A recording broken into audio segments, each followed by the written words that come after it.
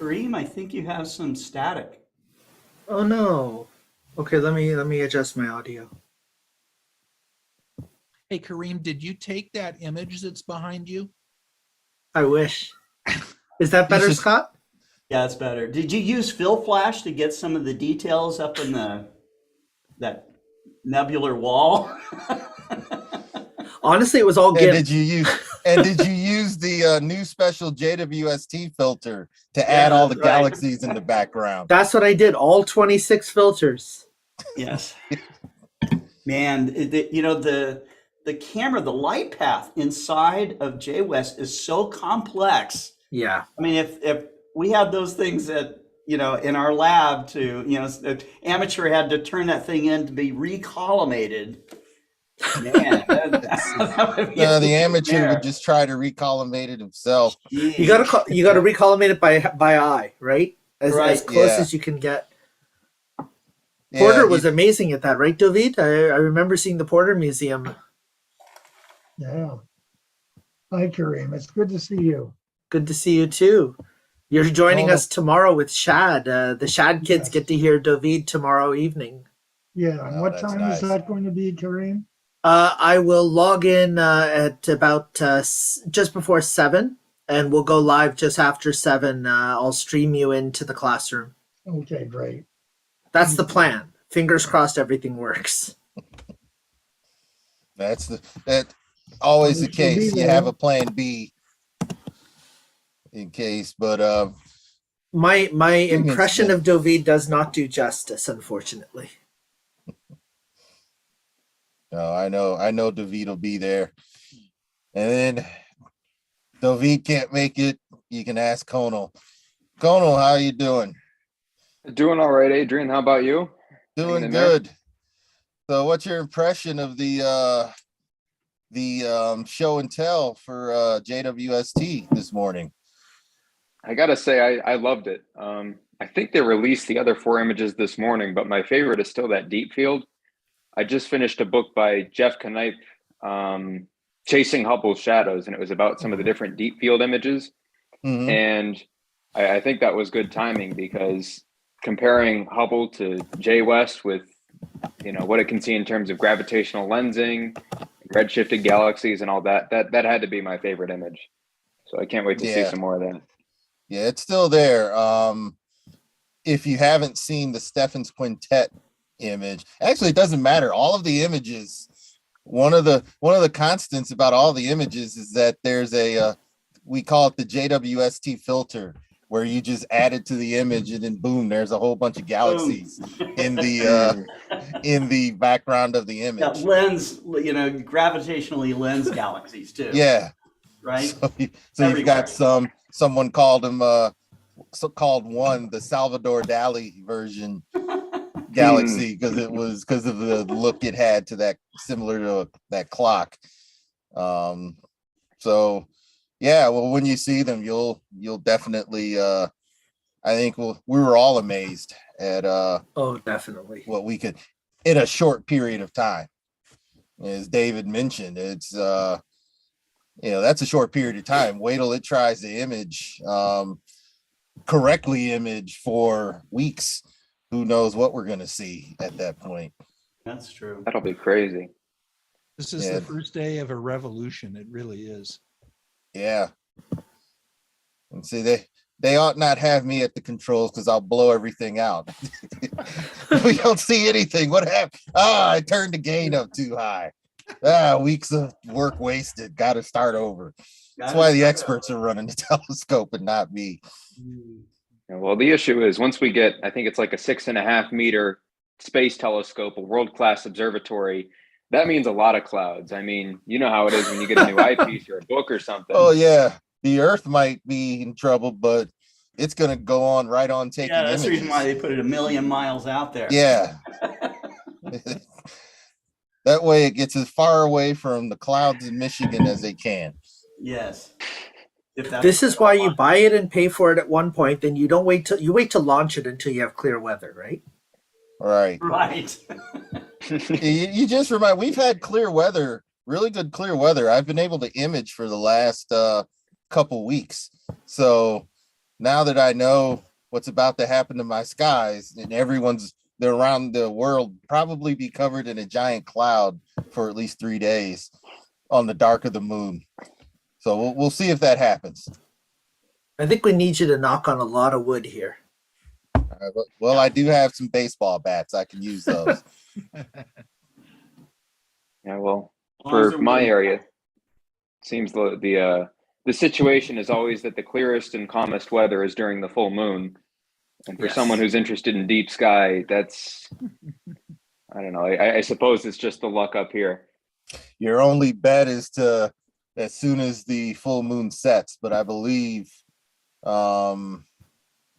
it's because of where we are that only gives you maybe an hour or less of total darkness, and then astronomical twilight begins again.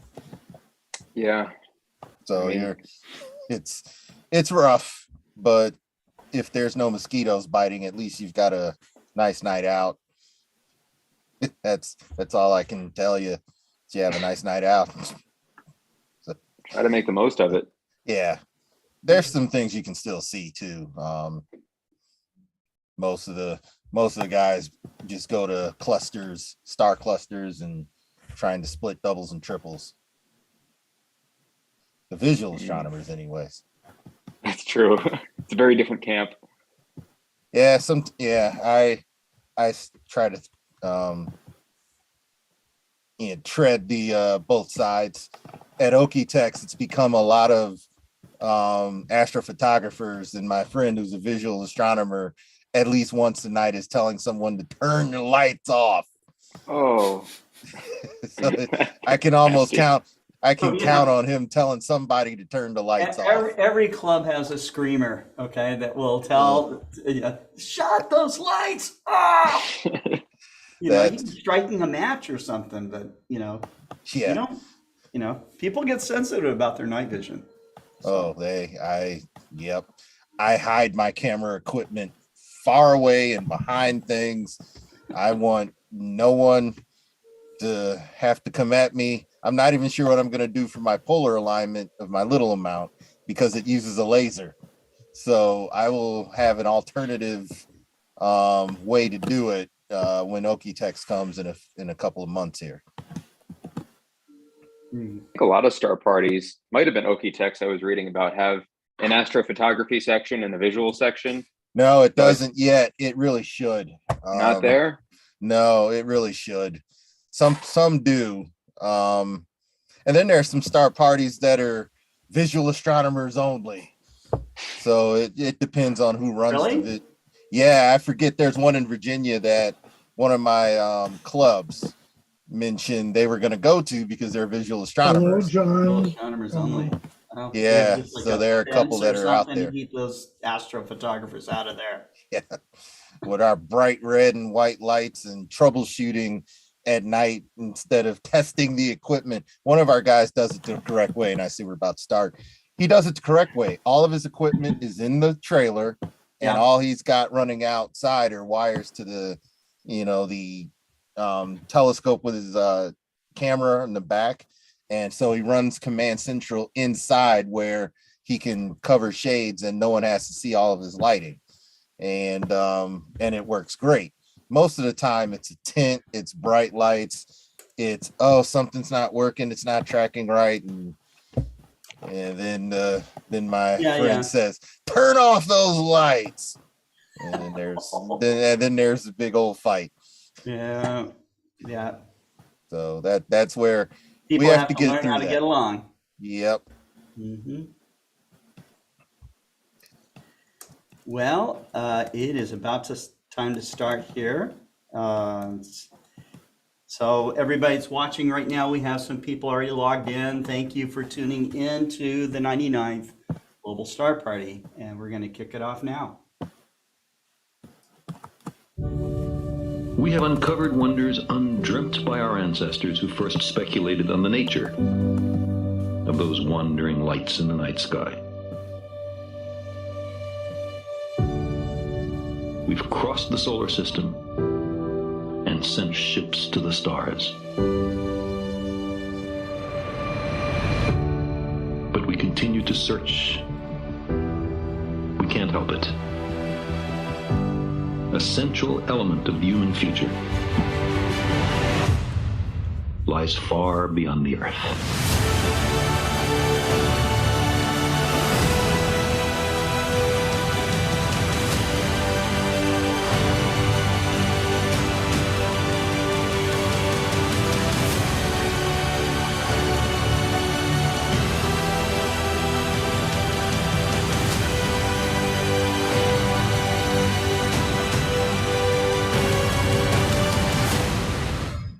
If we crave some cosmic purpose, then let us find ourselves a worthy goal.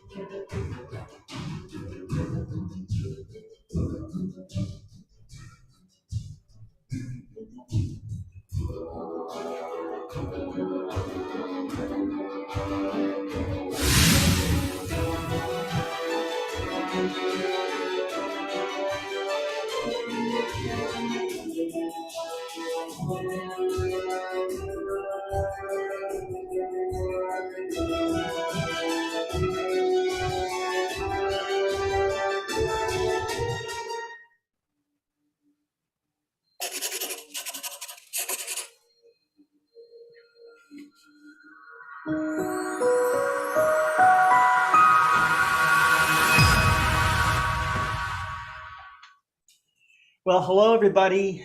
Welcome to the 99th Global Star Party. We have a great lineup of speakers here, as we always do. But I think everybody's kind of just on a new high because of the James Webb Space Telescope images that have come across. And, you know, it's just amazing, amazing views that we're getting right now. And, you know, we know that this is just the tip of the iceberg. We know that much deeper, much more detailed images are going to come out. Many, many more discoveries will be made.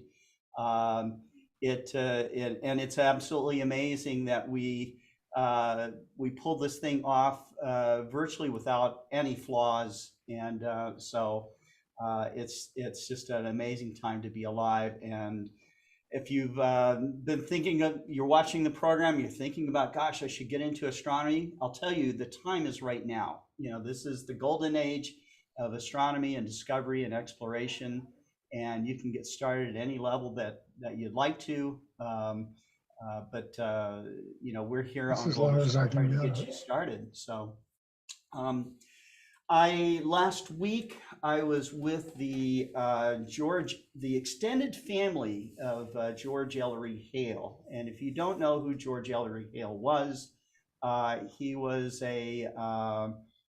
just an amazing individual. Every time I read about George Ellery Hale, I learn something new.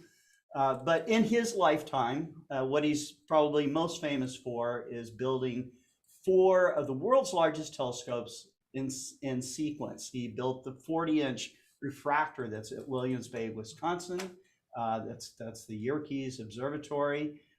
He went to Los Angeles, to Pasadena, and then up to Mount Wilson to build the 60-inch reflector, the great 60-inch that discovered that the sun was not in the center of the universe, you know, that we were somewhere out off on a spiral arm in the Milky Way. And then they built the 100-inch. He built or arranged to get the 100-inch built, which is just the story of how he did this is just stunning. You know, he pulled together the world's best craftsmen, got together, you know, rich industrialists, and got these things built. The 100-inch telescope discovered with the skill of Edwin Hubble and Humason, the fact that the Andromeda Nebula wasn't a nebula at all, but another galaxy, and from there, you know, overnight, literally overnight, the universe went from being just maybe 100,000 light years or so to millions of light years in size. And then, sadly, before George Ellery Hale could see it finished, the 200-inch had already been got started, got underway. It is still, the 200-inch is still a leading research instrument today. And so it's just an amazing legacy. But on top of that, he was one of the founders of the California Institute of Technology. He founded the American Astronomical Society, which all the professional astronomers belong to today in the United States. They also are now inviting amateur astronomers to be part of that. So you may consider joining the AAS.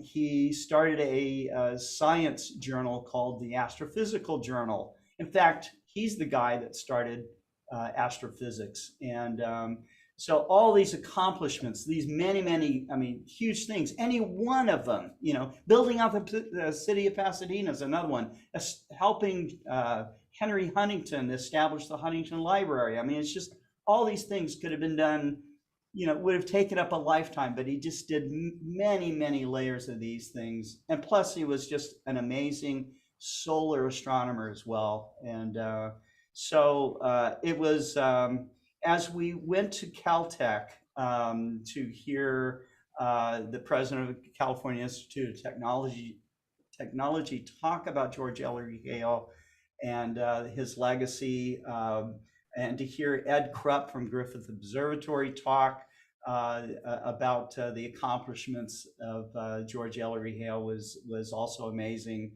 But I thought it was just really interesting how turned on, how switched on the whole family was, and their concern about you know, establishing a path for the future legacy of those observatories, a path for the inspiration that George Ellery Hale had started, you know, something that will continue to inspire people for the next century. And so I've never met a family like this before. It was really thrilling, really amazing, getting to know them and to be able to make, you know, to further my friendship with Sam Hale, who's the grandson of George Ellery Hale. So he invited me to come down and shoot some video of that, which was great. And so when we went to Mount Wilson, it was kind of a two-part type of deal. We went to Mount Wilson so that the family could see firsthand, you know, all the things that were done at Mount Wilson, from the snow telescope to the 60-inch and the 100-inch. Wendy Friedman, who is devoted her life to refining something called the Hubble constant. The Hubble constant is this kind of cosmic yardstick, this method of determining the size and expansion of the universe. And from what I understand in talking to her, and it was a real honor to be able to sit down and talk to her for a while, and she joined us for dinner and stuff. We could ask her lots of questions. But her and her team apparently have already refined the Hubble constant down to about 1%. And they think that with the James West Space Telescope, they're going to refine it down to about 0.1%.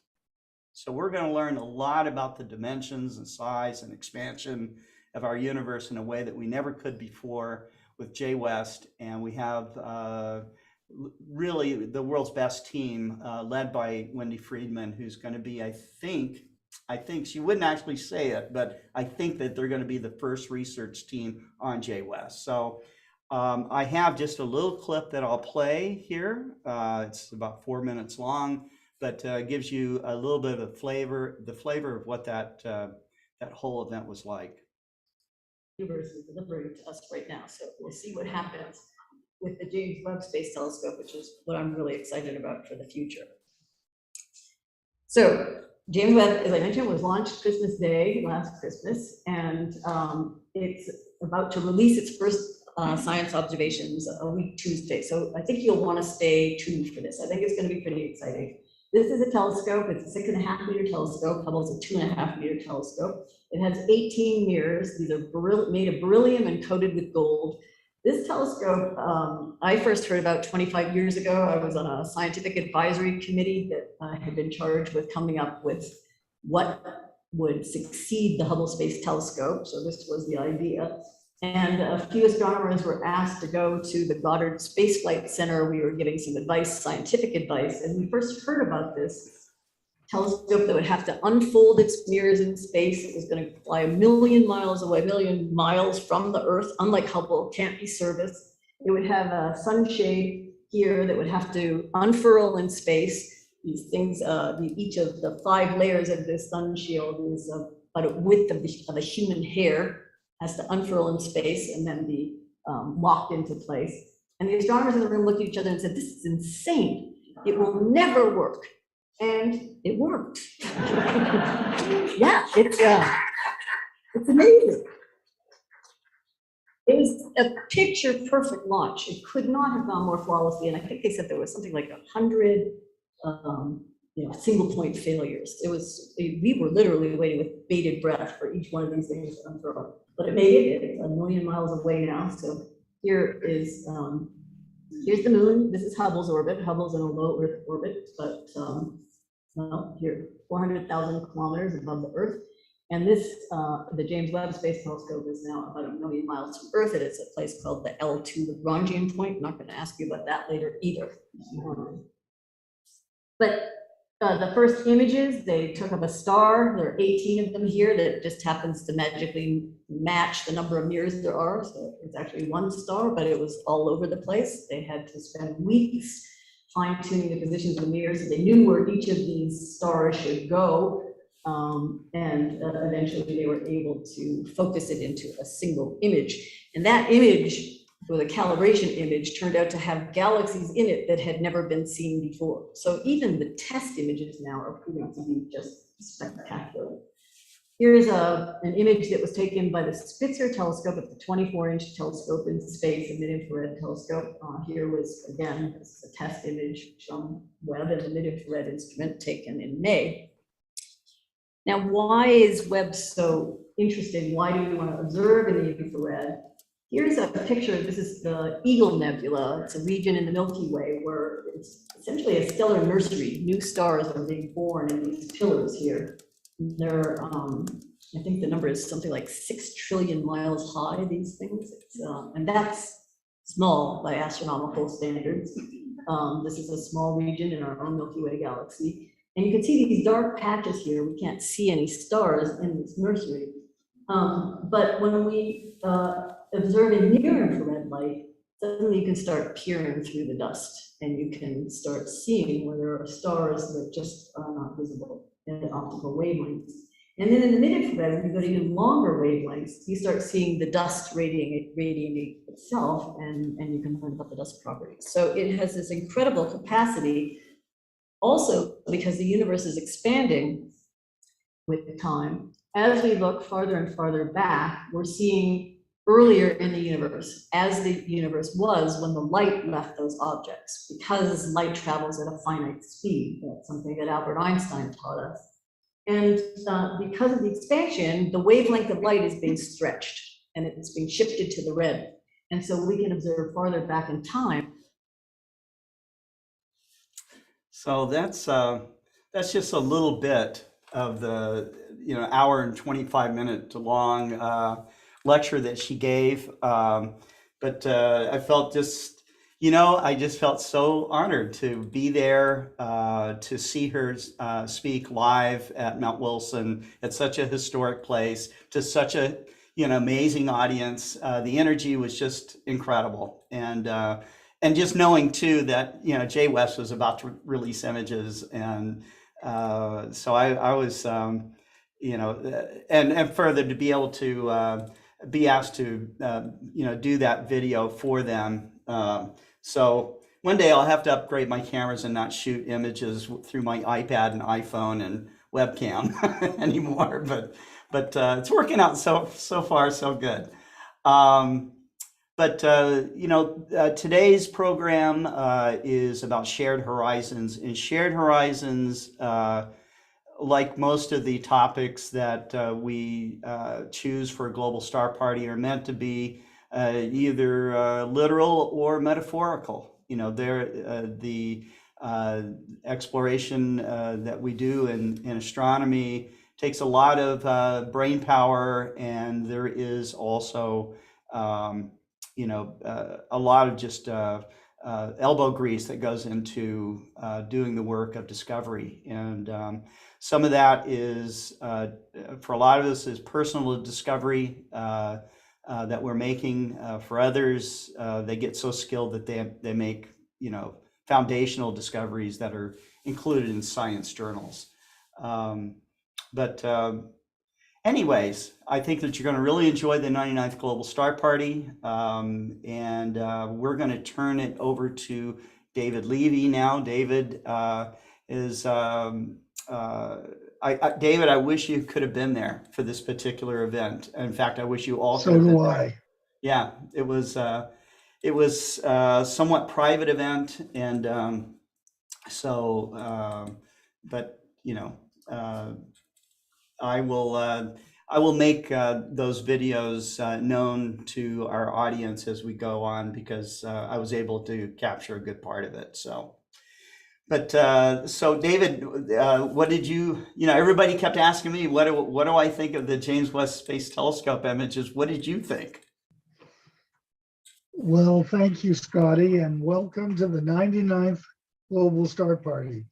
I remember 99 star parties ago, I got a telephone call from Scotty Roberts, and he said he was planning to start a global star party, and he was wondering if I could come in each one and begin each one with a quotation from the world of poetry. And I have tried to do that. I think I've missed one out of the 99 so far, but I am really very happy to be there.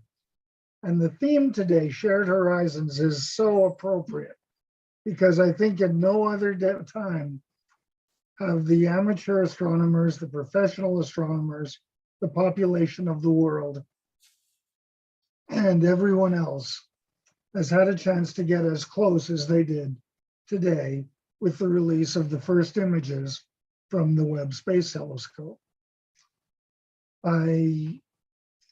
I've taken a look at them, and I certainly looked at the one that President Biden released last night. And there are two of the four that are really stand out in my mind. One of them is Stefan's Quintet.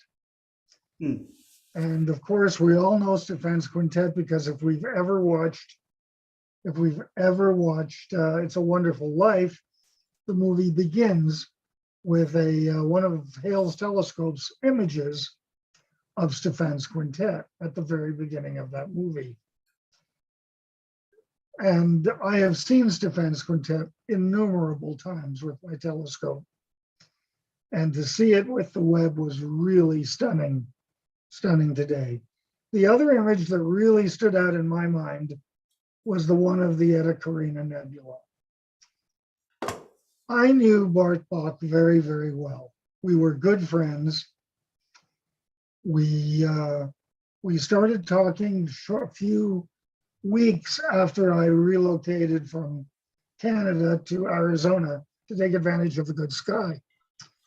And I remember visiting him and doing an interview of him for an article I was writing for Astronomy magazine. There's one person here who might remember that article.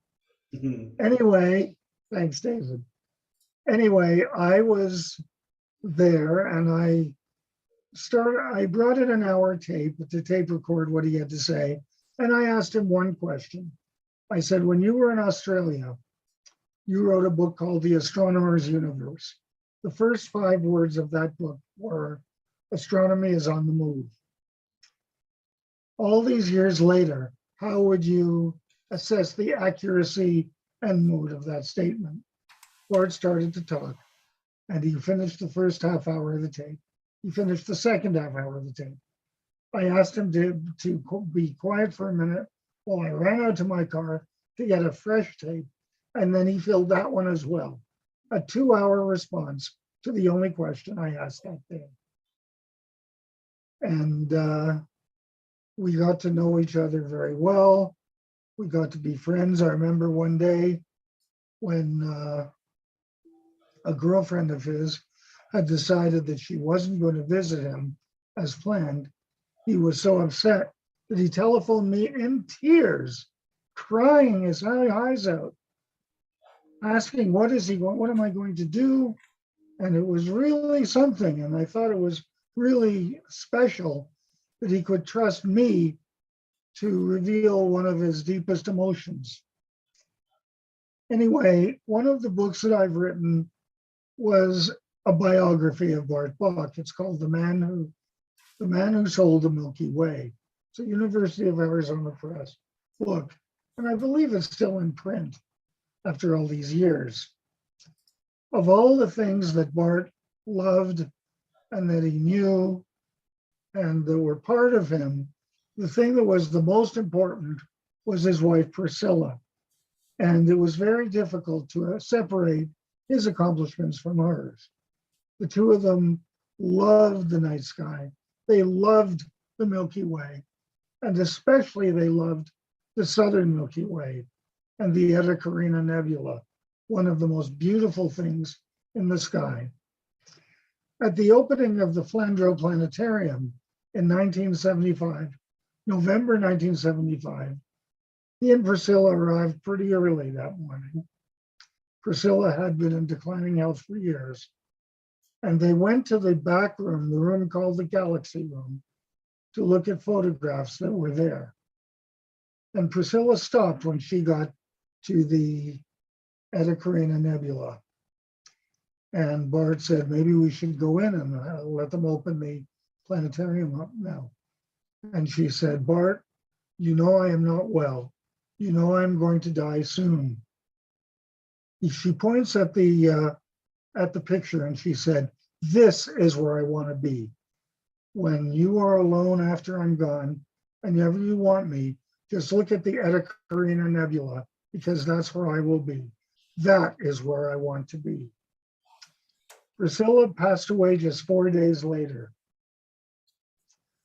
And Bart loved to visit one of the things in Tucson, the Desert Museum, one of the really wonderful spots in southern Arizona.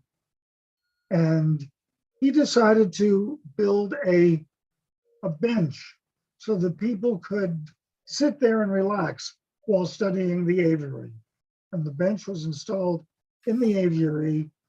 And if you look at the concrete structure of the bench, you can see the galaxies inscribed on that concrete. I ended the chapter about the death of Priscilla with this paragraph that I would like to share with you now. The bench became a noble retreat for Bart. In the coming years, he visited it frequently, sometimes alone, more often with friends.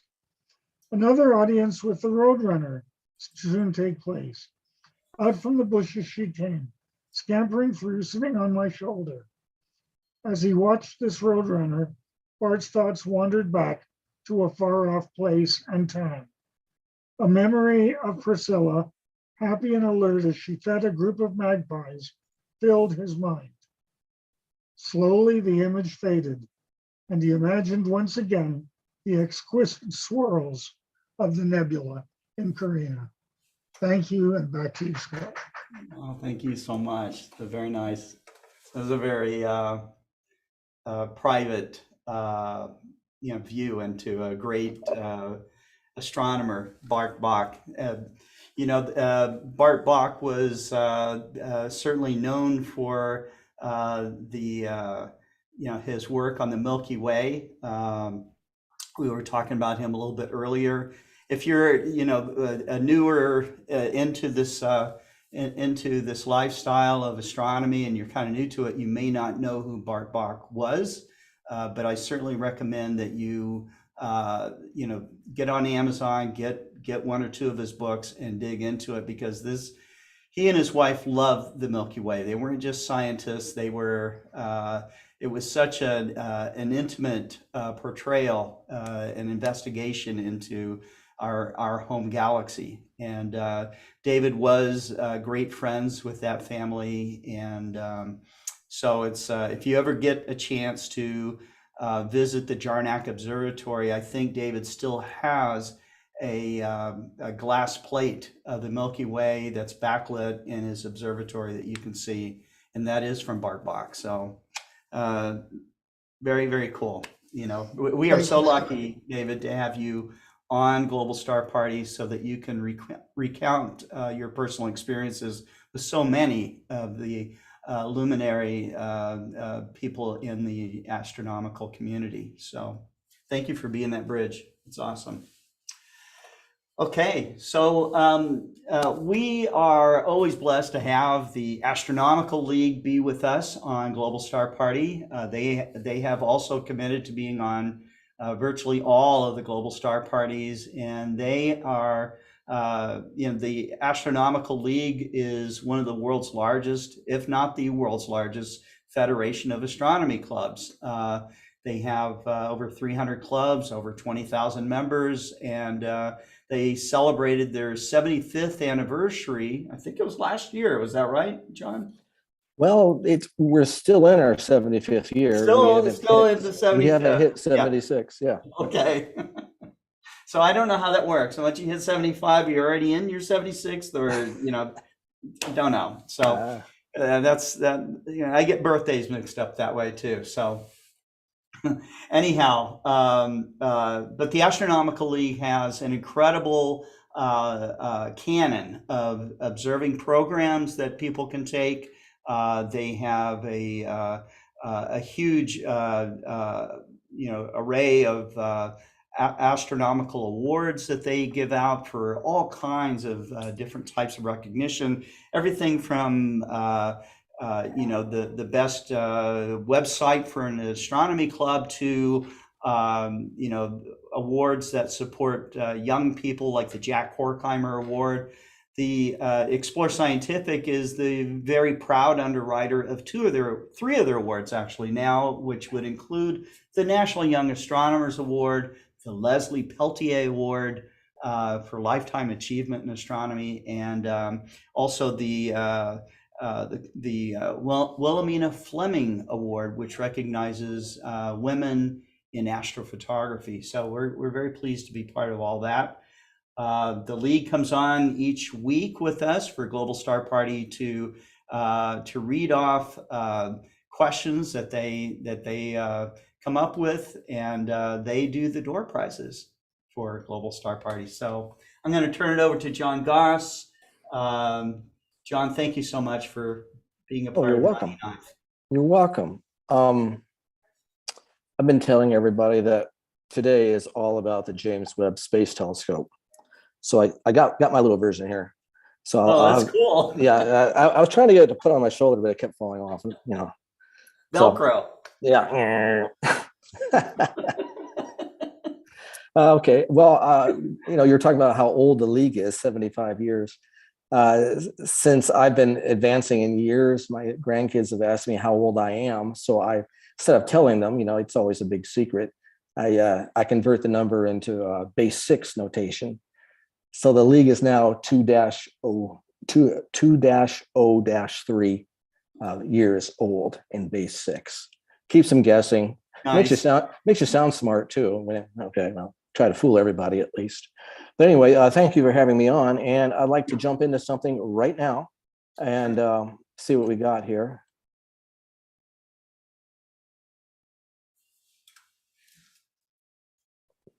Hopefully I got it here.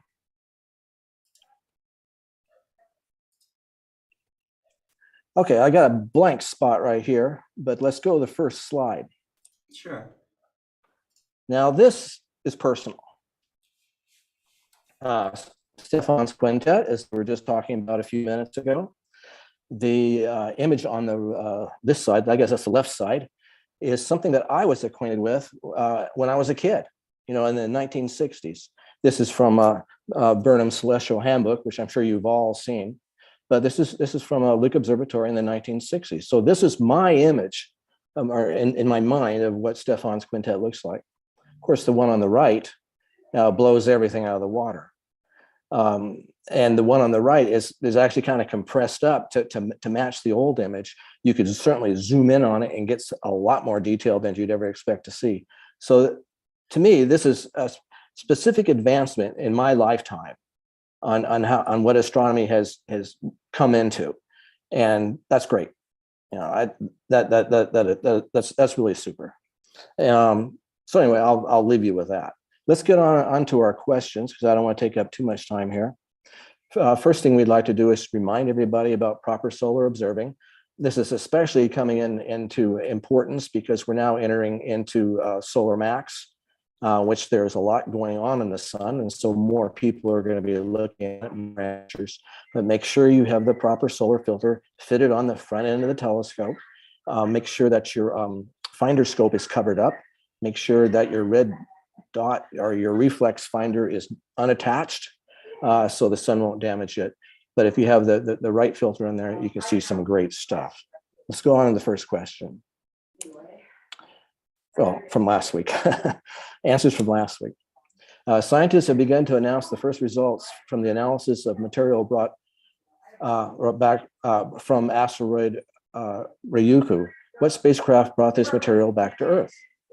Well, the correct answer is C, Hayabusa 2. And that's pretty cool because you don't get much material from outer space, pristine material like that. This is kind of tying in with the James Webb, since we're talking about Eta Carina. Well, this is another nebula. Messier 16 contains a nebula nicknamed the Pillars of Creation. That was from the Hubble era. What's another name for this nebula? It's the Eagle Nebula. You see an eagle in there, I guess. Johannes Kepler was a German astronomer, mathematician, astrologer, which we won't talk about, and natural philosopher. He is best known for his laws of planetary motion. He had three laws tying it all together. So if you had your answers to that, and we had a number of people who had correct answers. Cameron Gillis, which I think he's on the program today someplace. John Williams, Larry Birds, Colonel Richards, hi Colonel, and Andrew Corkel. Thank you for submitting your answers. The GSP winners for June, Carrie Todd, Cameron Gillis, and Larry Burge. So let's move on to tonight's questions. Okay, we're all about the James Webb Space Telescope. Something which I think that people don't really realize is that it's really up there in space someplace. You know, you can point it out, or at least point its direction if you know where to look. So in what constellation in tonight's sky is the James Webb Space Telescope located? If you know a little bit about the telescope's orbit and all that, this should be kind of obvious. That's question number one. Number two, what is the true field of view of the James Webb Space Telescope's primary instrument, the near-infrared spectrograph? Is it A, 3 arc minutes by 3 arc minutes, B, 3 degrees by 3 degrees, or C, 3 radians by 3 radians? It does have a field of view. Question number three. I happen to have a 17-inch Dobsonian, and its primary mirror is about 17 kilograms, something like that. So I was thinking about, well, what about this James Webb? It has 18 4.3 foot mirrors. No, mine is a little 17-inch hexagonal shaped mirrors. How much does each beryllium mirror weigh on Earth? A, about 20 grams. Actually, it has to go up in space, so they want to keep it light. B, about 20 pounds, or C, about 20 kilograms. So it's one of those three answers. Now, if you know those answers, be sure to send them to secretary@astroleague.org. And you can do that soon, and it'll be entered into our drawing for July. Now, I'd just like to put a plug in for Alcon 2022, July 28th to the 30th, Embassy Suites Hotel in Albuquerque. This is a 3-day event with speakers and tours and workshops and get-togethers and gatherings afterwards and star parties and such. So it's a lot of fun, but you might consider going. Although registration is closed, but maybe if you show up at the door, they'll still let you in. Anyway, I think a number of us are going, so I'm looking forward to seeing all of you there. That's what I got. Thank you, Scott. Great. Thank you. Thank you very much. That's awesome. Okay. So where are we at now? We are at the point where we will introduce David Eicher. David is the editor-in-chief of Astronomy magazine. But he's more than that. I mean, this is a guy who has really devoted his whole life to writing about the science of astronomy, starting, I think, when he was a teenager. David's no longer a teenager, but he still has this youthful appearance. And I think that has to do with his good sense of humor. If you get to meet and know David, you'll know that he is quite the crack up. And he is also someone that has been a driving force in both amateur and professional astronomy. He is, they put out, Astronomy magazine puts out not only a print issue, but they have their website, they do a digital issue, they do special events, and they're coming up on sponsoring one of the biggest events in the world for astronomy, which is called Starmus. And so, but David sees the universe from all angles, all corners, and we've been following him with his special collection of minerals and crystals. Of course, these are all things made from the cauldrons of stars, and the things that he shows us are just beautiful. And so we're lucky to have him on to talk about all these different aspects of the universe. And I think today he's going to be covering, is it calcium? Calcium, potassium, and a bunch of other stuff. Okay. So, well, thank you again, David, for coming on to Global Star Party. And I know that you've had a really busy week so far, and it's just really started. So thanks for coming on. Thanks, Scott, so much for having me. I'll share my screen and see if we can start the slideshow. And it is a very, very special, and let's see if I can view the slideshow.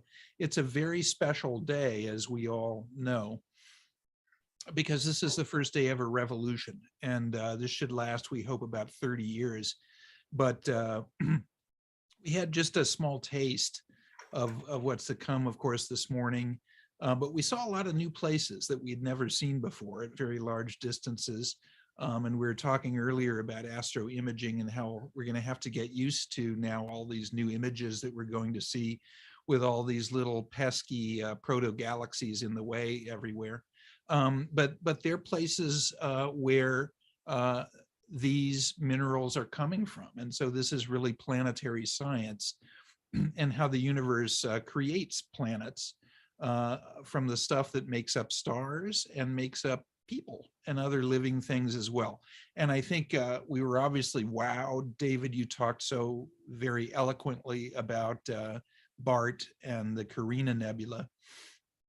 And the images were all beautiful, but I think there was a kind of a sleeper in there as well. And Adrian and I were talking about this a little earlier, the spectrum of the exoplanet, which, was thrown out as a kind of an ordinary exoplanet, of which we know of many, many similar planets, which has water vapor in its spectrum, which is very interesting. So anyway, we'll get to, in a golden age of astronomy, a flood of amazing data that we'll have to race to keep up with as we get more results from Webb. So we're in a very exciting time. But to step back and talk a little bit about planetary science, we'll start, as we always do, with Thomas Jefferson saying, "I believe in a divinely ordered universe." Well, even before Jefferson's time, both these guys are even older than I am, Scott. Now I'll have you know, I'm no longer young, but Isaac Newton was even older than Jefferson. And he said, "Truth is ever to be found in the simplicity and not in the multiplicity and confusion." of things. So of course, as we know, back to the time of Galileo and before, even, we've taken what were relatively primitive modes of thought, all of which had analogs that transformed into the sciences. For astronomy, it was astrology, and for chemistry, it was alchemy. And coming together in between the two of them, we never had alchemists who met their greatest goal of converting lead into gold, but we found out a lot about these substances and how interesting they are and how they show us what our planet is all about.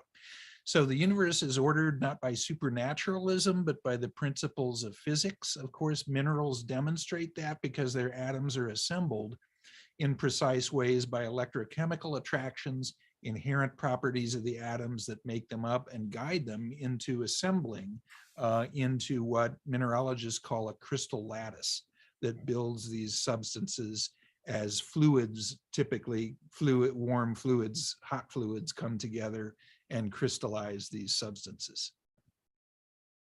So we're starting to sort of run out of great organization here because we've done so many of these.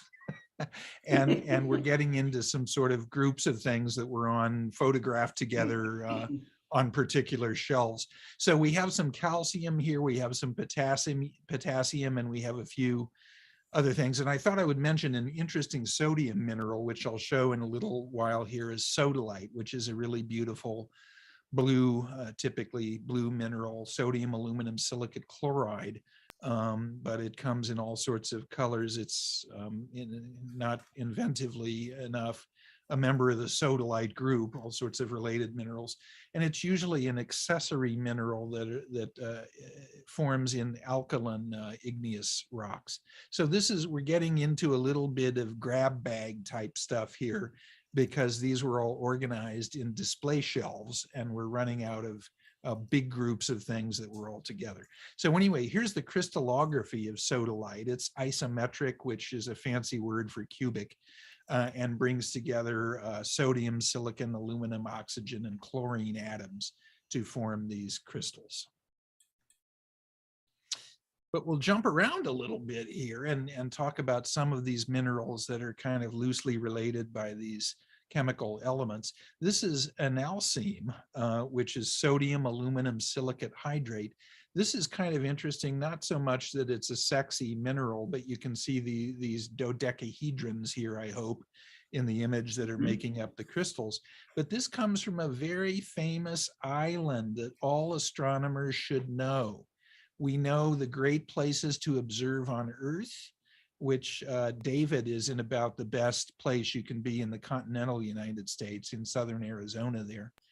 But we also have Mauna Kea in Hawaii that's very good. And we have, of course, Chile and the Atacama Desert, probably the best place on Earth overall. But we also have the Canary Islands, and it's on La Palma, where this specimen is from, where the great observatories are on the Canaries, where undoubtedly, Scott, you mentioned Starmus, undoubtedly the Starmus Festival at some point is going to be headed back to the Canary Islands. So we will get to visit this locality. Great. And we'll jump around to a bunch of related minerals here. This is another calcium mineral, serendite, sodium, manganese, calcium, silicate hydroxide, the pinkish color here coming from manganese atoms. This is from a famous mineral locality in Mont Saint Hilaire, Quebec, Canada, which I think is relatively close for a couple of you as well, or your past heritage to a couple of you as well. So there are great specimens of really unusual and complex minerals that come from this area.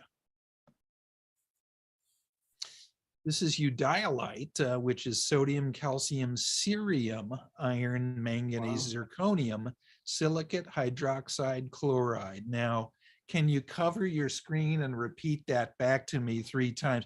Here we're getting into a real chemical soup, a complex mess of stuff that got together to create this reddish crystal that's near the top of this specimen, which also has agerine, which is the black stuff, that's a silicate, and some other minerals as well. But the eudialyte is that sort of beet red crystal, and you can see it's got just about everything under the sun in it, and it comes from another famous region, the Kola Peninsula in Russia. Now, there was once a great crystallographer. In fact, he was the father of crystallography, René Huy, Hauy. He was a French chemist, natural philosopher, and invented the first complex models explaining and understanding how the different crystallographic forms come together. René Huy, and Huine, which is named after him, is the mineral that bears his name. This is sodium, calcium, aluminum, silicate chloride, another real grab bag of elements here. And it forms this kind of gemmy, bluish, bright blue, peacock blue crystals of stuff. And you can see this is in volcanic basalt. So this comes from a volcanic, very high temperature region of forming this mineral from Germany. Now this is angled, and you may have seen this stuff. It's fairly common, but it's very pretty. So this is kind of a star feature of many mineral shows where you can pick up a piece of this. This is a pretty common mineral, feldspar type mineral called anorthite, but it's a particular kind called labradorite, and it's very fairly common, but also very popular because it's beautiful. And what this does, it has several layers of hydrated stuff in it so that you can change the angle of this glassy surface. This has been polished, the top surface of this, and light will diffract and reflect through it. And so it gives you this, what scientists call a Schiller effect of a shiny, multicolored surface here. So it's a not terribly super rare, but pretty thing. And so it's often used for jewelry as well. And this is sort of their Canadian area, of course, Labrador, the type locality, but also more recently, many specimens of this that are found in this area of Madagascar. So it's pretty stuff that gets made into a lot of jewelry. Now we're getting into some more weird stuff just to show you kind of the range of how nature makes really different things out of some of the very similar chemicals, but combined in different ways, in different temperatures, and under different pressures. This is lavendulin, which is sodium, calcium, copper chloride, arsenate hydrate. This is a Chilean piece, and the blue color here comes from the copper. And also the related greenish mineral called lamerite, which is also colored by copper in a different way, which is the green stuff here. So you can see subtle variations of how nature likes to make stuff, produces really different results out of much of the same components, just as the way we see another 10,000 galaxies in a web image that are made largely of the same stuff, but they look all different, so there are analogs here at small scales and large scales out in the universe. Here's another example of lavendulin, and again, you can see it's really sort of bright peacock blue here in a kind of a not so wonderful looking gang rock specimen, country rock specimen, and this is a Greek specimen here. Sampleite looks pretty similar to what we just saw the last couple of frames, but this is sodium, calcium, copper phosphate chloride hydrate with a water stuck on there as well. So all kinds of complicated chemical soup formulae going on here to create this stuff. This is another Chilean specimen, and these Chilean Atacama specimens, of course, come from a really, what's good about the Atacama for observing? Two things. It's a pop quiz. High elevation, and of course, it's exceedingly dry. A wet day in the Atacama is probably about 4% humidity. So these minerals are dry minerals that are sensitive to humidity as well. Here's another example back to Germany from a different but similar volcano in Germany of Huine again. This is just kind of, these are cycled in here in the order in which the shots were taken here. But again, it's sort of pretty stuff that even forms in almost grain size pieces here in this volcanic basalt. Here's another Quebec specimen here also from Mont Saint Hilaire. This is carltonite, which is a somewhat rare mineral. And again, we're getting down to, you know, chemical formulae as long as our arm here. Potassium, sodium, calcium carbonate, silicate, fluoride, hydroxide, hydrate. It's got everything but the kitchen sink practically in it here, but gets a very pretty blue color here from this famous Canadian locality.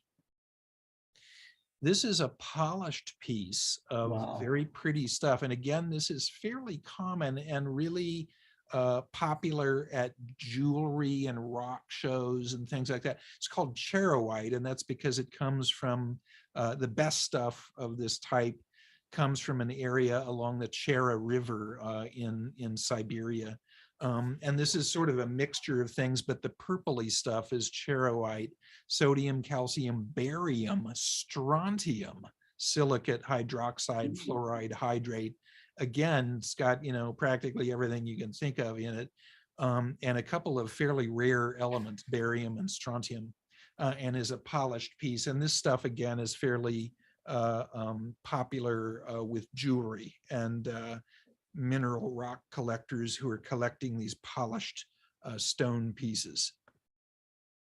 Now, here's something of kind of special pride for me. This is about one of the ugliest minerals in my specimen collection, but it's a favorite of mine because it's called racavanite. And this is named for the professor who researched it, who of all places is at tiny little Miami University in Oxford, Ohio, where I grew up. And it was a friend of my father's, John, who was a professor there at Miami as well. John Racavan analyzed this piece and it's named for him, and it's pretty rare stuff. Doesn't look like much. It's sodium vanadate hydrate, and it comes from primarily one mine, a few others, but the goods, believe it or not, this is a good specimen, even though it's kind of not the prettiest stuff in the world. And it comes from just one mine of this caliber in Colorado.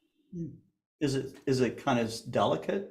It is very delicate, and you can see there's a crack through this piece that goes from the sort of mid-left down to the middle right. And it's sort of crumbly. It's not, okay, many radioactive minerals, by the way, which we've talked about eons ago, but they have this kind of a bright yellow look. So this kind of on first blush looks radioactive, frankly, to mineralogists. It's not radioactive, but it is fragile and crumbly and delicate. Yes, absolutely right. Here is another one of these minerals here's a polished edge of this. And this is, again, very popular with mineral collectors and jewelers, jade.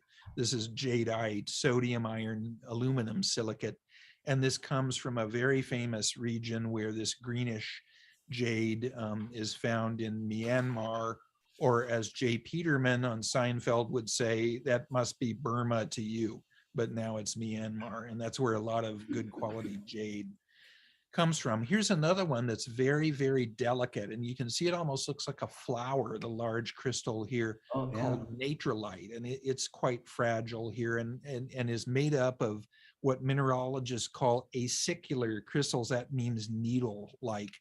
And it's fragile too on this kind of ugly country rock.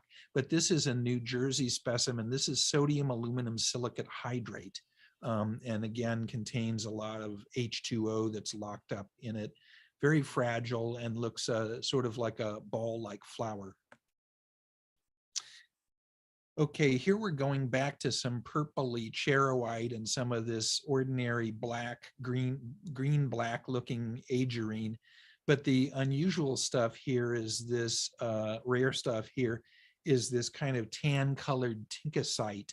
This is again from this eastern Siberian region of Russia where the charoite comes from. of course, but this is potassium, sodium, calcium, manganese, titanium, silicate hydroxide. So Wow. again, as we're running out of minerals here, we're getting into some weird, more exotic combinations of stuff here. And this I threw in for my pop, John. This was in an old time piece in his collection. This is sodalite, which I mentioned, which is a fairly common mineral of this type. It's sodium aluminum silicate chloride. And it's from a very well-known locality in Ontario, the Bancroft district of Ontario, which is very rich in mineralogy. And this is an old timer. This, I think, was found in the 20s or 30s, but it shows you kind of a good look at what sodalite looks like. Here's one for the astronomers. Any astronomers in the crowd after, or you tired of talking about astronomy all day, starting at 8 o'clock this morning in the central time zone? This is astrophyllite, named why? Cool. Because boy, this radial mineral crystal looks kind of like a star there, doesn't it, a little bit? Potassium, iron, titanium silicate hydroxide, titanium rich crystal. And this again is from this Russian locality, the Kola Peninsula, with a lot of these exotics there. And this is another one that the jewelers really like here. And this is not really one mineral, but lapis lazuli, which was one of the great early stones, if you will, in the region of Afghanistan and Pakistan and other areas of the early world.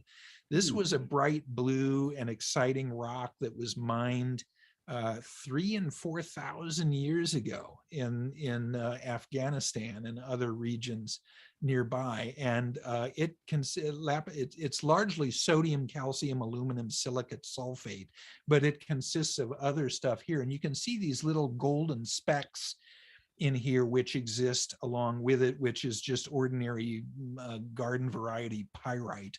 So that there are some other minerals in here with it, but the blue stuff is lapis lazuli, which is one of the earliest minerals to be mined in human history, and also was ground lapis in the Egyptian times and used for some of the earliest eye makeup for Cleopatra and friends. Wow. So this was one of the earliest minerals to be ground and used for non-economic purposes, if you will, to make eyes look better. And by the way, in Egyptian times, it's not just the ladies, the guys put on eye makeup too. So, you know, we're kind of falling behind the times here, guys.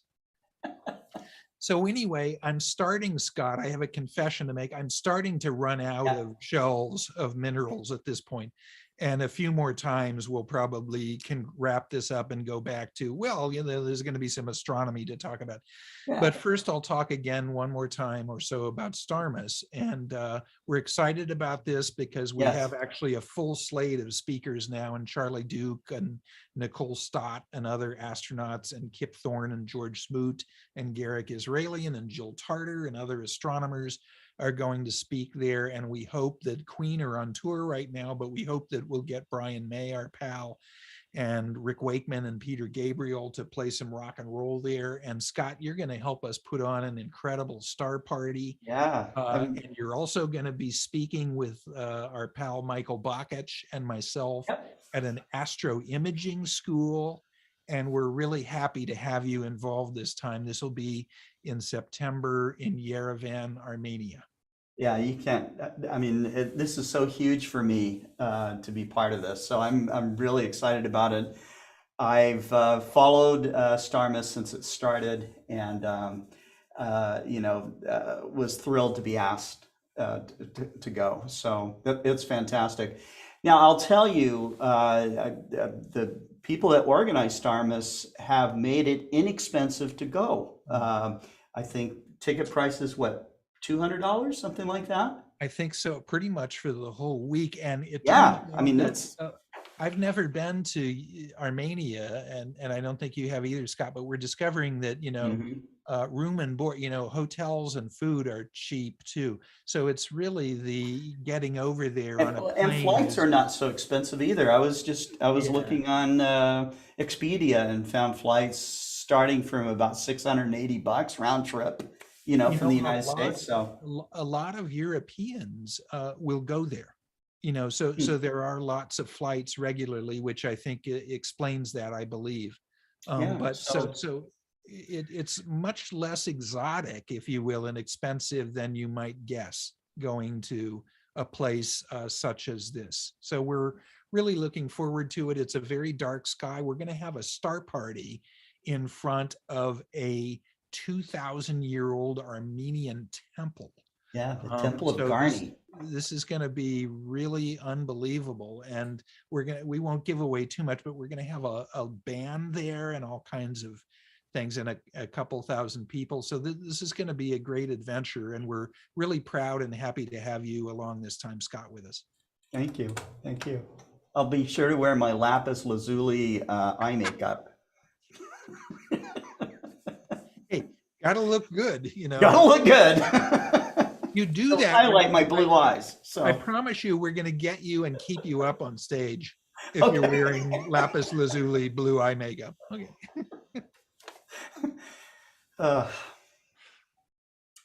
Anyhow, David, thank you very much.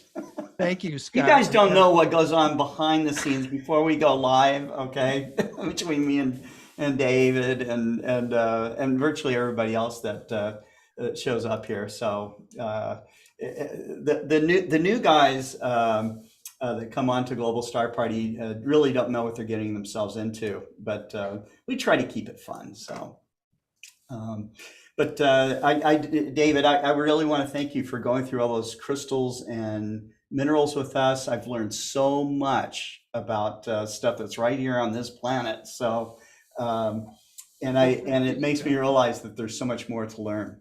Well, thank you. And we just saw this morning several hundred galaxies at least we had never seen before, and we know, of course, through spectroscopy that chemistry throughout the universe is uniform. So undoubtedly, the elements that we know of are combining on worlds that are orbiting stars that we see in those images and galaxies that we see for the first time, and holding those in our hands, so we can imagine what some of those worlds that are so far away must be like as well. Right. It's amazing to look so far back into time like this, so we're getting to experience something that no astronomers, no humans have ever been able to do, so, and it's just another shared horizon. So it's fantastic. And speaking from north of the border, and I'm sure David will agree with me on this, we were happy to see the amount of Canadian content in David's minerals today.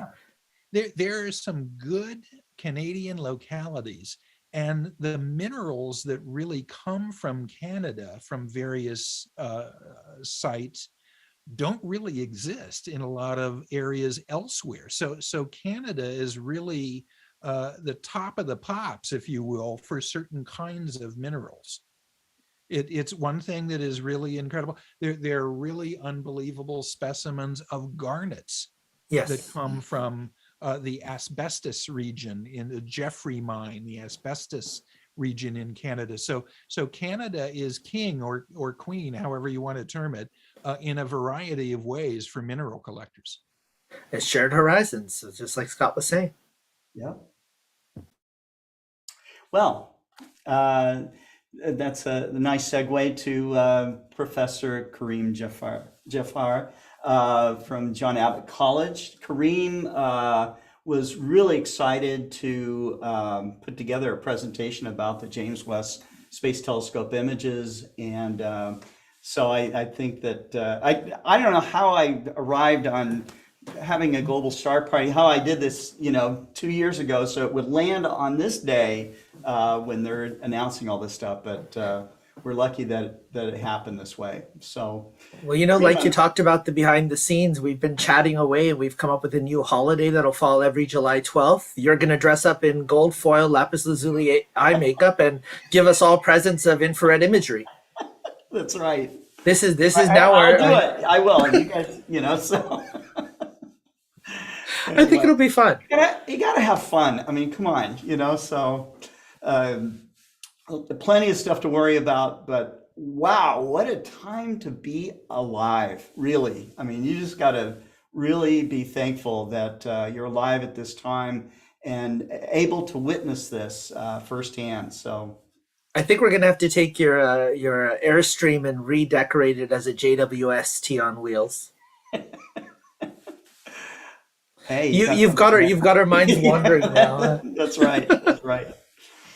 So with today's amazing last night's first deep field image that was released by President Biden, and then this morning's images, when Scott brought up the idea of shared horizons, I said, let's talk about extending these shared horizons and talk about the James Webb Space Telescope. And I have here the crocheted James Webb mirror that my mom made me, and so I kept my background off for a moment, but I think I'm going to spend the rest of today coming to you from the Carina Nebula because I loved David's story, and it really was touching. And so I think this is where I should come to you from for the rest of today's talk. And I'm going to share with you a little bit on these incredible images that we received today from the James Webb Space Telescope. Now, a lot of us had a chance to be part or to watch the NASA feed, and it was really unfortunate that the CSA portion did cut out, but I will go to some of the content that would have been covered by Dr. Natalie Willett, and maybe at some point one of our future Global Star Parties will get her on to talk a little bit more about NIRIS and some of the work that the Institute for Research on Exoplanets is doing. Today during the day, the Space Oddities, we actually had a special Tuesday show to talk about all the different images that came out. And I want to thank some of our GSP audience that joined us yesterday during our regular show, yesterday when we live streamed President Biden's release of the first image, and today. I mean, we have a lot of really dedicated astronomy enthusiasts out there. And honestly, it really is shared horizons across the world. Maxi came on and immediately, said congratulations on a historic day internationally. And if you look at the Google Doodle, it is the James Webb Deep Field today with the James Webb Space Telescope little cartoon there. And you'll see it on the Google Doodle, and it takes you straight to those first images. Now, before I jump into all of that, though, I always start off with a little bit of a check-in, and if everybody remembers, when we had our last GSP, I was talking to you a little bit about our RASC General Assembly, which happened the last weekend of June, and Dr. Natalie Willett, who I mentioned earlier, was our Helen Sawyer Hogg lecturer. It was a fantastic talk. Dr. Sarah Seeger from MIT was announced as our honorary president for the National RASC. We had Alan Dyer give us a talk on imaging. Dr. Robert Cardinal talked about First Nations and the connection to nature and to the night sky. But I was really touched during the General Assembly because one of my former students, Emily Laflèche, won the President's Award from the RASC. And that's the award on highlighting something beyond the normal in terms of a contribution. And she was the inaugural chair of the Next Gen Committee. We also had our own Jenna Hines, who was our past outreach officer, who received the Kilak Award, which is the outreach award. And Jenna was the co-host of the Great Conjunction Global Star Party back in December of 2020, if anybody remembers that far back in time. The other thing that happened during the General Assembly is we had an astrophoto competition. And one of the winners and a runner-up in another category, Adrian Bradley, our very own, is going to be giving a talk for the RASC Montreal Center this Saturday. And so you're all welcome to join us. It's during our clubhouse, so it's our regular clubhouse Zoom. You can come straight in, bit.ly/RASC Montreal, Saturday, 8 p.m. And it should say Eastern Daylight Time. My apologies, it's not Central Time, not Pacific, it's Eastern Daylight. And he's going to talk to us a little bit about his sleepless summer nights and take us on a journey to his pictures, his favorite pictures, and a little bit about his processing approach. Now, I can't get those amazing wide field shots that he gets. One of these days I have to go down to Michigan and do them with him. But I have access, just like the rest of you, to the James Webb images like the one I have here behind me. So I want to talk to you today about these first images that came out. And it's very hard in 15, 20 minutes to do real justice to the amount of science and the amount of information that is in each of these images. But I'm going to try my best to do a little bit of each image and talk to you a bit about some of the highlights that you'll be hearing more and more about over the coming weeks. And I'll try not to go too much more than 3 hours, Scott? Is that good? 3.5? Okay. So It's with the just James Webb, time. I mean, it's just we got time. plenty of it, right? So Exactly. We often hear about the James Webb as the successor to Hubble, but it's a very different instrument, and we've heard about that already. It's not just different because of the size of the mirror, which I'll mention in a few moments, but it's also because the amount of different instrumentation built in is specifically to look at the infrared region of our electromagnetic spectrum. There's very little overlap to the visual and none at all to the ultraviolet area that Hubble did touch on at the extreme low wavelengths of its ability to look at the night sky. The other difference is the fact that it's a much colder telescope in the operating side because of that amazing sun shield. And so when we put it in its position in orbit, it's to particularly keep it out of the shadow of the Earth or the Moon at all times so that you have a constant temperature differential across that sun shield. And that means that the majority of the instruments are naturally cooled by that sun shield and the cold expanse of space. And then you have a few other instruments like the mid-infrared, which require additional cooling. And so those instruments run off of a little bit of an additional circuit, cooling them down to operational temperatures that allow us to even see some of the dust-like structures in some of the targets that we look at.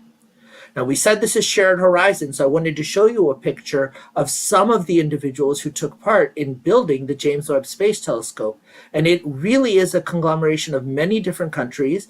The three leading groups that put it together are NASA, the European Space Agency, and the Canadian Space Agency. And we'll be seeing a little bit of the results of the work from all three today. So one of the questions is, what can the James Webb see and how does it differentiate from what Hubble can see? So we have several different instruments that we're going to talk about at different moments, but one of the big things to keep in mind is that when we talk about near infrared, there is a slight overlap into visual. So near infrared runs from just about 0.6 to 5 microns, and 0.6 to 0.7 microns is still within the red of our visual range. But in total, for NIRCam, the near infrared camera, you have 29 filters available to you. So the images that we're going to see are not images from just one band of infrared. They're images put together over multiple different bands, and the precision of those bands depends on the target we're looking at and the resolution level that we want to see. And then you have the mid-infrared, and the mid-infrared MiraCam takes you all the way out almost to 30 micrometers. Now, 30 micrometers takes us almost 14 times longer in wavelength than the longest that Hubble could see. And because our resolution changes as per the wavelength that we look at, it actually gives us a lot of versatility to look at different types of targets with different degrees of resolution.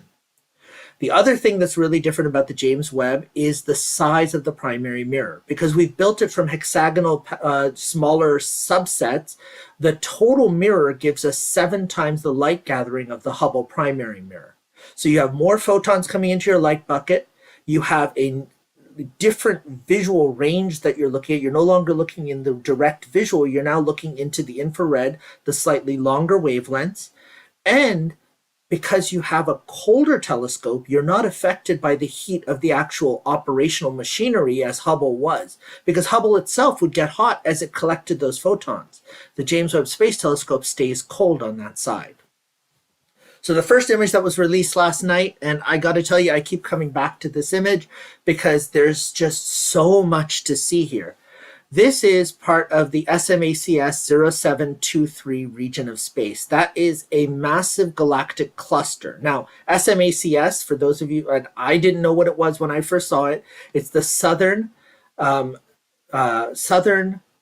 Maximum Cluster Survey, or Massive Cluster Survey, Southern Massive Cluster Survey. And it's a survey of clusters of galaxies that are so massive that they do bend space-time around them, which is why you see all of these gravitational lensing effects around that central galactic section of core of galaxies, so many of them that are visible to us there. Now, this area is about 4.6 billion light years away from us, the target SMACS 0723. When we look around it, what we're seeing lensed are much more distant galaxies that light is being bent towards us. And how do we know? We know by looking at their spectra. And in fact, if you zoom into one region here around the top right of this image, you can see galaxies of different intensities, because some of them are very faint distant galaxies and some of them are brighter galaxies a little bit closer to us, around 5-6 million light years away, billion light years away, apologies, different types of galaxies. And then you see a lot of these lensed effects, and these lensed effects are often the same galaxy showing up at different points around a circle from this cluster that's bending the light. And that's that Einstein cross effect that we've heard about in previous GSPs. What I find really amazing about this is the closer in you zoom to any part of this deep field, you really do see more and more galaxies of different types, and you see more and more evolution of less evolved galaxies that you can start to see, and you can start to pick out, like that one interesting one just here at the top left of this zoomed in image, where there seems to be this elongated side of it where we don't know if we're seeing it side on or whether we're seeing a stretched gravitational lensing effect. And that's one of the ones that we do really want to study. But when we look at any of these spectra from the galaxies, we look at the atomic spectral lines, We have some renovation being done at home, so there's a lot of dust in my office, unfortunately. But the placement of these lines is something that we know from molecular and atomic chemistry. So when we see where they're actually placed, we can determine the shift of these lines, which tells us, using the Hubble constant, how far out into the universe they are. And this particular galaxy that we see here works out to about 13.1 billion years away. So within this entire picture, you can take different galaxies and you can figure out, based on where the placement is of, for example, their hydrogen bomber lines, how far away they really are and how much you're seeing them shifted and lensed into our field of view. We've managed to get to galaxies that I believe go as deep as 13.4 billion years, which is just a little bit further than the Hubble Deep Field had gotten. Now, that Hubble Deep Field is the one that we're hearing a lot about, this comparison between the Hubble Ultra Deep and Extreme Deep Field compared to this James Webb image. Now, there's a lot of differences here. First off, the Hubble pictures were taken over days and days and days of time. This James Webb picture was a total integration time of 12.5 hours. So that's just a half a day in total across multiple filters. But the other big thing here is, because Hubble has to stare at the same region of space for days upon days upon days, you have to pick a region of space where you have no bright stars that are visible from within our galaxy, no bright close by galaxies, because if you have either of those, the photons from those closer targets or brighter targets will wash out anything else that you might see. Whereas the James Webb Space Telescope image had very bright stars from within our galaxy directly in it, but because we didn't image for a very long time, it didn't wash out the rest of the image.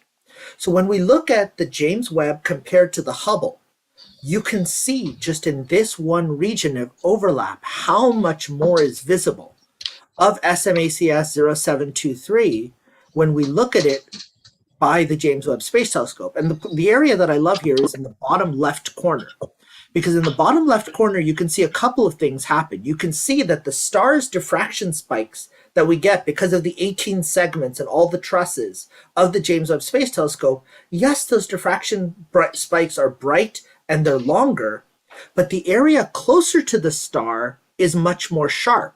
So there's less of a diffuse area around it. So you can actually pick out the occasional galaxy very close to the star in between those diffraction spikes. And then you can see how many more galaxies pop into view when you zoom in. If we look at the core of this area and we compare Hubble versus James Webb Space Telescope at the core, again, you can see so many more galaxies pop up. Look at the top left area. You can see a string of galaxies pop in that were not visible to Hubble at all. So when David Eicher mentioned that we saw, 500 or so galaxies we didn't know existed, I think that's a very underestimated number to what we actually will see when we zoom into all of these different points and we do, some sort of a plate solving to compare to the ones that we already know are there. Sticking with galaxies, Stefan's Quintet, the one that starts us off on It's a Wonderful Life, the one David mentioned. This is the James Webb image that was released this morning. It is a beautiful image of this group of, and it's actually the 4 galaxies on the right are an interacting cluster of galaxies that is around, I believe, 290 million light years away. And the one on the left here is actually only 40 million light years away. So it's a much closer foreground galaxy, but the brightness is comparable to those when it's taken together. So it actually looks like they're a quintet, but they were actually a quartet plus one a little bit closer. But there's some really amazing things to see here. For one, you can clearly see this colliding set of galaxies here right in the center. You can see an extreme tidal tail, actually a few of them, off of the top galaxy. And if you zoom into any part of this, you see so many faint galaxies that we did not know were there. Now, this total image, in width, it's about 1/5 of the size of a full moon. So that's around 6 arc minutes in size. But this whole picture was developed from 1,000 separate files that were combined together. Wow. Now, if we compare it here to the Hubble composite image versus this one, you can see how many more of those distant galaxies are visible. You can also see that the details that we can see with the James Webb Space Telescope are different than the details we see with Hubble added into Chandra, because this has some X-ray information in it as well, the composite picture that's there that we compare to. And thanks to Harold Locke from our audience for telling me that there were these awesome GIFs showing us the before, what we knew of the Stefan's Quintet and a few others, versus what James Webb has given us. Now, our own Russell Freilich here in the Montreal Center dug out his view of Stefan's Quintet, and I wanted to share this with you because this is a target you can actually go look at in your backyard. And you can actually see all of those galaxies right there that you see within the James Webb Space Telescope release here. So I've decided that Russell is now going to be called James Webb Light. From here on in, that's his nickname. Now, I wanted to compare for you the near infrared with the mid infrared when it comes to looking at something like galaxies. So this is the image that was released this morning. This is the mid infrared version of that image. Notice that not only do you see different features and different details, because the dust is highlighted more than the gas when you look at the mid infrared, you see a lot of star forming regions in a different way than what you see in the colliding picture here on the left. But what I find incredibly interesting is the center of this top galaxy is now totally blown out. So that is an active galactic nuclear core. It is a massive, supermassive black hole, a mass of about 24 million solar masses, and it gives out energy of about 40 billion suns worth of flux. So what's really interesting about what James Webb can do is that if you take NIRCam and you take MIRI, they have what's called an integrated field unit. And the integrated field unit can take spectroscopic slices of this specific target, and you can see how much is atomic hydrogen, how much is iron, how much is atomic hydrogen in a different energy level, and how much is molecular hydrogen. And you can pull out the actual jets coming out from inside of this active galactic nuclear core 290 million light years away from us. That's just incredible. That's tantalizing. Astronomers getting on this instrument must just be salivating to get their data. The way NASA was referring to it was slice and dice. It's the way in which you get an MRI when you go in and they take slices along the vertical of your spinal column and they piece it together to show you exactly what's inside. The 3D aspect of this is just absolutely mesmerizing. Amazing. And then you have the cosmic cliffs, the one I have behind me from the Carina Nebula.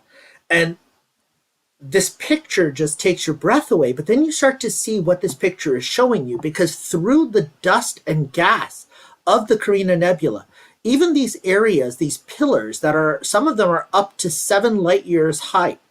when you look at these are larger sets of dust and clumps of matter that have not yet been blown back by these groups of stars that are really hot young stars that are blowing back and ionizing the radiation. And that's what you see with this blue glow around this wave that appears to be there.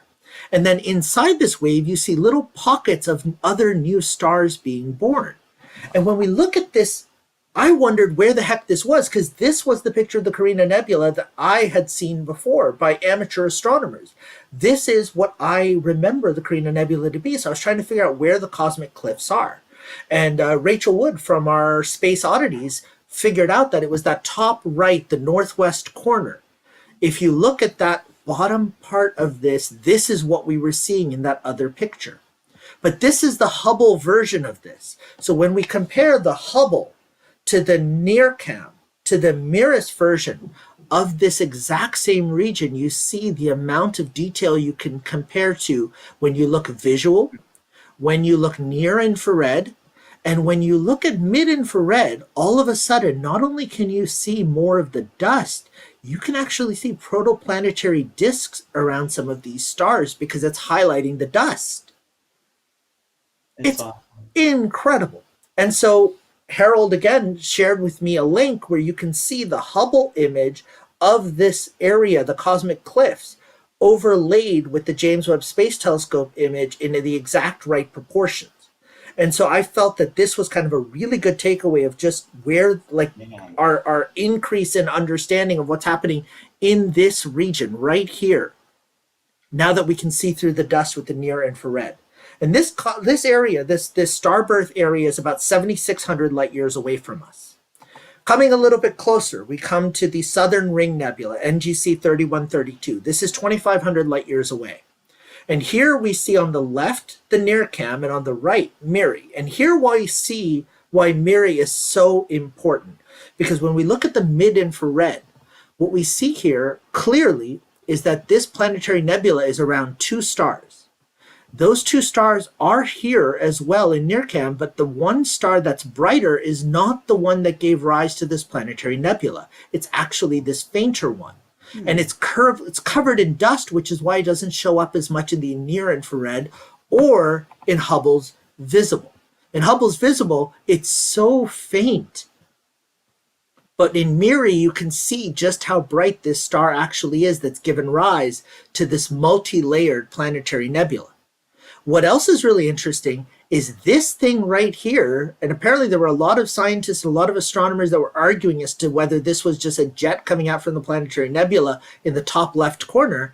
It's actually an edge-on galaxy.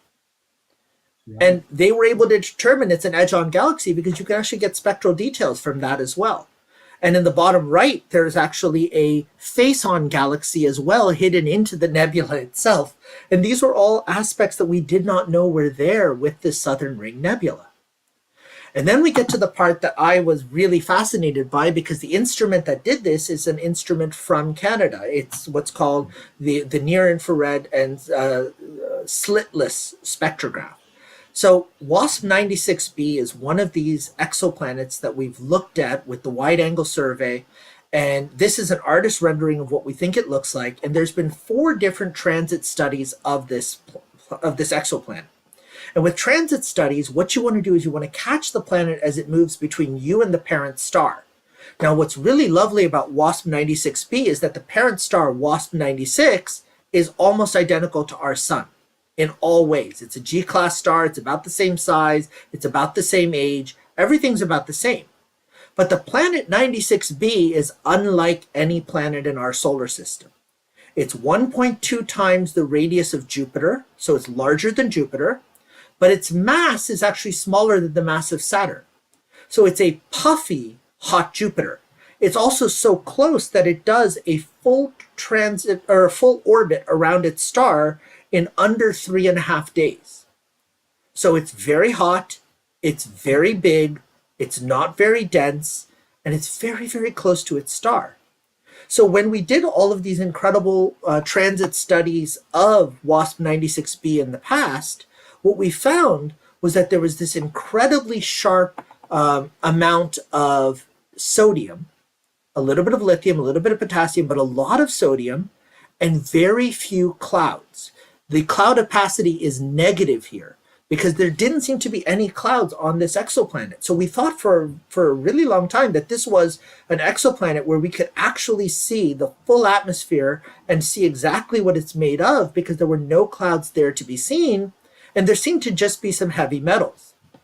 Well, we thought it was cloud-free because of the way in which those spectra were really showing us the full amount of absorption, not just a truncated version. So last month, the James Webb Space Telescope put 6.4 hours examining the transit of 96b across WASP 96. They took a bunch of what's called reference baseline data, which they can then subtract off what they visualize while the planet blocks the starlight, and that allows them to see the absorption spectrum as peaks rather than valleys.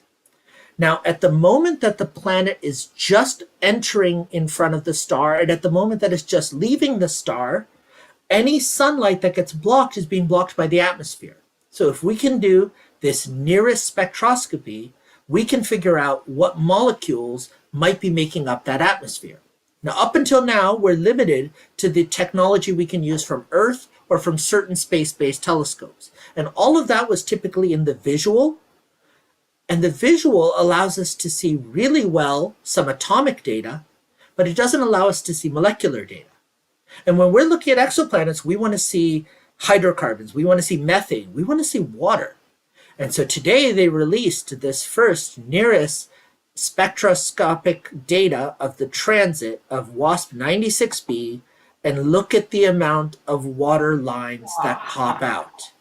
Oh my God. 4 different water line transitions were absorbing photons from WASP 96 before the light got to us.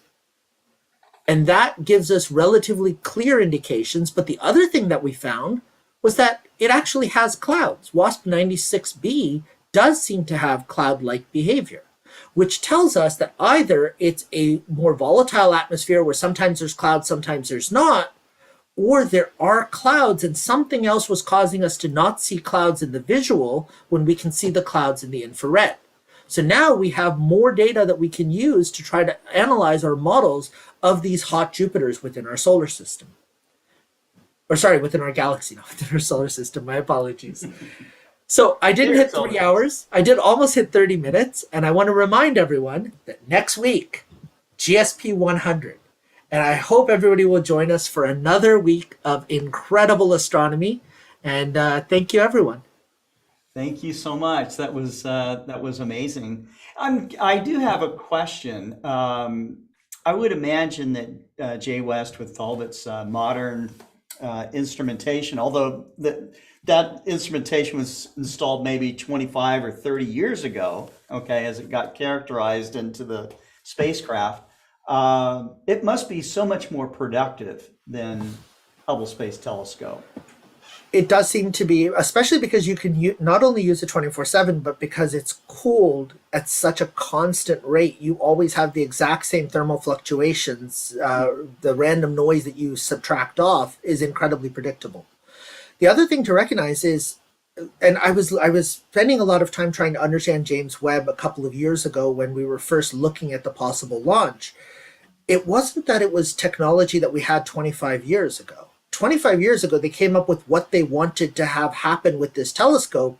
And then they said, okay, now what exists and what do we have to invent now?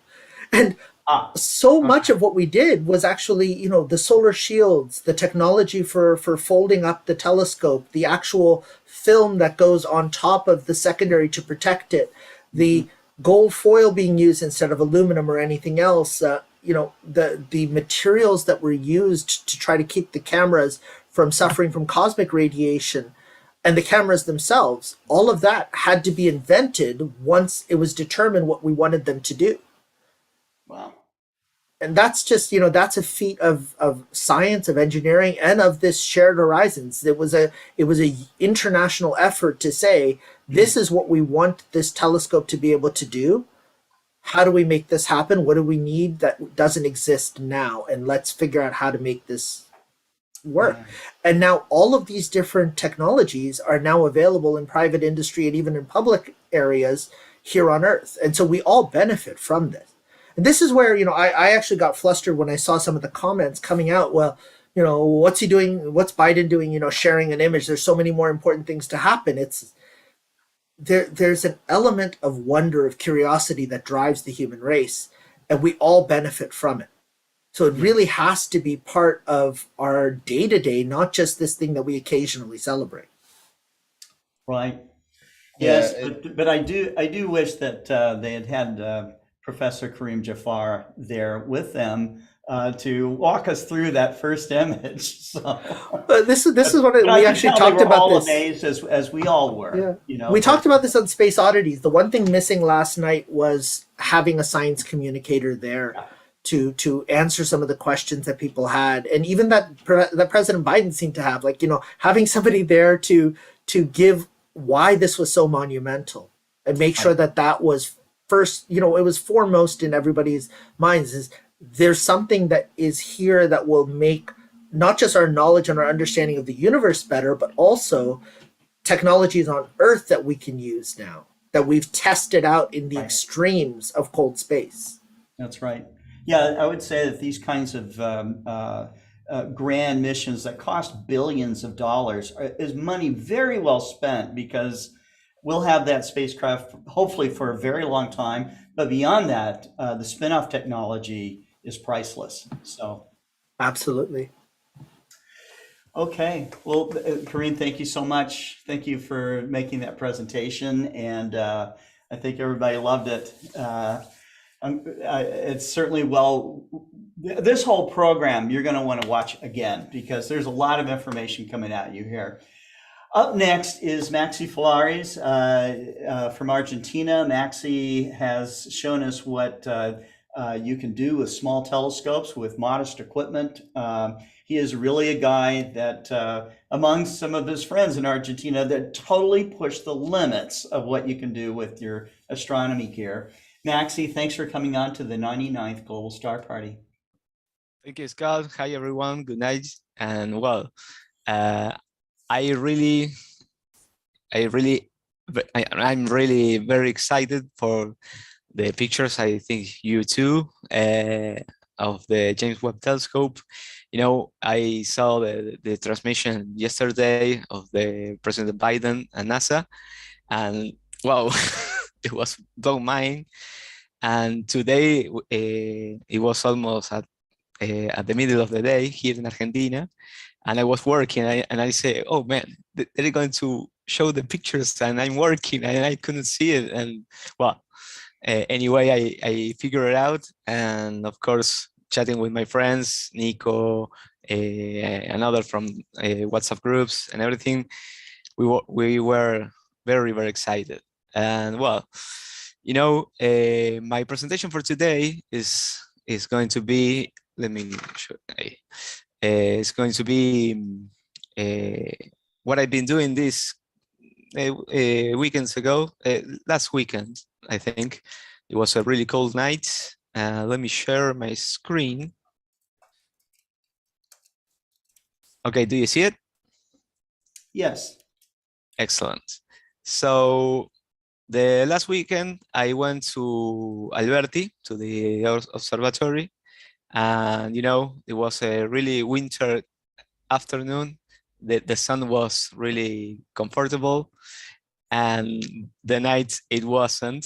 It was really, really cold, but we have a really good chance to do some deep sky pictures. I want to do some sculpture galaxy, the comet Pan-STARRS K2, and this is the another view preparing everything. This is Ariel, another friend. Here's the school that they are continuing with the reconstruction, and yeah, we've been doing some prepared chatting, taking some jokes. So my goal was the like I said, the sculpture galaxy, but I started with the comet, like it's in my background here, is the Pan-STARRS K2. This is a 1 hour exposure, stacked and processed in pixel size. You can see the core, the nucleus, and the coma and the cola, it's the tail of the comet. And well, I went to see what kind of galaxies that I wait for before sculpture. So I thought that I can do this place in, I think it's in Virgo, the NGC 4567. You know, it's a really good place to, with too many galaxies, but I have some trees and there, and they say, okay, now I have to go another way. So I went to the NGC 7582. This is the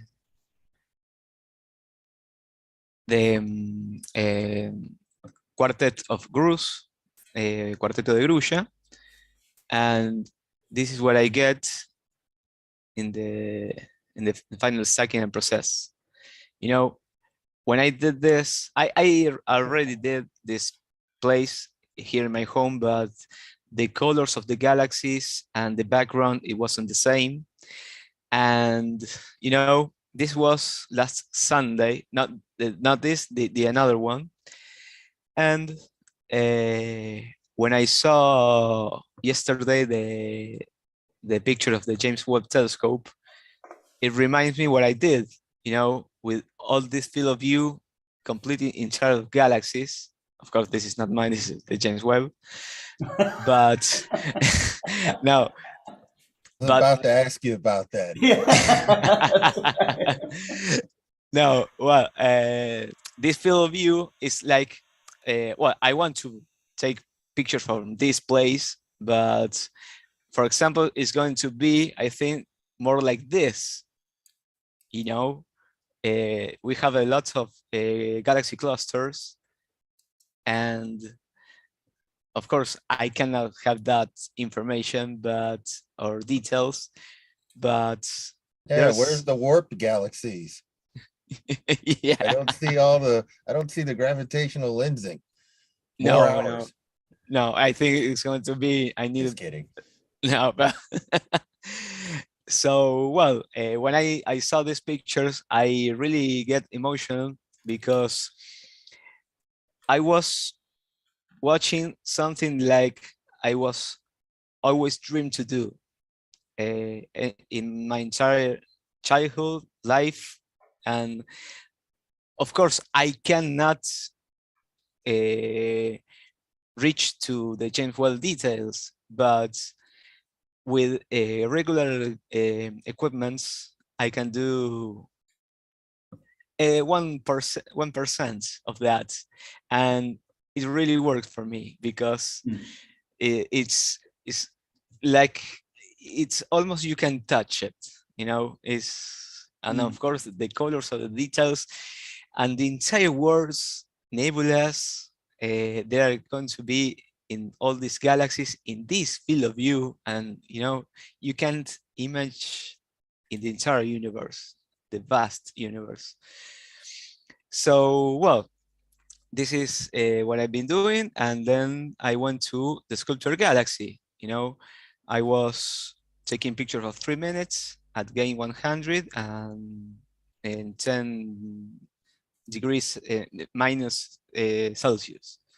This is a single picture, and when I get stuck and process, this is one, I get this picture.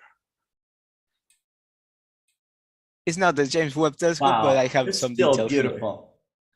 That's incredible. Remarkable. Thank you, Yeah, guys. what makes it beautiful, you've got light from those light years away, and you've got structure. it never has to be perfect. That's what those other instruments are for, to get more details. But just with your modest setup, you've got all of that. This isn't someone just pointing a camera at a sky and click. And if it were easy, a lot more people would do it. You can even tell apart the arms. Like, it is incredible, the resolution you got Star here. forming regions, the H2, there you see some nebula in there. It's pretty rich. Even in the edge of the galaxy here, for example, I still watching clouds, and behind it, and here too, you know. And well, I really get excited. Well, of course, here I think those nebula with those fancy colors, and oh man, I was like a jumping in one leg, I think we said. Yes. And Super. well, in the field of view, you have a lot of galaxies. They are really behind. Here, for example, here's another one. Here another one. Now there's a lot. And well, some friends say to me that this is I have to print it and doing some to put it in my wall, like a picture. Absolutely. So this was the goal for that night. I've been taking pictures for almost 3 hours of this object. I went to sleep. I remember when I was sleeping, hallucinating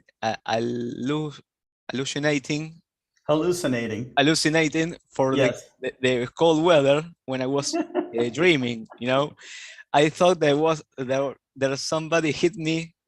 Oh, but it was the cold that was hurt me.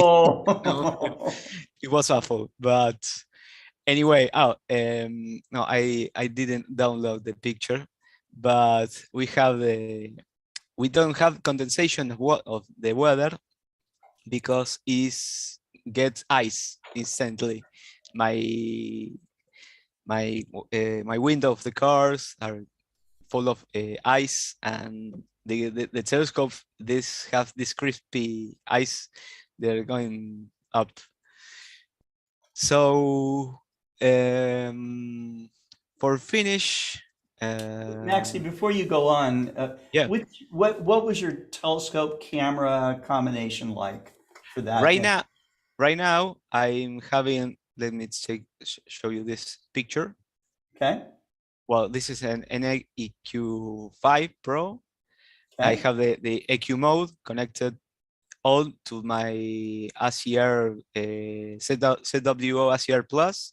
Okay. And here I can control with my cell phone, or if I go with some good Wi-Fi with my computer, my principal camera. This is a ZWO 533 MC, because this is color. Here I have inside of the focuser the comma corrector. Of course, this is the back focus that I have. Right. And here I have a ZWO 290 mm, because this is monochrome camera. And this is a regular finder star that I put for take an auto guider. And well, now I also I received the ZWO AF focuser, because to do some really good focus when I inside, or when I have to do this particularly tiny focus, because it's really tough. Yeah, even when it's cold. Yes. You don't want to touch anything. And well, basically this is a cap that I did with this neoprene thin cover, right? And staple. Here you can see the staple there. Yeah, it works. And yes, of course, it's really cheap. Right. And of course the cables, but this is all what I do. And the telescope is 8-inch. An 8-inch f4 F4. F4, yes. Mhm. And you know, I don't need even the computer. Using this, I can only connect and I can do the polar alignment. I can do the focus. I can use it, the principal camera, or maybe the secondary. I can do the auto guide, all in this. And Mhm. even I can, it has a little sky stellarium, you know, to find some objects and Okay. select it and say go to there, and the mouse goes, you know.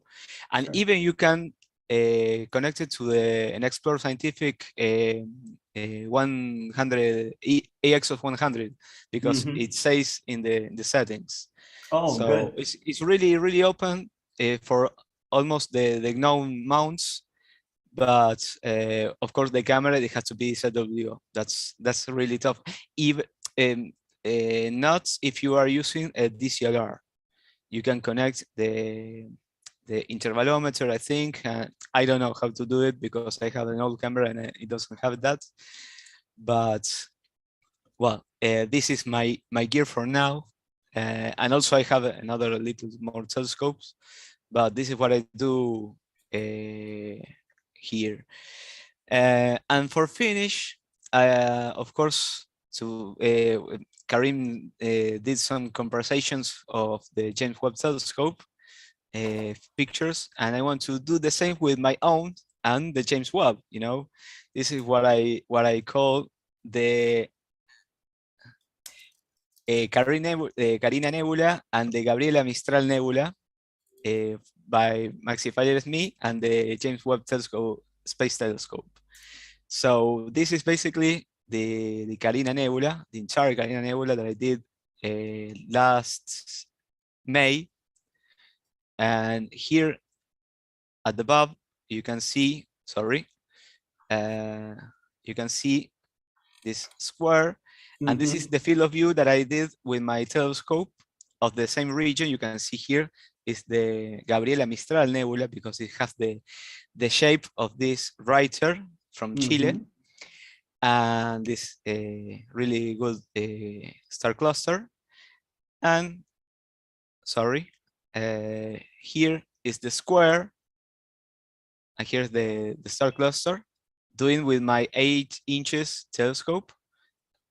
And you can see here this rectangular, that is all the field of view of the James Webb Telescope practically upload today. And when I compare this to the James Webb, you know, it's going to be like this. It's That's outstanding. next. Yeah, this is my goal. Yeah, that's the new goal. Yeah, I hope someday I can have some kind of James Webb Telescope, but now it's a joke. But you can see here the entire details that this equipment has it. And you know, this is just the starting of Mhm. this new area. So like we say, like we say in another GSP, we are in the golden age of astronomy, Yes. astrophotography, and science. So you know, I'm really grateful to live in this area, even for all the things that happen in our world. But and of course, the humanity has a field, a view from the to the our horizons, like a species Yes. with this. So thanks everybody. Hey, I'm Maxi. really grateful to be here, and of course, I will be in the 100 event the next week, like with you. I hope that you can join us too, because you know 100 events of this GSP, that's a lot. That's a lot. I, that's a That's a lot lot. of hours and Yes. chatting, but you know, I'm really grateful for know all of you. The invitation of the first time that you made me to be here, and you know, I now I know that I have really good friends in astronomy and not astronomy, in some places in this little world. Around the world. Ar- You have friends Exactly. around the world. That's right. So I'm really grateful, and of course of the audience that's always support us, and well, of course to you, Scott, to invite me here. Thank you. Thank you. It's been a special honor for us to have you on, Maxi. So thank you so much. Thank you. Well, we are going to stay down in Argentina for a little while here. We're going to meet up with Cesar Brollo and his son, Agustin. And Cesar, you want to come on to Global Star Party? Yeah, yes. There we are. There you are. I'm The here. code is on. Yes, ¿Qué I'm ready. Chabón? Yeah, I think it bears important to say, because a lot of us that are in the Northern Hemisphere, if you may be watching from whatever site, or you're watching this after it's played, you have to understand the Southern Hemisphere is now in winter and it's cold. Some Yes. of us may not realize it because we're in 90-degree weather, 80-degree it's hot weather here. in Yes, the yes. Northern Now Hemisphere. But here. Yes, you now know, here. so we share horizons, but on the southern part of the horizon, it is cold now, and everything will even itself out. Our January and February, it's warm. So there's I think that's worth mentioning. So those of us that are in the Northern Hemisphere and we see Cesar with this big coat on and we're wondering what's going on. We can give you some cold weather to feel We more. will get plenty. or- When it It's- comes, we yeah, know we will get hit when it is our turn to face away from the sun. We will get plenty. That's right. So let me go ahead, Cesar. Hi, how are you? Hi, everyone. Well, here I am in the balcony. As I can see, yes, 10 degrees now. It's beautiful. Nice. The problem is for hunter, for astronomers, amateur astronomers, is that sometimes you say, okay, 12 degrees is not horrible. It's okay, 10 degrees, but you are stay in a place. It's the same that the people that make hunting, yes, with awaiting something. Well, we made the same. Normally, many amateur astronomers look that the people that make hunting in winter use like for the weather, and really it's something that you need, because you are going to be quiet, stay in a place, and your body going to feel more and more cold, and like me now, especially in my hands. But you need your hands, because the telescopes are sometimes have parts that don't was designed to use gloves, and you know that is a problem that many times we have. But we enjoy for the people that say, okay, these crazy people. No, but really we enjoy, because when you have the lights like Maxi that maybe make a picture like a James Webb of 9 hours of positions, because have a great place with great skies. No, in the city of Chivilcoy, but in place that he have maybe 15 minutes driving. He can reach the rural skies like many people. But in the city, maybe we need to go to the Maxi house, 2 hours driving, and expecting an asado, Anytime. anytime, yes. Chorizo seco. No Yes. problem.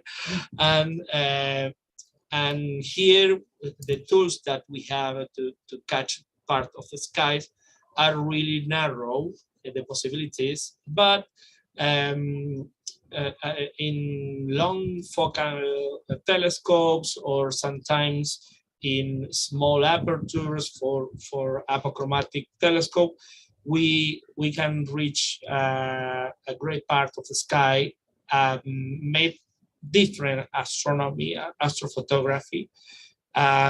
Really, we have fun. Something that I can show you now just a little, because this telescope is maybe my idea tonight was use my Exos 100 with a wide telescope, wide field telescope. That is it's an entry-level telescope. It's very nice. It's a 4.5 inches telescope, f5, very short focus, but I couldn't. I returned very late of my work, and I don't have time to make the setup of another telescope. Next time, I promise, because I try it, and it's beautiful for the city too. And well, I can show you, maybe I have in my telescope an area of a global cluster. Let me check if, first of all, if I have something to show in my field of view of my telescope, and I'll share the screen.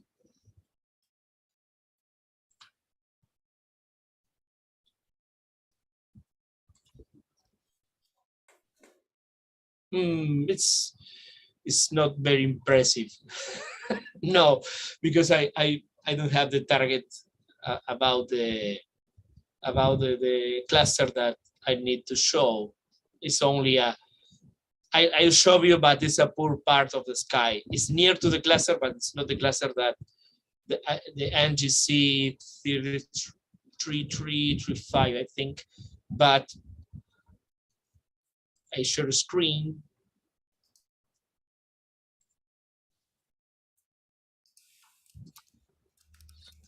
It's totally black, but I can check. I can try if I have something in the field.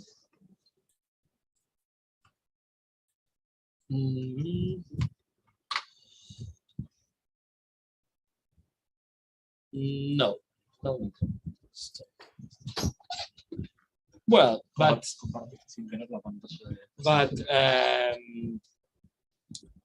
for tonight, maybe later I can, before my son Agustin can show you pictures. I try to make something with Omega Centauri.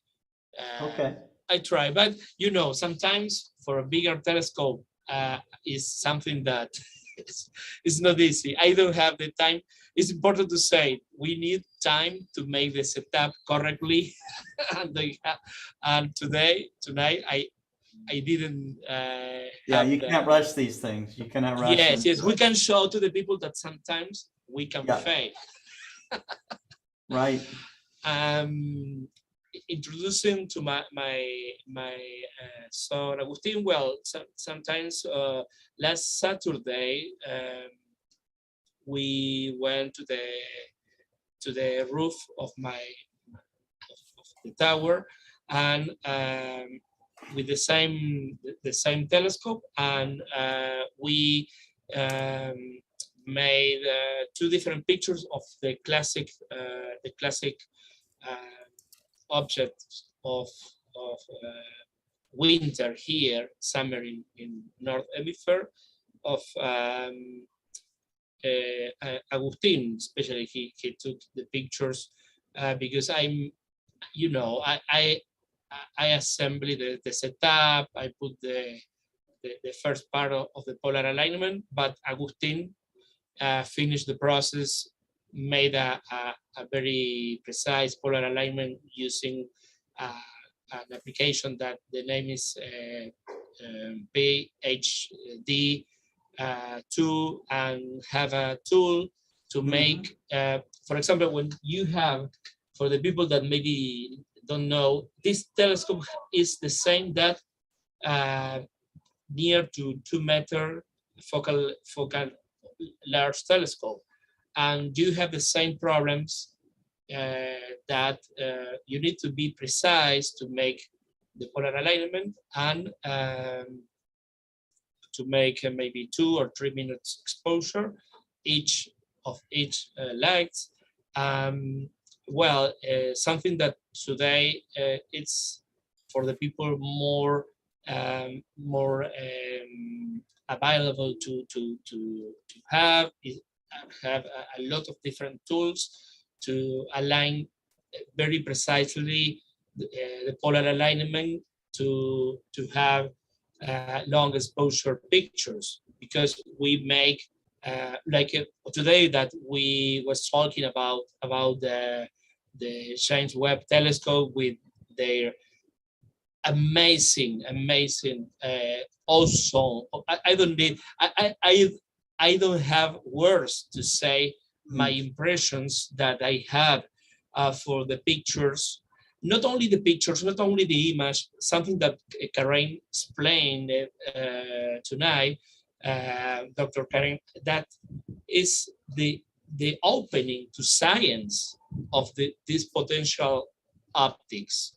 This is because maybe we can make a beautiful images that are awesome and that are impressive, but this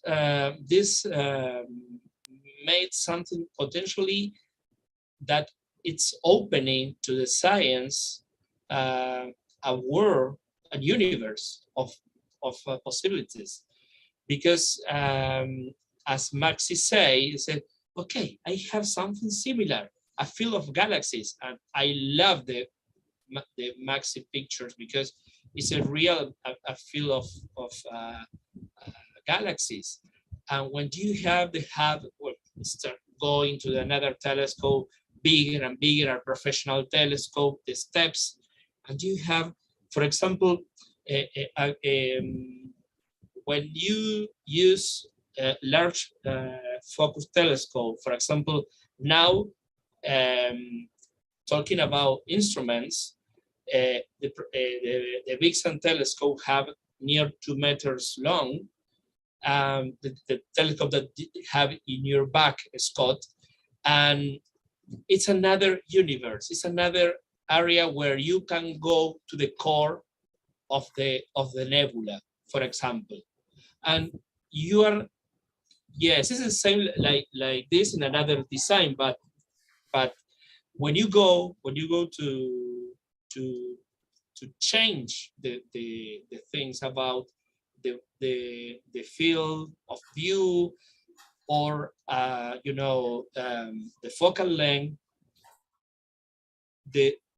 you can get different effects because you have the magic of different optics. Well, it's something that is amazing because we choose, for example, from the city make using, yeah. I love it. You got the baby. Yes. Okay. You're talking about I this appreciate. one. My Oh, God. man. Yeah. No. Yes. Oh. I need one. It's a very lightweight telescope as well. But nice long focal length. Look, Agustin, our next telescope in home, because we need one to try. Can you send me that one, Scott? Yeah, Yes, happen, another no one problem. for Maxi. Yes, absolutely. I grow with Schmidt-Cassegrain telescope, and I love the APO telescopes because are beautiful. But Sure. I feel very in my home using very long focal distance. And it's something that is a challenge because you don't have for example, tonight, the wind, come on, it's something that is something to fight. But really it's another phase of astronomy and it's something that really we love. We love this one about optics. The wider field of view in the sensor, the narrow one with a small part. Something that I miss is which is the field of each camera of the James Webb Telescope, because somebody say no, it's like a piece of sand, you know, in your hand. Less than 1 minute only? No, it's impossible. Because I read this in the paper, I said, no, these people don't understand nothing.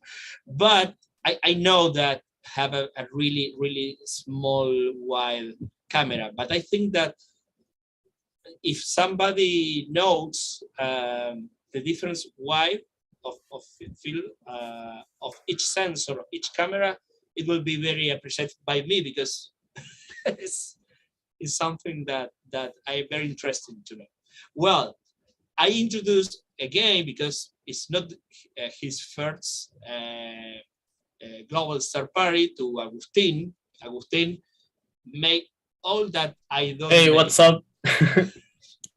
Agustin is good for process images, but actually he's going to go to finish the small adjustment and take the pictures, take the flats. He's going to use more the complete history of the picture, or have made part, have a more complete part of the action, maybe. Well, okay. I think that he deserves explain the pictures, because he made the most part of this. He have 2 pictures to show, and the process, by pixel inside, techniques stuff. Thank you very much, Scott. Thank you, Cesar. And welcome to Global Star Party, Agustin.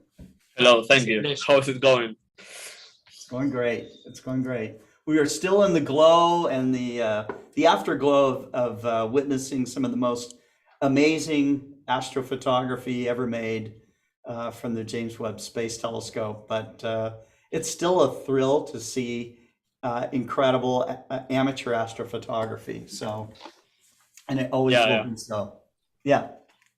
Yeah, the amateur astrophotography is a constant fight against these random things that can happen to the moment of doing, the taking of the photos. Sure. Because talking about this, my dad, when he set up the telescope with the mount and everything, it's been so long since we last used that mount, the CGM, that I completely forgot how to do anything.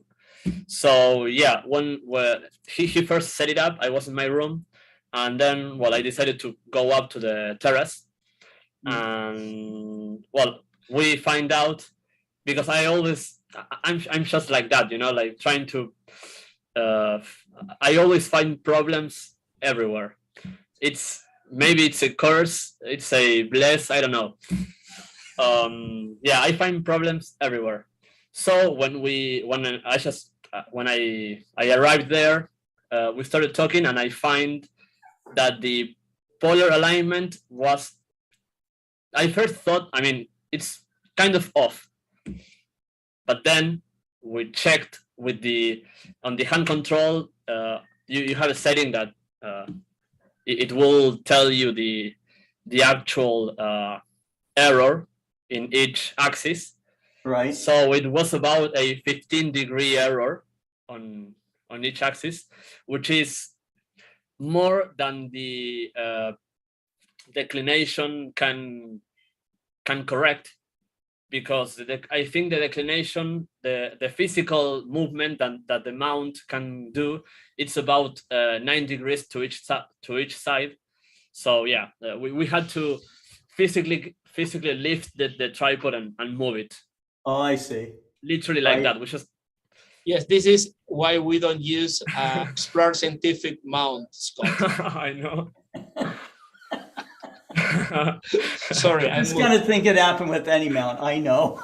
Yeah. And I've had my own experience, you know. Yeah. Of course, I've like your father, I sold all kinds of mounts, and there's so much good equipment out there. But the point is that you have to if you're going to be a musician, you have a guitar, you have to practice with that guitar really all the time. Yeah. Be good at it, you know. So, and if you switch equipment or whatever, then that becomes a big challenge too. So.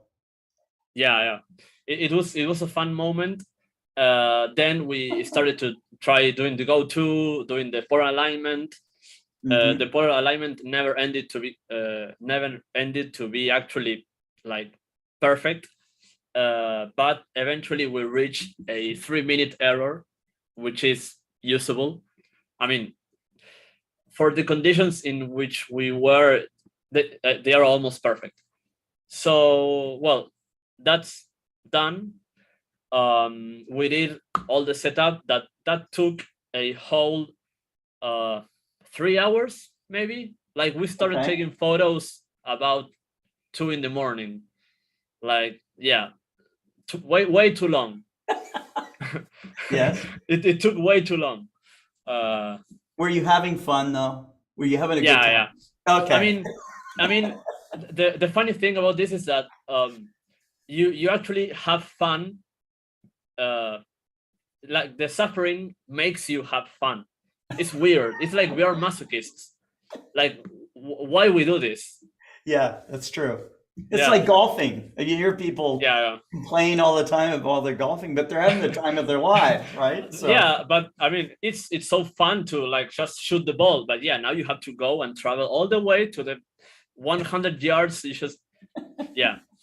yes. So we did that. We took that not many hours. I think maybe 2 hours.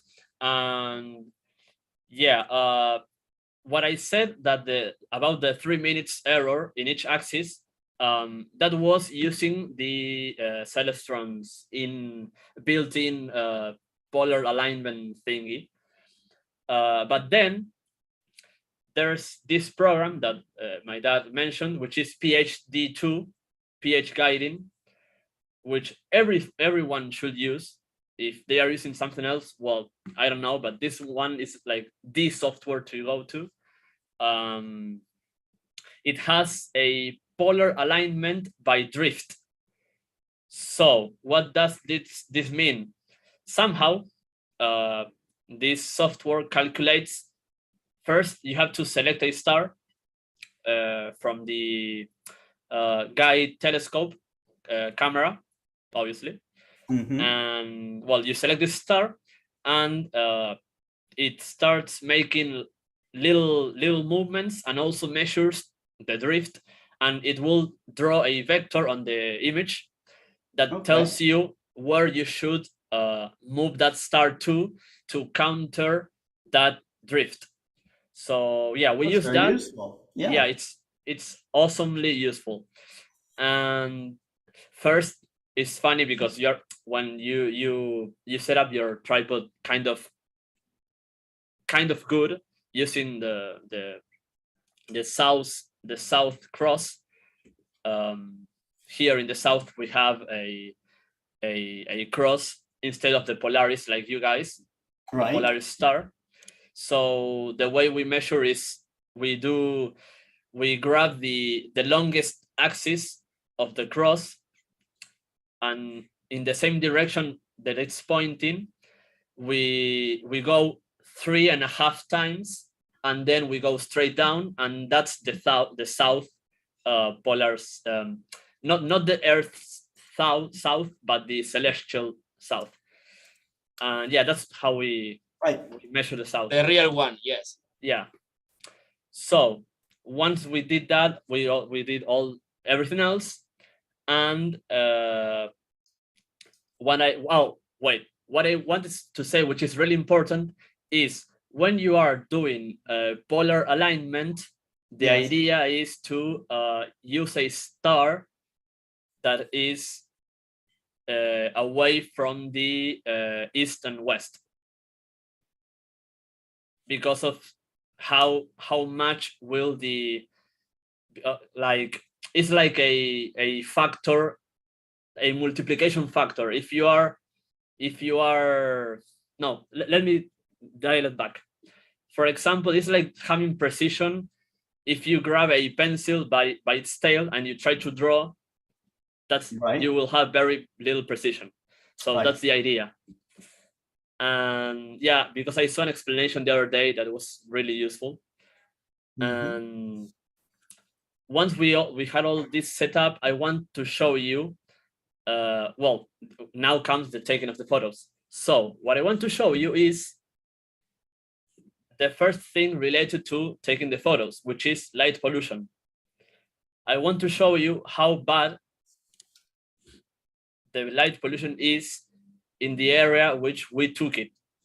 Okay. Which, I mean, yeah, this is in the Buenos Aires city, inside the capital city, which is like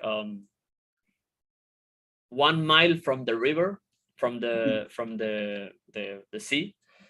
Let me open the light pollution map here. I'm gonna share screen.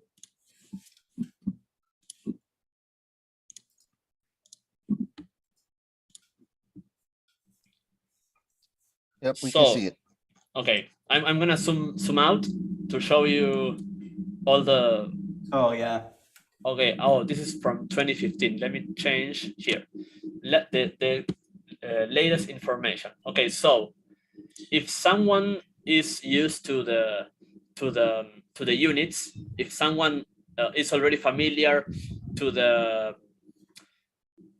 magnitude, which is magnitude divided by, let me check. Okay, it's, oh, it doesn't say. Wait. Well, you can see now.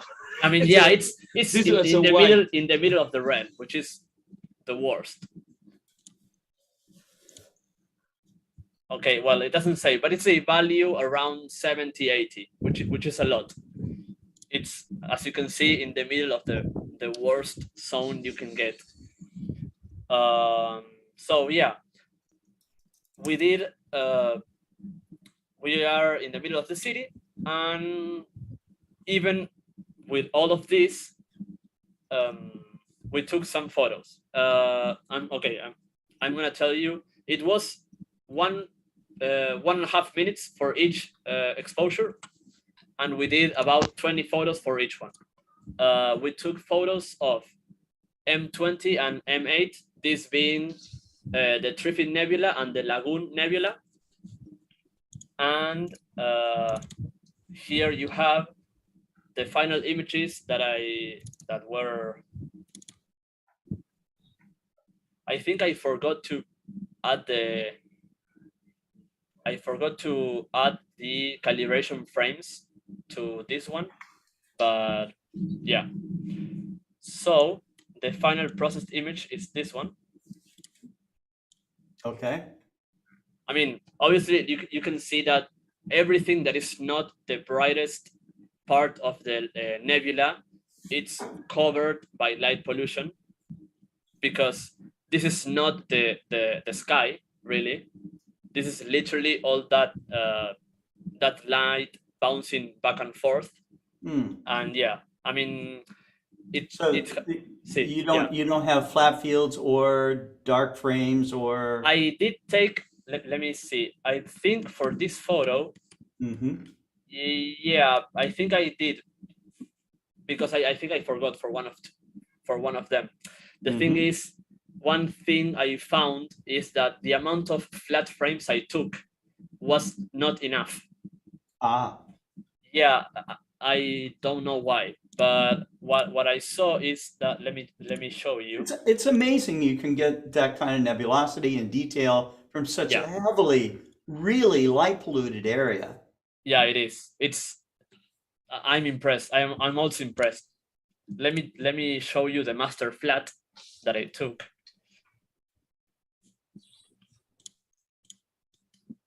I'm gonna stretch it. And yeah, you see nothing. Mm-hmm. So in the first stretching, you see nothing. But if I go further, you also see nothing. Let's go even further. I'm gonna Okay. check this out.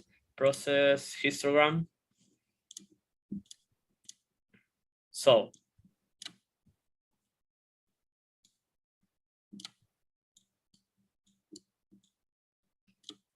Okay, now you're starting to see. yeah, Mhm. here you can starting to see the first like dust. Mhm. Okay, well that was way too much. But yeah, you can see it. It's right here. And yeah, no, with the resolution it gets, but you can see it on the top right, and then Sure. on the bottom left you can see some also Mhm. grouped up. And yeah, so the question is, do you need exposure time? Do you just need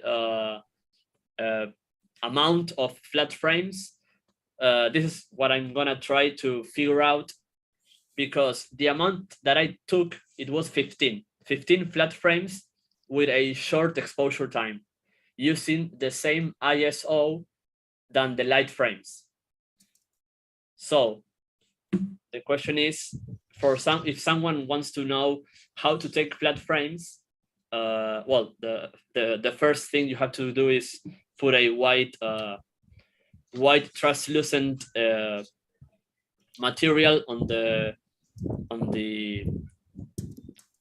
front of the telescope, and take a photo that will let light in a very uniform way.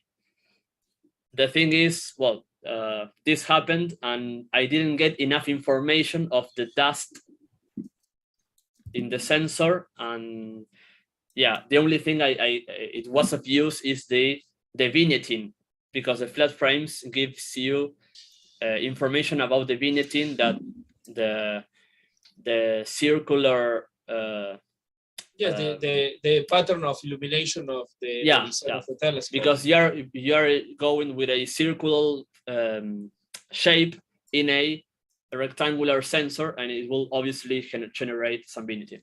So yeah, I want to show the other one, which is I like to know. I like to see again the details of the center of the nebula. That this was amazing for me. Was something that is not a regular thing. The details inside M8 and M31. Oh, I forgot to take the. I'm gonna do this fast. But yeah, I didn't finish the process because of this problem with the flat frames. I am gonna retake those flat frames until I get a useful information. Mhm. Because even when I here you have.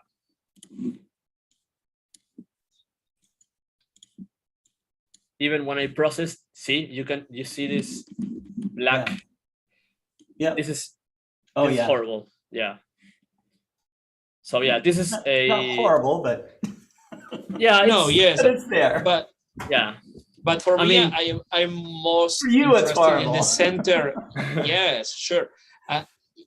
For me, the details in the center of both nebulas are really amazing, and have because the sensor, I can clean the sensor, no problem. I have the owner of the laboratory, you know? but it's interesting to know that Agustin says about how many exposure you need to make, or about flats.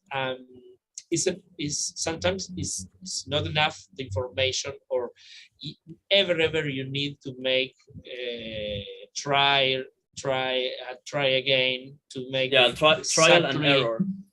Yeah, yes. I saw that the pictures have not a lot of color, are more flats in their level of colors, and no strong. One good thing you can is that tell if you keep working with it, you know, you keep taking more data and keep working with it, you can get there.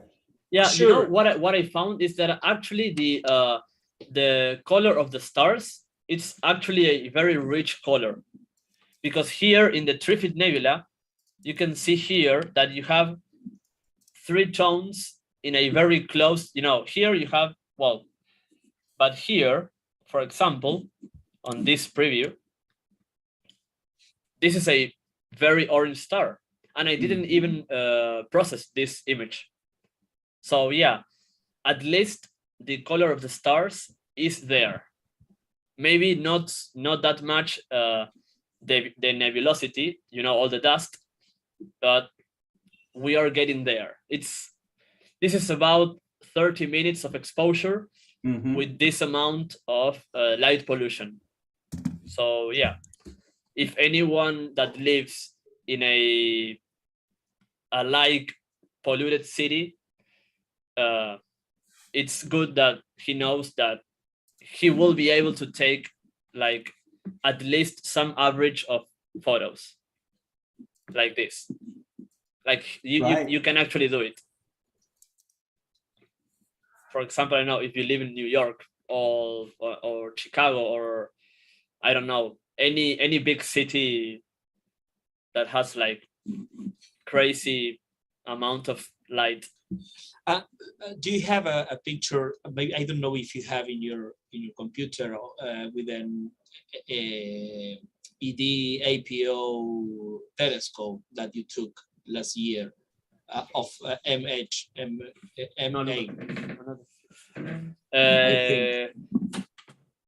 I think that you have. That might be possible with It's the another- with the 80 millimeters. Yes. From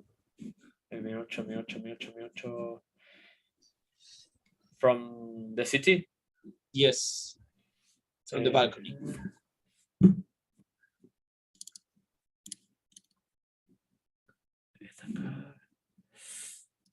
Yeah. No, but this is another one, but it's with the camera. But don't worry. Yeah. But to show the difference. Well, here you have a comparison of the field that you have between a camera teleoperative with a zoom lens. Yeah. Yes, between the field of Camera view, zoom. the field of the telescope with the sensor. Yeah, this is 480 millimeters, which is the zoom lens that we have. It's from the same. This is here you have both the nebulas, and here you have the real sensation of the change of field. Yeah. Yeah, I don't have an 80 millimeters photo. I mean, I'm in a photo with that too. But yeah, I mean, what I wanted to show is the possibilities that you can actually take photos from like the brightest objects if you have some. I think I don't know the magnitude, like the average magnitude of M8 or M20. But as you can see, if you have about the same light pollution level, you are completely able, with only 30 minutes of exposure, you are able to reach this level of detail. That's what I wanted to show. Like it's very possible. It's beautiful. Yeah, that's the idea. It's beautiful. Yeah, I know that you can get it, and I think it's very inspiring that you have what you're showing here, and it's good to show. It's good to show, what it takes to get to the next level. So yeah, obviously, really jumping from not being able to do guiding and to being able to use some guiding. It's obviously a very big jump, because you go from needing to take about hundreds of photos of 30 seconds to just going and take 5 photos of 5 minutes each, and that will change the information in the photo completely.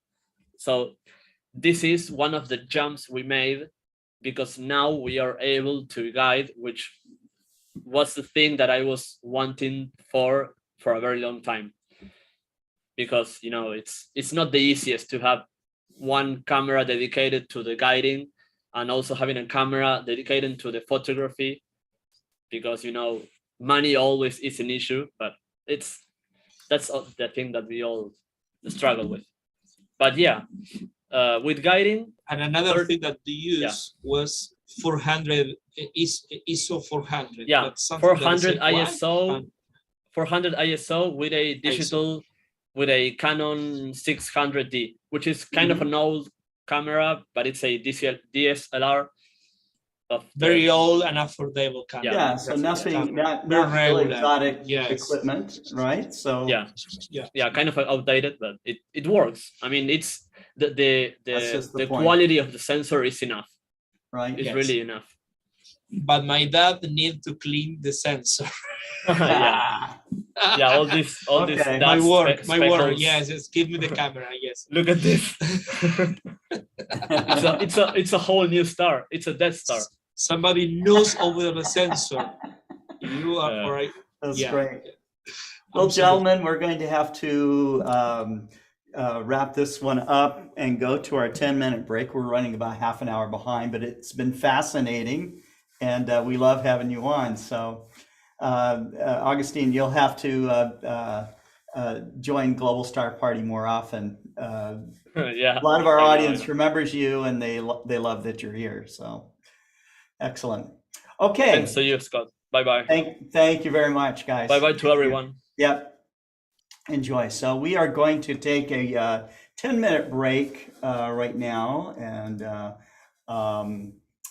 we are coming back with in our second session with Marcelo Souza from Brazil, Daniel Higgins from Astroworld TV, Deepti Gautam from Nepal, and Connell Richards and Bob Fugate, and there may be another, a couple of more surprises here and there as we have people actually backstage with us. So anyhow, thanks for watching the first half of the 99th Global Star Party, and stay tuned through this intermission for the second half.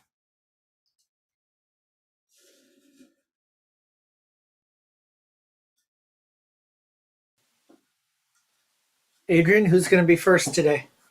You are. You just. No, in the chat. Oh, Tariq. Tariq is going to be first. Yeah, he won. You're right. He's always first. There he is. See, there he goes. Oh, Norm just missed out. Norm just missed. Yeah, really, I enjoyed your presentation, Karim, because you explain a lot of things about the James Webb Telescope, how that made the image. This is something that we need, because it's a gate to the science, a new gate to the science. This telescope is amazing. I know that the images are beautiful, but it's amazing, the possibilities. Oh, thank Hi, you, Cesar. Deepti. Oh, Karim, Yeah. you deserve that. Hi, Deepti.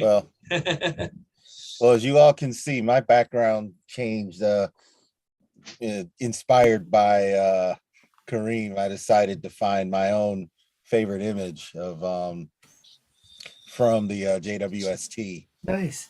Deepti, Naveen is closer to you. He's not exactly there, but he's getting closer. He's in India now. Okay.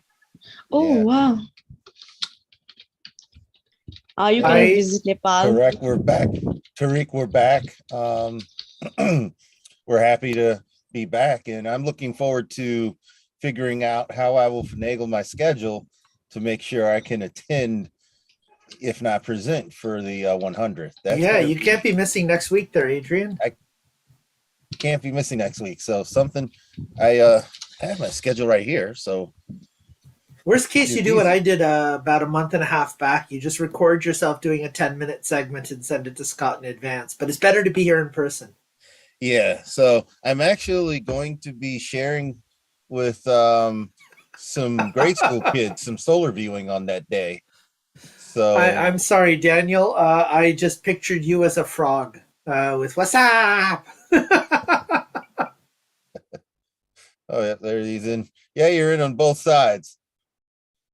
Uh-oh. I don't think we can hear you, Daniel. That's a good thing to fix before he has to go on. Yeah. Either that or Scott did that on purpose and he's actually muted both of us as well and we're just talking to each other. That's quite possible, I'm sure.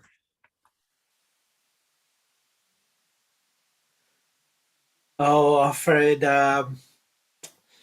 there's a lot of people spouting nonsense, and I tend to ignore it, and it's just it's not worth my time. We hear you. There we go. We've even before these images today were released, there were a few channels on YouTube of James Webb Space Telescope images that were really either Hubble images or taken from another source. And I saw a couple of posts because they ended up in my feed, and I did my best to report them as sending false information. That's about all you can do. Exactly. Is just if they're in your feed and you want to do something about it, report the video as spreading false information, and hope that the powers that be can help help take those videos down. I know a lot of people with the images freely released are going to be using those for likes and subscribes and everything else. It's just the nature of the beast that we're in with social media, which is why shows like this are on to we bring on Daniel Higgins to tell you all the truth about what's really going on. Just watch shows that have the backing of a Karim, an astronomy professor. You have Dr. Souza on, astronomy professor, Dr. Higgins. Man, Dr. Higgins. Who's Dr. Higgins? And yeah, I'm trying to figure out where I got all these promotions. Well, Bing promotion. Adrian is giving out honorary doctorates from the University of Bradley. Nice. Thank you. I am honored. Well, they're so, and I see Afraid. I think it's pronounced Afraid. I'm not sure. But I see that, you've reported it. How many astronomers work for YouTube? So there are, like, NASA does have an official page, and anything that comes out of that, ESO has an official page. There are things out there, and you just have to look at them, and you can sort of tell when it could be real information. Not always. Nope. It's a valid concern, and it's a question of whether they go to somebody with an authority to give some. That's what feedback. If they're, sometimes you say, okay, this is what they're saying, so you look it up and you see if it's being repeated in different astronomy streams like this one, or other streams. You see if there's something consistent. Now, if there's something out there that's doing something on a religious or a different spectrum, you're kind of on your own as to whether you want to believe if we go down a religious path. Now, we'll leave that out from right. the GSPs. There are some legitimate faith in science. There's a legitimate faith in science pages you can even go to for that. But as far as a pure science, as far as that goes, after a while, to me, I think the source tends to speak for itself. There's an air of sharing with humanity all of these things that we're seeing, versus if you've got someone who's sort of pointing at themselves as as the one who has the information, then you begin to question it. And happy belated birthday to Naveen to set the stage for right. part 2. Happy belated happy belated birthday. I'm halting the timer here because of all this. Okay, guys, we're going to get started again. But yeah, Naveen is visiting, I think, family in India right now. So hope you're having a good time, and glad you're watching Global Star Party. Hello, everyone. It's Bob Fugate from Albuquerque, New Mexico. Congratulations to the Global Star Party on achieving 100 exciting episodes. Please keep up the great work. Thank you. Howdy, Scott, Explorer Alliance, Astronomical League, and esteemed Global Star Party friends.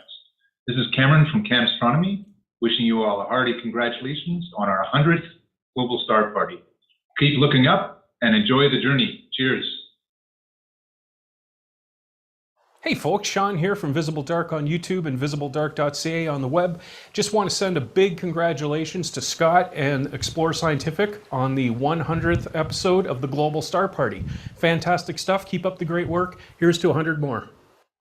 This is Karim, Jaffer, Explore Alliance Ambassador and RASC Montreal Center Public Events Coordinator.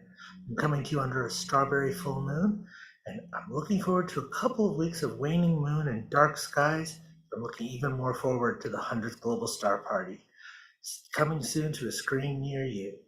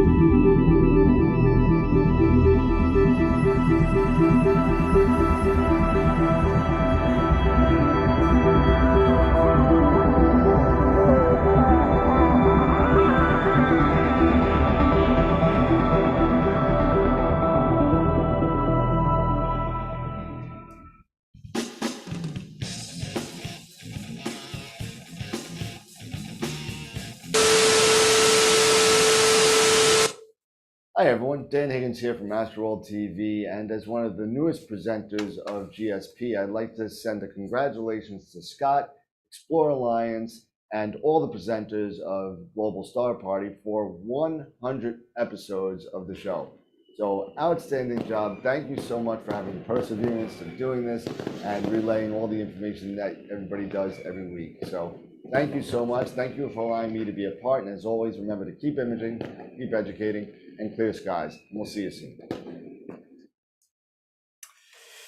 So, thank you everybody for all the props for the 100th anniversary, or not 100th anniversary, but the 100th show, Global Star Party, that will happen next week on Tuesday. So it is a milestone.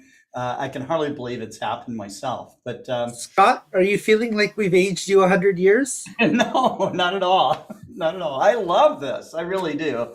I learned so much from Global Star Party with all, I don't know how many 100 hours of information that has come across since we started doing all this stuff, and Dan Higgins can concur with something like that, because he runs shows and you just get this incredible, all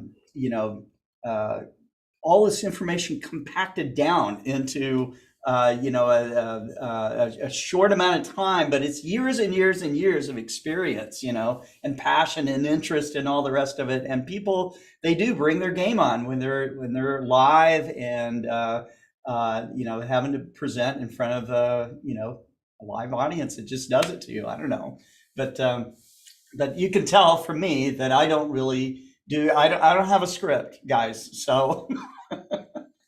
Unscripted is good. It is very unscripted. Unscripted is good. Yeah. But up next is we're going to go from Argentina back up to Brazil and meet up with Marcelo Souza, who is also a professor of astronomy and physics He and I have been working together to get the next issue of Skies Up magazine out, which he is the editor of that magazine. So, Marcelo, thanks for coming on to Global Star Party. It's been a couple of weeks, so it's great to see you. Hi, Scott. Hi, all the people that participate. Congratulations to you and all the participants of the Global Star Party, and also my colleagues here that participate in many of the editions. 100 editions is something fantastic, and we are talking about science that is very important today. And I will share something. First is something that's very curious. I don't know if someone already talked about this.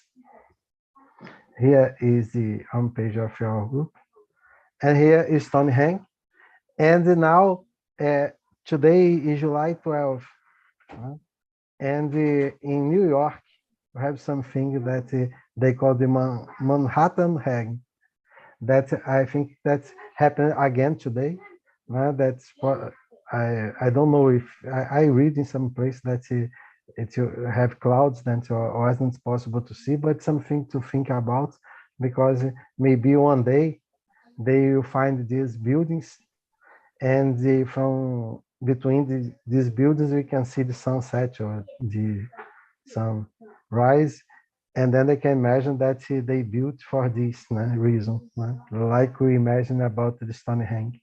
And it is fantastic that we see so many people that in this period go to these streets in Manhattan to see the, I don't know if it's sunrise or the sunset that they are seeing now, but it happens every July 11 and July 12 today.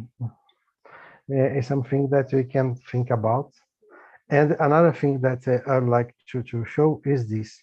I know that many people already share this image, but something that is fantastic is that you see the image with spikes here. Right? And why these images from the James Webb Telescope have these 60 spikes? It's something that I will show now. I have an article about this that is important to know, that this happens because of the mirrors and the truss. I will show now what this. This is, I suggest to everyone that wants to know about these spikes to read this article. I will show part of this article here, but it's something that can explain very well to everybody why you see these spikes in the maze, and we will continue to see stars with the spikes. They are diffraction spikes, and they will continue to, all the stars that you see will have these spikes. And something that's curious, and I talk about this, why galaxies and the other objects don't have the spikes, only stars in the images of the James Webb. Then I will show this. Then one of the reasons that you have 18, the James Webb, it's not only one mirror, you have 18 individual segments that is correspond to the primary mirror of the James Webb Telescope. And it's very difficult to make it configuration that you have all the 18 mirrors, these segments function as though they are a single mirror with optical perfection. This is very difficult to do. Here is an image of this mirror. You see here the gaps between the mirrors.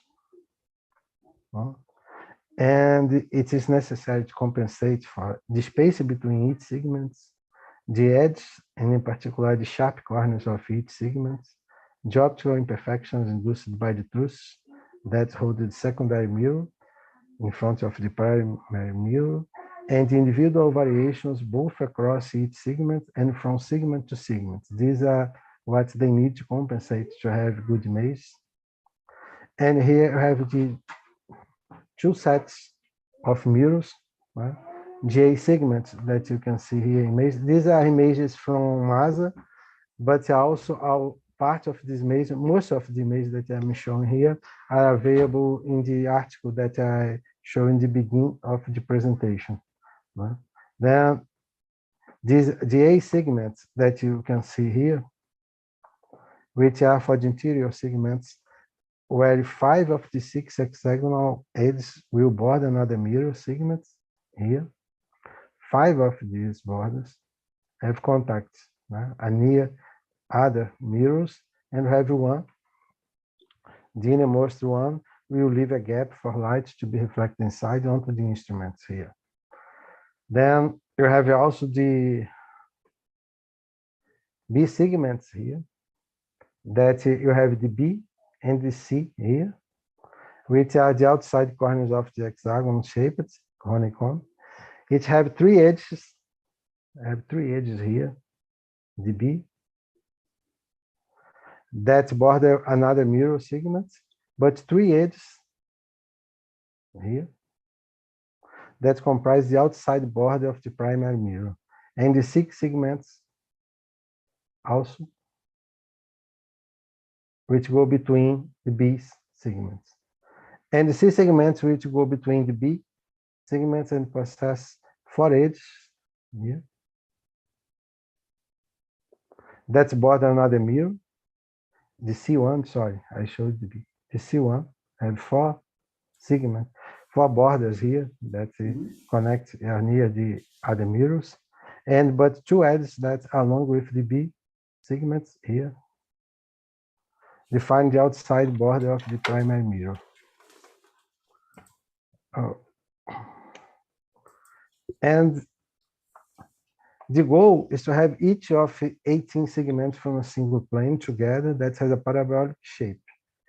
And what is something fantastic is that the variations in the plane of each mirror should be right around approximately 20 nanometers for optimal performance.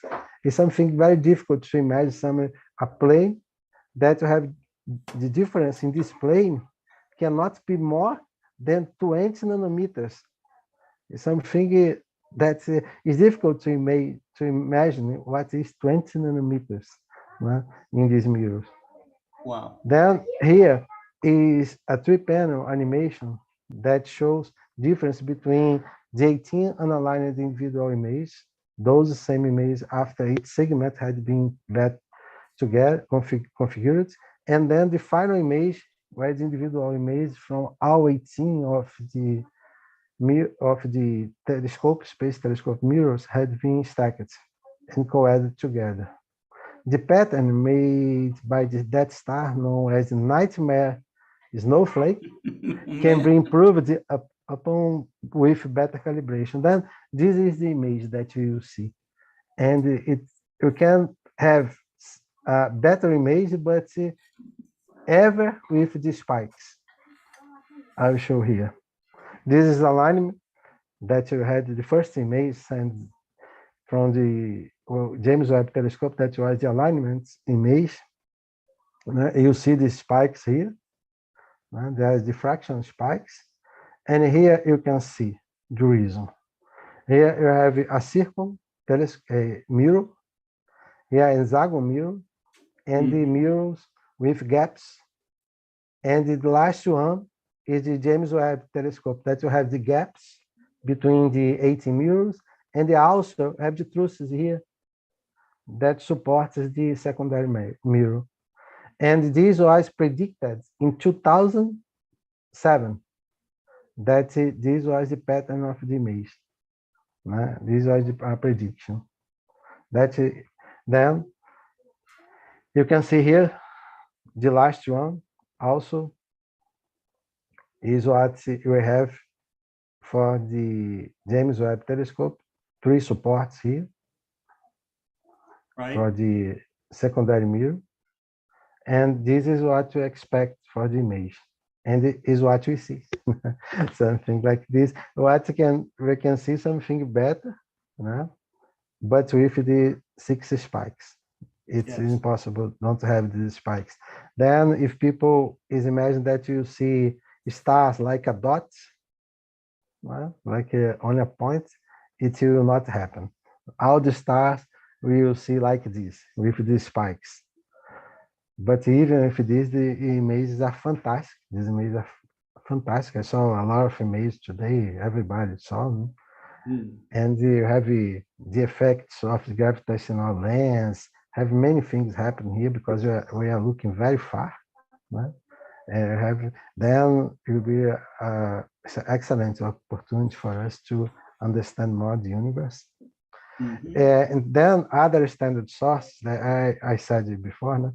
As their light is spread out over a larger area on the sky, as a result, these spikes are non-existent. You don't have spikes in the image of galaxies here, only in stars that are point. No? It's like a dot. No? As a result, the spike since light arrives from more than just a point, and that optical effect is effectively washed out over the large angular area that the extended object provides.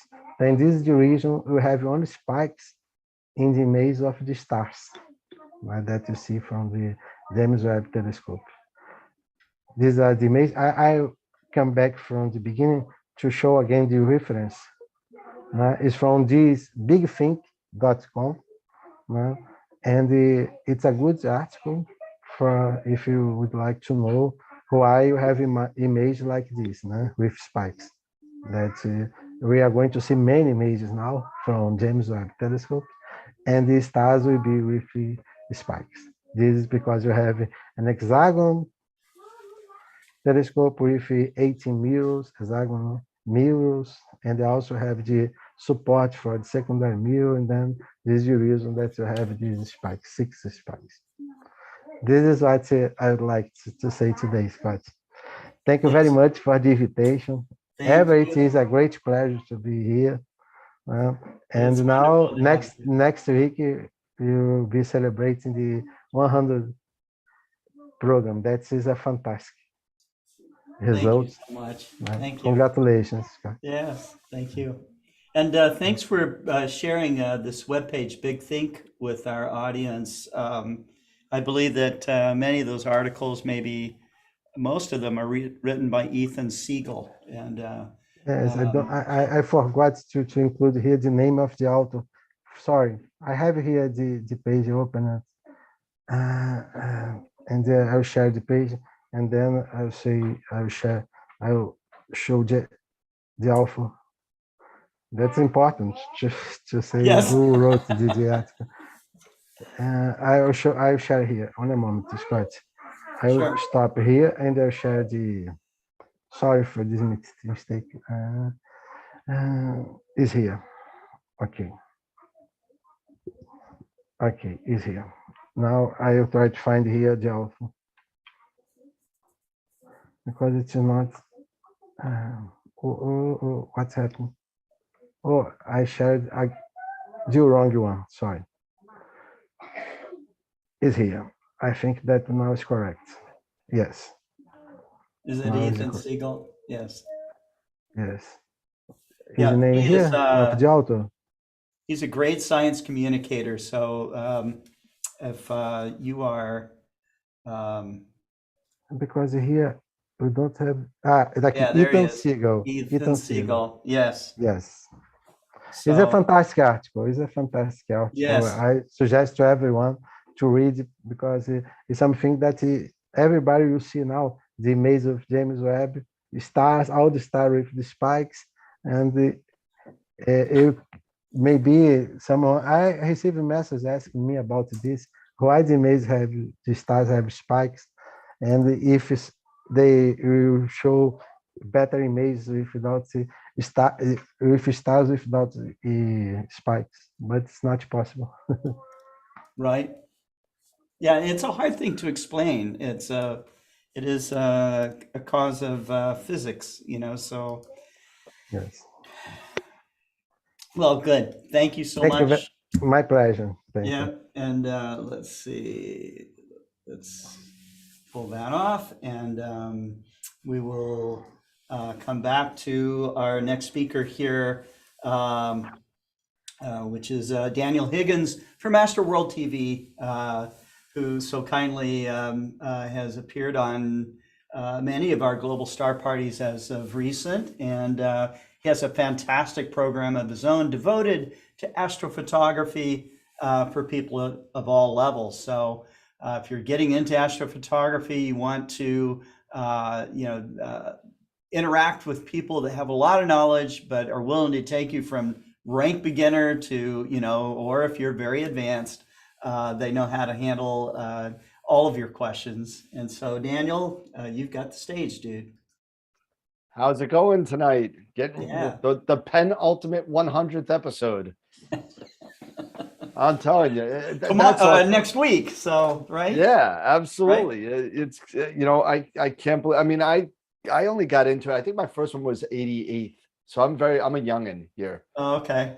And and it's just, I mean, I don't even know. I feel you, because you're on social media every day. Every day. Every day. So God bless you. I mean, it's definitely, you said it before, you don't know it till you do it. It takes a lot to get this stuff together, and it's not just the 2 or 3 hours that you see on the TV. It's a lot into it. So I got to give you and all the rest of the other presenters that have been doing it a lot longer. You're right in there with us, Daniel. So it's if you're doing educational outreach, you are prepping a lot, and you can get in the flow of it for sure. But thankfully, there's always something going on. There's always something to talk about, So, and astronomy is just a fascinating subject from every angle you look at it. Whether it's gear or exploration to new discoveries to it just goes on and on and on, just like the universe. So and we're all on cloud 9, coming down from the big trip that we had today. Absolutely. And that being said, I gotta throw a quick plug in, maybe one or two, but tomorrow, if you guys or girls out there that don't know or aren't watching the show or whatever, you haven't heard about this yet, tomorrow is the Eagle giveaway on Astroworld. Oh wow. So you gotta, so it's a big deal. Tom Bramwell from Prima Luce is going to be on the entire show. And he's going to be hanging out with us, and we're giving this eagle. This eagle is sick, Scott. It's crazy. It's tell me about it. Totally maxed out, 64 gig of RAM, brand new 2 terabyte 980 Samsung hard drive, Wi-Fi 6, and it's not red. It's black. It's not red. What happened? It's a black eagle with red writing, and Tom Bramwell did a lot of work putting this together. For it. It was a love of his. He wanted to see if he could do it, and he did it. And he made one for himself and one for us to give away. And so there's only 2 of these in the world. So if you want in on this giveaway, you only have a couple more hours to sign up for it. Sign up for it on astroweb.com. We have about 120 people in the giveaway on the wheel. So it's a big deal. So come on down and hang out with us. Where did you say that website was? I may or may not be signing up right now. Who's speaking? This is Adrian. I thought so. Adrian, I'm not giving it to you. No, it's www.astroworldweb.com. Yeah, I'm putting it in chat. Yeah, so just go there, and there's a whole bunch. We have a whole ton. There we go. You guys are all watching right now. You need to sign up for this. Yep, I see it. So when you go down, there's about 6 or 7. I mean, I have so much stuff over here that I'm giving away. I mean, I can't even tell you how much stuff I'm giving away. All right, look at that. So we got 3 nanometer optolongs. We got planetary filters, 2-inch LRGBs. We got scopes that we're giving away. We got cameras that we're giving away. So, I mean, it's a lot of stuff going on. So, and these are all people that have just thrown stuff at us. So, so get on the Daniel. Yes. Hi. It's Karim from Montreal. Hi, Karim. How you doing? Are those of us from Canada and Nepal allowed to participate? Canada, yes, and Nepal, I don't. I'll have to talk to Tom about that, but sign up anyway. Did you get that, Deepti? Yes, I get it. DT's getting everybody in Nepal to sign up. well, it's one sign up per household, and I believe it or not, I do check the IP addresses for everybody, but it's one per household. This is awesome that you're doing this, Daniel. This is really great. And it just gets astrophotography. I mean, this is when all said and done, probably about a $3,000 computer. And for this to kind, and Tom and the guys over at Prima Luce, Filippo and Omar and all the guys over there have been super gracious with this. I never thought of anything like this. So thank you to them.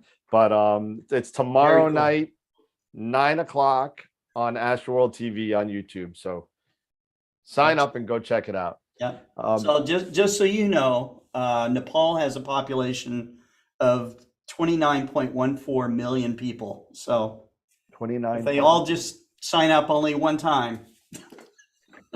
Yeah, well, it'll increase might your have to mailing have list. some shipping. For Nepal, we may have to work on the shipping, Deepti. So we may have to work on something. I'll work on something with Tom. I mean, if you can get it from Italy, which is where Prima Luce is based, it shouldn't be a problem. To Nepal, right? Well, it's closer than we are. So exactly. But it will be coming from California because all the parts were brought in. It was made in California. So right now it's in the States. It's a small planet, Daniel. I mean, you saw the pale blue dot. It's tiny. I did. Yeah. And you know what the funny thing is? I'm not just another pretty face. I was able to actually do some astrophotography. I have not shown a picture. You're seeing it here on GSP. Totally exclusive. I don't show my pictures out to anybody. Adrian will tell you. No? Maxi will tell you. I don't show my pictures out, but I was able to take some pictures. And you know what? Except for the ones behind me. Those are the ones you see. Those are the same ones that have been there for like 2 years. So I'll show you real quick that I think I forget who Agustin I think was talking about the light pollution and how bad it is where he lives, and and then he mentioned something about New York, so I kind of waved my hands up. I mean, actually, he's showing some pretty nice stuff. So absolutely, and and it's not. I'm not going to show the same thing because I did use an NBZ filter with this, but I'll show you one that's just RGB that I took this year, and one that was narrowband that I just took the other night. So let me see if I could share my screen here. If I could do, let's see, where Zoom meeting, I gotta share screen one, share. Okay, so the first thing I want to show is this is one of the first things that I did this year. This is LRGB from Bortle 8. M101. Yeah, that's Bortle 8. impressive. That's very impressive. From my backyard in Nassau County, Long Island.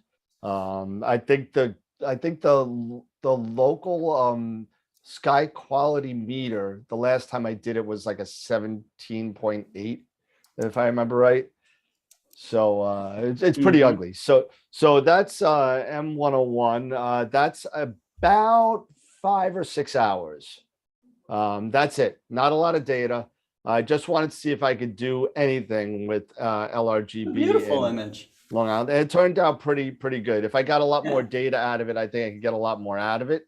But I for those of you that follow the show, I just was able to acquire a new telescope. I purchased an astrophysics scope, and I got a 130 Starfire. So I'm looking forward to trying that.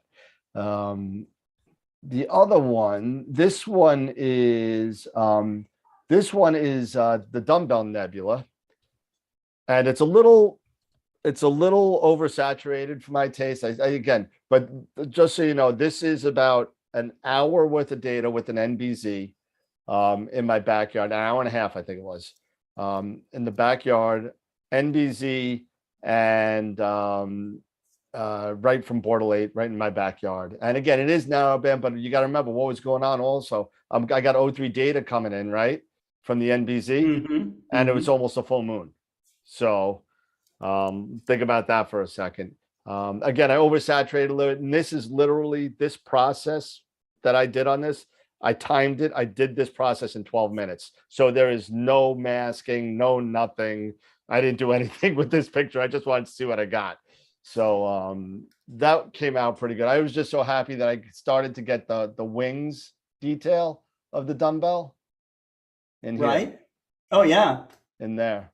So Right. with a It goes lot more way out data, there, actually. I You totally, see the it stars are too touching hot, it. the nebula is too hot, everything's too hot. But I just want to see what I can bring out of it. Right.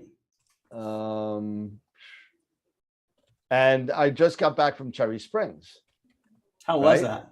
It was good. We missed you. I saw your buddy up there.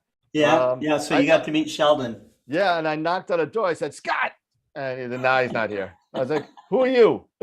I was like, yeah, I was able to see Scott, and I took these pictures. That's about 3 hours. Look at that. From Cherry Springs. Very nice. Cherry Springs has some pretty dark skies, though, that's right? Bortle 2. Okay. So Bortle 2 skies, and this was taken with a red cat and just the 2600, a red cat, with an L Pro. Not that I needed it, but the L Pro light pollution filter. but that came out really well, I thought. Yeah. And the last one that I'll actually show is this guy. And that's M106. That is nice. Yeah, I'm going back to Cherry Springs at the end of the week with a bunch of people from Astroworld, actually at the end of the month. I'm sorry, not the end of the week, the end of the month, with a bunch of people from Astroworld. We have about 10 people going. And I plan on dumping a whole, but however long now, I'm gonna put the rest of it in data on this object just to get some more. We'll see, because I had the reason why this is cropped in so much, I must have gotten a light splash from the moon or something. There was, I don't know if I could show you real quick. And let's see if I could find a file open. Do I have it here? Yeah, M106. And well, you can get a splash from the moon because they discovered water there. Yeah. I'm sorry, that's a bad dad joke. Let me look at the that's not the right one. That's the final. Open recent, open M106. Let's see. Registered caliber. There we go. Light. And we'll just pick one. And of course you can't see it here. Okay. I see something. No, that's just a satellite, but there is. No, I saw a galaxy. Yeah, but there's a whole splash of garbage that I just had to crop it out. I see. Well, nothing wrong in that. No. It's odd that it's now when I want to show it. You can't find it. I could. I bet you it's in here.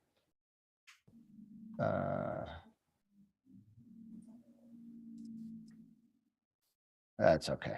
It doesn't matter. It's like when I'm doing a sales demo somewhere, Yep. And you set up the equipment and it doesn't work. Nope. Exactly. Oh man, it was working. And then the client walks out and it works perfectly. It was working 5 minutes ago. Wait, come back. Yeah. M106. Here we go. Let's see if this will load up real quick. And my computer's not that slow, so it should be okay. So master light, no filter. Is that it? Yeah, here it is. So if you take a look right here. Yeah, like an arc. Yeah, a total arc going all the way over to the end. And I tried with DBE and a couple other things to get it out. And it was such a nice frame. I got this little galaxy up here. I got a little galaxy over here. I got all these galaxies here, and I had to crop it right here to get rid of this. I did everything I could do to get rid of that. Even like I tried and Couldn't burn axial it in gradient or- remover and everything. It was just a big pain in the you know what. I even broke down, and I called my buddy Ron Breacher from Masters of Pix Insight, and I said, Ron, I need you for an hour. I'll pay you. I don't care. And even we could. That's the best we could get it. It was that bad. It was that bright. But yeah, so I was able to take some pictures, and looks like I'm back on the horse again. So I'm really psyched. Yeah. So Well, thanks. Well, Thanks those look for- pretty good. Thanks for sharing, man. Thanks, Adrian. It's even better is all from New York City. It's gonna amaze folks because the lights in Manhattan are pretty bright, I'm sure, from where you're at. Yeah, so If there's a Are mile you in away. Long Island or are you in Manhattan? Oh, Long no, Island. I'm on Long Island, but Okay. you know, in the West, when you're looking in the West, Oh, it's you yeah. literally have a 40 to 45 degree light dome. Yeah. From literally like the southwest to the northwest that goes all the way over. So if you want to shoot in the west at all from where I go, you need to be above 50 degrees. And Yeah. that's it, you know. But it's pretty bad. But that you think that arc was coming from glare of the moon or something? Is that well, right? that's the only thing that's the only thing I can really think of. I don't know where it came from. It's in every single sub. It's not one sub. Mhm. You know, this was taken in Cherry Springs, a Bortle 2 sky. Okay, so And dark skies, yeah. The only thing that was there, because for whatever reason, Cherry Springs Star Party was during the first quarter moon. Okay. It wasn't during a new moon. So I was taking some data during, you know, because the new moon was Memorial Day. They didn't want to do it on Memorial Day. Mhm, And so they did it the week after. And unfortunately, you know, I that's unless if I got some random light scatter from somewhere. Yeah. I honestly can't peg it down to anything because it was pretty dark with the exception of the moonlight. The only thing I can suggest in situations like that is, you know, flocking the inside of your tube. You can buy flocking paper or material. Putting in additional baffles into the tube as well can help, and a nice long dew shield, you know, so that can also help. You know, and this was with my Esprit 80. And a the Esprit 80 and the what was it, the my QHY 268. So you know, that's, you know, it was I never had this issue before. Even imaging in New York, I never had this problem. Well, another thing that can also happen too, we discovered this when we were building CCD cameras at Mead Instruments, was that, you know, we always just black anodized parts, okay? You didn't flat black paint everything, okay? Black anodize, okay? Well, black anodize is really, really shiny in the IR, really shiny, okay? So it's it does help to go in to the adapters and couplers and stuff like that. Take some flat black paint, go in there, fog it or paint it, you know, with a paintbrush, and just get all those little shiny surfaces out, because stuff like that will drive you crazy. Yeah, I mean, I'm not saying you're crazy, Dan. No, I'm nuts. Trust me, I am. But you know, I just did that M27 that you just saw. Same scope. Yeah. No problem. No problem. So, you know, it could have been just like some little, you know, bright star from the field or something like that doing that to you. So yeah, somebody actually mentioned that it could be a bright, and there is a bright star right to the right of M106. Okay. That could be it, but I don't know. It could have been it could have been ET for all I know. Yeah, I don't know.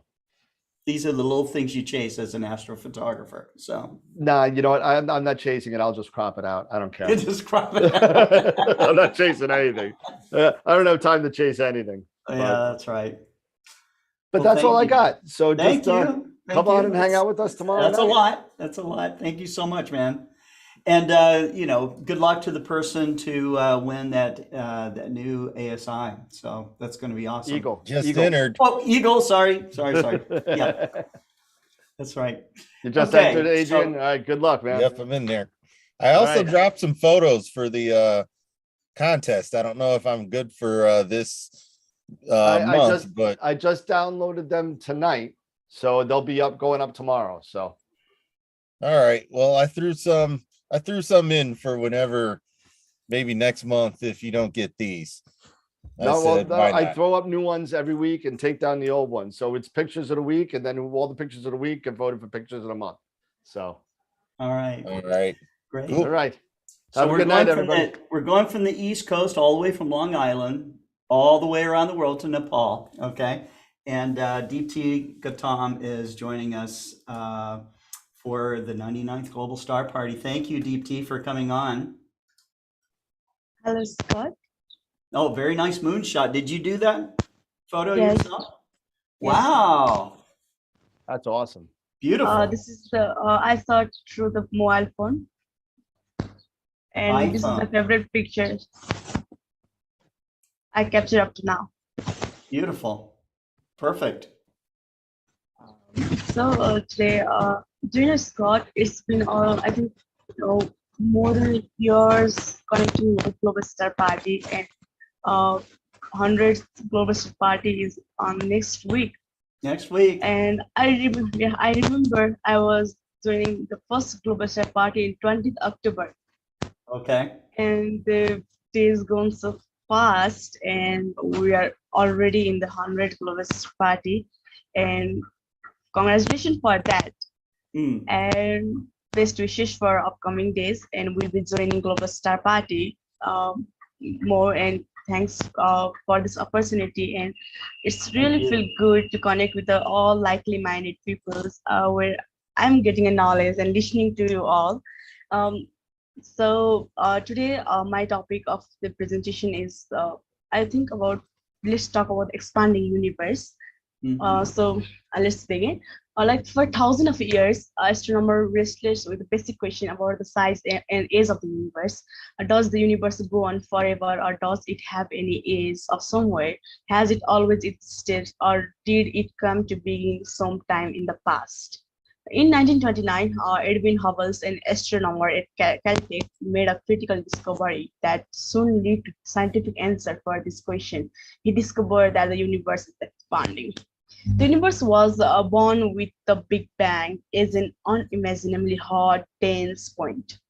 When the universe was just 10 to the power minus 34 of a second or so old, that is 100 of billionth of a trillionth of second in ago, it experienced an incredible burst of expansion known as inflation, in which space itself expanded faster than the speed of the light.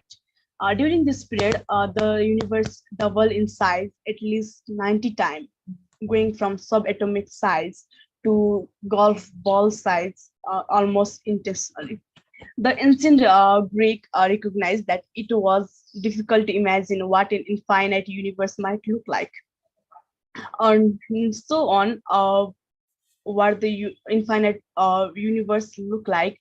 In the Greek, two problems with the universe represented a paradox. The universe had to be either finite or infinite, and both alternatives presented problems. After the rise of modern astronomy, another paradox began to puzzle astronomers. In the early 1800s, German astronomer Heinrich Olbers argued the universe must be finite. If the universe were infinite and contained stars throughout, Olbers said, then if you look in any particular direction, your line of sight will eventually fall on the surface of the star. Although the apparent size of a star in the sky becomes smaller as the distance to the star increases, the brightness of the smaller surface remains a constant. Therefore, if the universe were infinite, the whole surface of the night sky should be as bright as a star. It is the shade of the universe, and obviously there are dark areas in the sky, so the universe must be finite. But indeed, when many of us were at a school or when we were small, we were told that the universe was expanding, but that eventually the gravity of all matter in the universe would cause the expansion to slow down and reverse, leading to the end of the universe scenario known as the Big Crunch. Nowadays, we know the expansion of the universe isn't slowing down. it's speeding up. We call the unknown force behind the acceleration is dark energy. And when cosmologists say the universe is expanding, they mean something very specific. They're saying that the separation between the galaxies, the basic building block of the universe, is growing systematically with the times. And the Big Bang equations contain a scale factors, which is if it is double in size, double the separation between the galaxies. If therefore possible for the distance between the galaxies to grow, whether or not universe is finite or infinite. In the case of an infinite universe, just imagine the galaxies as rising in a rising cake, the mother of all cakes, one that extends forward in every direction. And how fast the universe is expanding? This is the biggest question which everyone have. The rate of expansion of the universe is expressed by a quantity called the Hubble constant, and there is always most argument over its precise values. And it is figured that it's continuously updated by a new research, but Hubble's constant is about 73 kilometers per second per megaparsec. 1 megaparsec is just over 3 million light years. You know that. And what this means is that the galaxy that is 3 million light years further away, the another is residing 73 kilometers per second faster due to the expansion of the universe. And the expansion rate is calculated as the ratio of two quantities, the velocity of recession of celestial object and the distance to the object, the latter being quite difficult to determine. However, calculating how big the universe was at any time in its past is even more problematic. This is because at different times its expansion has been driven by different things like inflation, we know that, and the radiation pressure of photons, the gravity of matters trying to slow the expansion down, and the repulsive force of mysterious dark energies. And the universe may actually be infinite in extent, but we can only see the portion from which light has had time to reach us in the 13.8 billion years since the Bang. And we believe that universe is expanding, and that's my presentation. Thank you.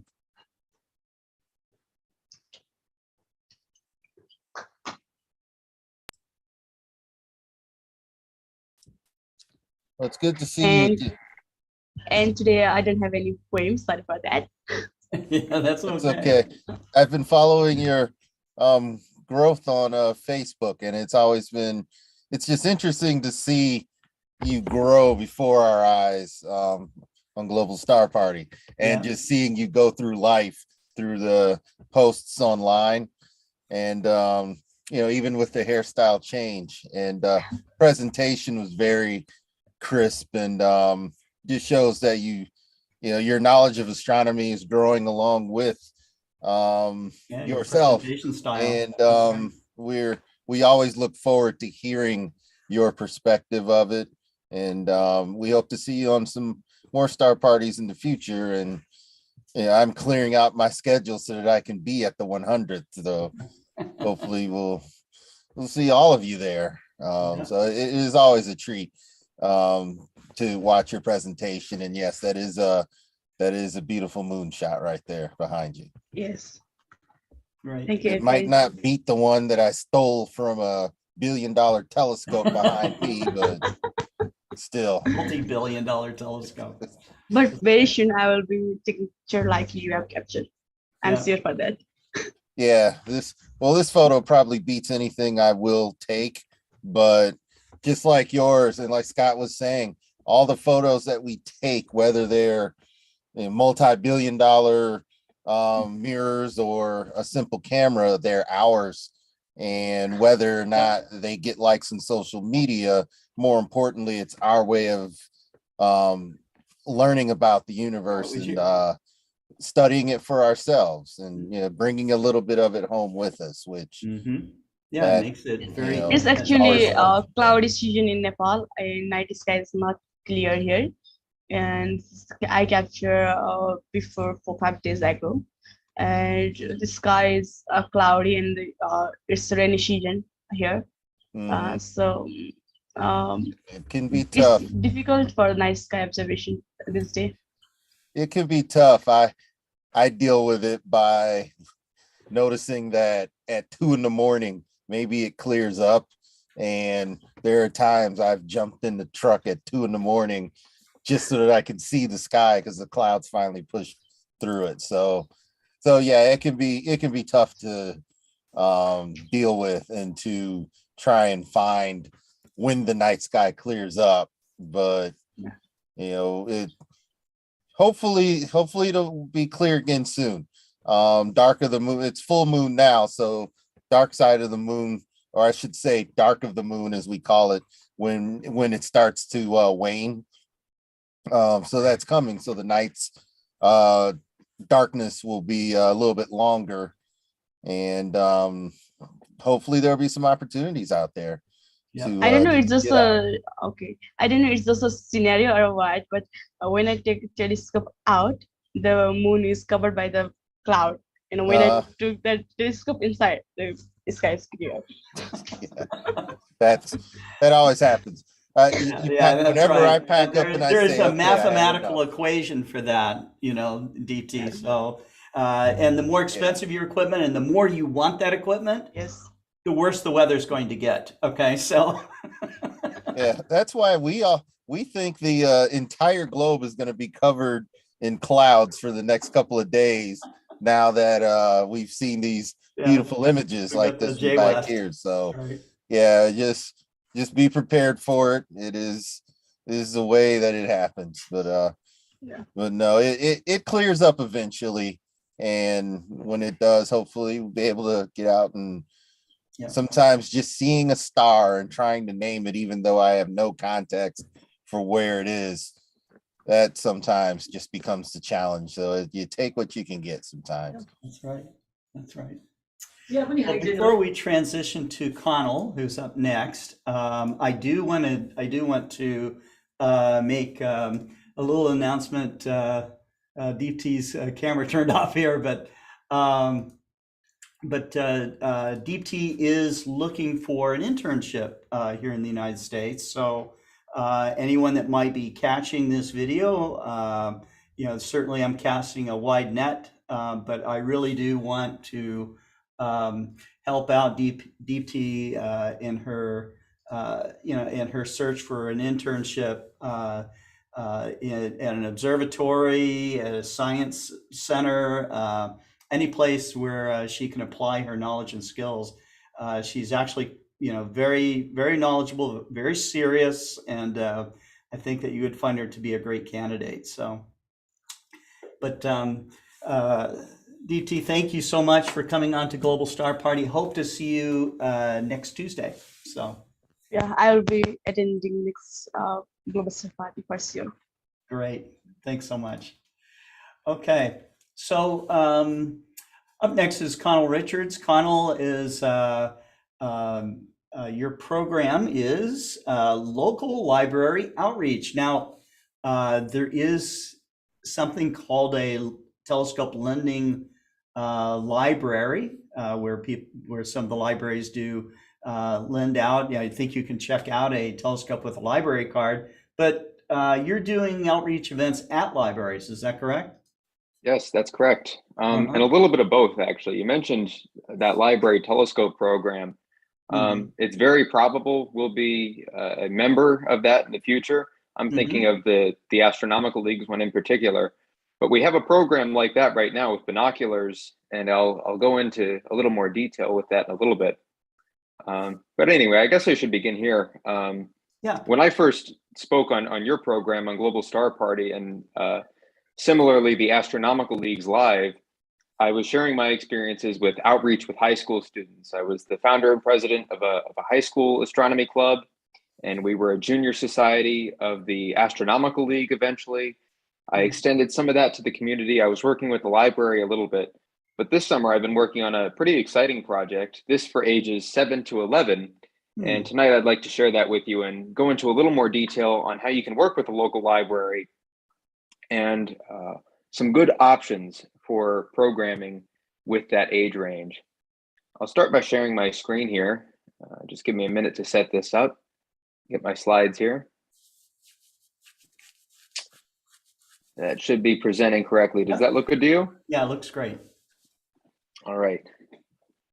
Well, about, I want to say a month or 6 weeks ago, I was made aware that there was some funding available from the PA Department of Community and Economic Development. And they have what they designate as Educational Improvement Organizations, or EIO. And these organizations, they allocate funding to for various educational programs. They might be school districts, they might be libraries, they might be educational clubs, maybe even something like an astronomy club. And my local library, the Abington Community Library, was among these organizations. And I approached them asking about the opportunity of doing an astronomy program there over the summer for kids. And you can see on the right picture here, this was an image from a previous program I did. This was the summer of 2021. Is that forwarding here? Give me a second. Here we go. So I'd done a similar program last summer. The library was having this summer event. They had an ice cream truck there, and they had some various groups from around the area just try to come together. And it was sort of like a festival, as you might describe it. And they had these different stations, and it was very friendly to young people, to kids 7 to 11, about that age range, elementary school, middle school kids.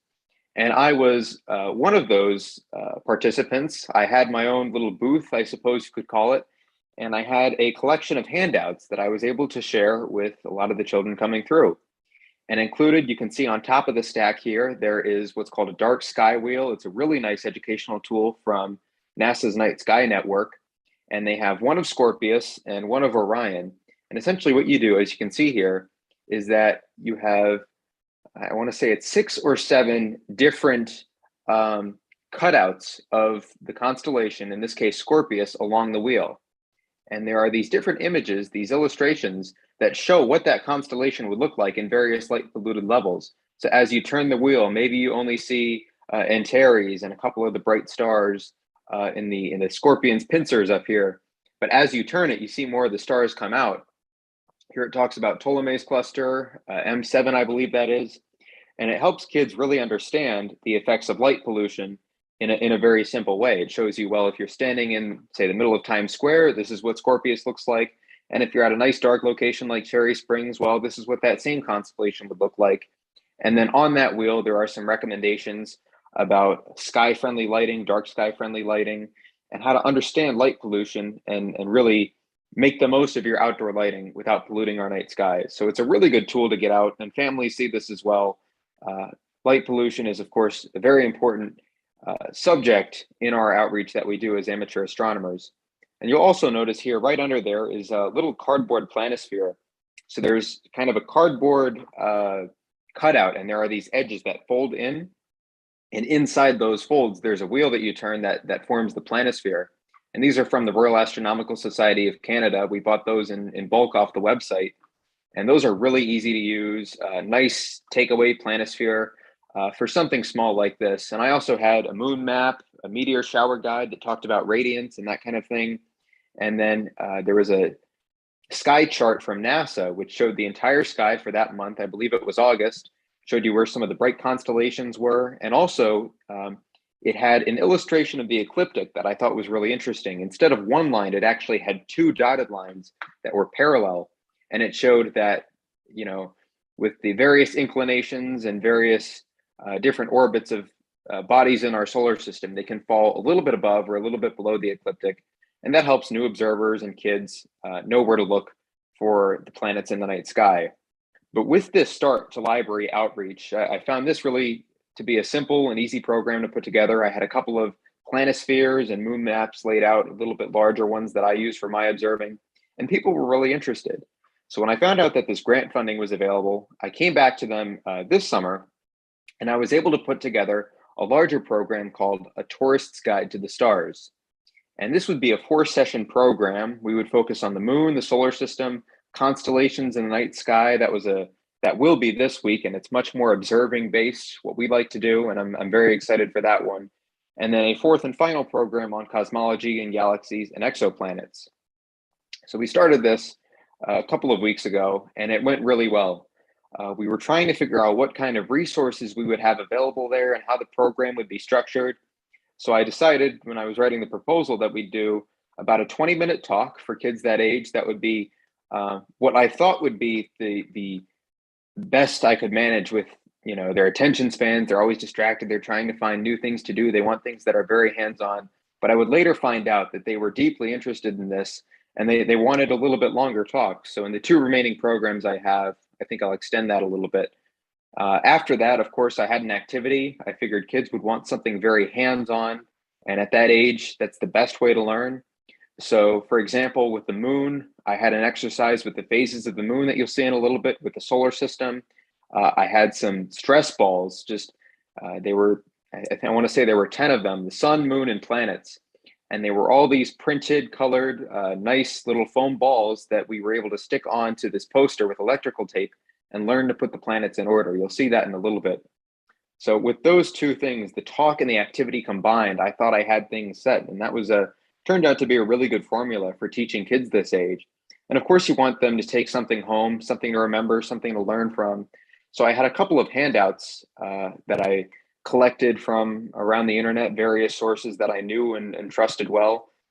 In fact, this week, you saw that night sky light pollution wheel earlier. That's going to be a handout again this summer. I had a handout on the craters of the moon earlier in the first program about the moon.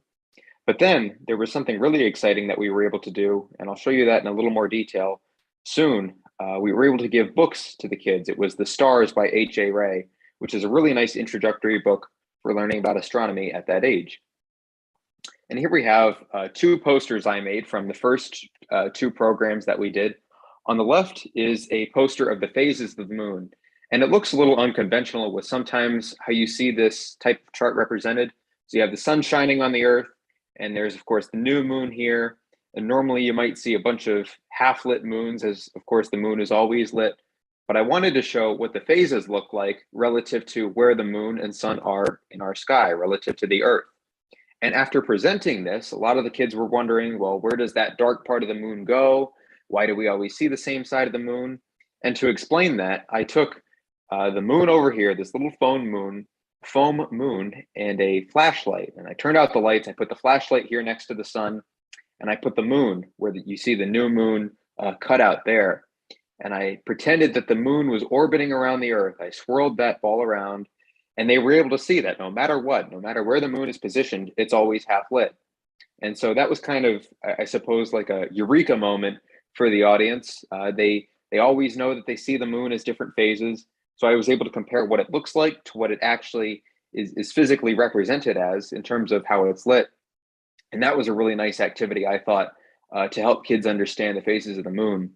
And then you see on the right here, I had this other poster. And if these foam stress balls were removed, you'd just see this sort of branch structure with a bunch of circles I drew in. And I had this bag of planets, and I was able to say, all right, we know what's at the center of the solar system. We have the sun here. Now, what's the first planet from the sun? And they might say the moon, they might say Earth. And it was kind of fun to see what they knew and teach them a little bit more about how our solar system is structured. And they really enjoyed that quite a lot. So as I stuck each planet on here, Mercury, Venus, Earth, I was able to share some information through a slideshow, talk about what the hottest planet in the solar system is, the largest, which has the most moons. And they found that really intriguing. That really captured their attention well. And I enjoyed doing that quite a lot. Now, back to this book I was talking about earlier. This is The Stars by H.A. Ray. He was the same author of the Curious George books that many of us have read. And of course, he's an illustrator as well. And you can see on the right here, this is one of the pages from the book. It's a really well illustrated version of how to observe the night sky. And the first couple sections of the book talk about all the constellations. It introduces them. It talks about what the ecliptic is, how your latitude factors into what parts of the night sky you see. And then it goes through these seasonal sky charts. And then at the end of the book, it talks a little bit more in detail about eclipses and occultations and some other things like that, and how our night sky is geometrically spaced relative to where we are on the Earth. You could look at it as almost a mirror of our latitude and longitude. And I think this is one of the best books that you could use for introducing kids to astronomy. Of course, the illustrations really help. It's written for that age range. And there, from my research, there weren't many comparable books out there for introducing this to people. And I had read and heard from a lot of people This book was first published in the mid-50s, right before the space age was getting started. And so many people had said, I read this book. I remember this is what got me started when amateur astronomy was starting to come of age in the 60s and 70s. And knowing that this started off so many of the well-respected amateur astronomers today, I figured this would be a great choice for a book. And fortunately, we had the resources to be able to hand out these books to all of the kids in attendance. Now, as of my second program, we only have 2 of the books in this stack left. I'm very happy to say that. And as I gave the books out, they were all looking through it. They had a lot of questions, and I think it'll answer a lot of those questions for them and help them get out observing, in the backyard or at a local park or something. I really think it's great to get kids hands-on with astronomy instead of just reading about it or seeing it as something intangible. That's important for every age range, in fact. I agree. Now, with that said, we have 2 programs left. I have the observing program this week. That'll be on Thursday, and the week after that will be the cosmology one. And I'm really excited to see how much information I can fit into there and what they think of it and all that. And after that program concludes, A Tourist Guide to the Stars, my local library is hosting a star party. So a couple of months ago, this was a long time ago, they bought a 5-inch Newtonian reflector on an equatorial mount. And it took forever to get here with all the supply chain issues and with all the things going on. Who knew where it was, just probably sitting on a ship, but eventually it got to us. And fortunately, it is ready to go for a star party or something like that. I was able to check it out a couple of weeks ago, collimate the mirrors and align the finder scope and all that. And an equatorial mount seemed a little unconventional for an astronomy program, but I figured it would be great for tracking if you have a long line of people. And we're going to set that telescope up early in August. I have the date currently set for August 3rd. We'll be hopefully looking at the moon, the first quarter moon, or waxing crescent, I think it is, from the parking lot. And we have a couple of rain dates set for after that. And that I'm really excited for because we finally have a telescope to do hands-on outreach with. They're not just looking at something in a classroom or on the internet or in a book, as valuable as those things are. They're really able to see the moon for themselves. And I can't wait to see, the look on everyone's face as they see the moon's craters in a telescope for the first time. However, though we do have that telescope, the library started a program recently where they had these backpacks in the young adult section. And there were all these different topics included. One of them is ghost hunting. There's an astronomy one. There's outdoors. There's cooking. And you get a backpack, and there are a number of items in there. And you can check it out with your library card, just like any other item there, and basically learn to do some kind of skill or trade or craft or hobby or something like that. Now, in the instance of the astronomy backpacks that they had 4 of these with Celestron 7x50 Cometron binoculars and a book on 100 things to observe in the night sky. And they said they still had grant funding available. The state was very generous with what they were able to help us out with. So they asked my opinion on what we should add to those backpacks to kind of round them out a little bit more. And you can see the list on the left here are some of the things that I suggested they add. There was a Guide to the Stars Planisphere, an 11-inch version, Orion's Moon Map 260. That's a nice simple paper map with 260 craters and impact basins and ray systems and all that kind of thing on the moon. Of course, there's also a red flashlight in there for reading those at night and using with the binoculars. And 2 books, which I felt were instrumental in getting me involved in amateur astronomy and observing, which were, of course, Night Watch by Terence Dickinson and Turn Left at Orion by Guy Castellamagno. And that last book, Turn Left at Orion, if you've never read it before or if you've never seen it, it's a book on deep sky objects. And I think it has 50 or 60 of them. And say you have a page or an entry on the Swan Nebula, it'll have a sketch as to what the Swan Nebula looks like in a 4 or 5-inch telescope to what a new observer is doing. The author actually had this artist go out and he gave him a telescope and said, look at all these different things and basically make a sketch of what you see. So it gives a really great representation of what you can expect when you're being introduced to astronomy compared to the famous Hubble pictures, and I'm sure famous Webb pictures will soon be added to that list. But anyway, that's a really great book for setting an example of what you can see through a telescope. Now, I'm currently working on doing this with another local library, the Dalton Library. The ACL, Abington Community Library, is able to help set up programs within our school district, and that applies to this library, Dalton, as well. And I'm currently working on a number of dates for running the same program there, A Tourist's Guide to the Stars. And it should be very exciting to reach another audience in another part of our community and expand this project a little bit. And then last, but certainly not least, and you talked about this earlier, Scott, there are a number of programs out there where you can essentially, a library can acquire a telescope and you can check this out just like the backpacks or just like a book from the library. And the League has one of these, the most popular library telescope program out there. And I think it was the New Hampshire Astronomical Society that started to set this up. They take a tabletop Orion 4.5-inch telescope. It's this little thing, maybe about this big, if you can see on the camera, and they make some modifications. They put a zoom eyepiece in there and secure that with a screw so it doesn't fall out or get lost. There are warnings on the side about looking at the sun with telescopes and binoculars and how you shouldn't do that without the proper filtration and expertise there. And it's a really, they take a very user-friendly and introductory telescope and make it even easier to use with a zoom eyepiece and a couple mechanical modifications and guides. There's even a cover put on the back so the mirrors don't get twisted or knocked out of collimation.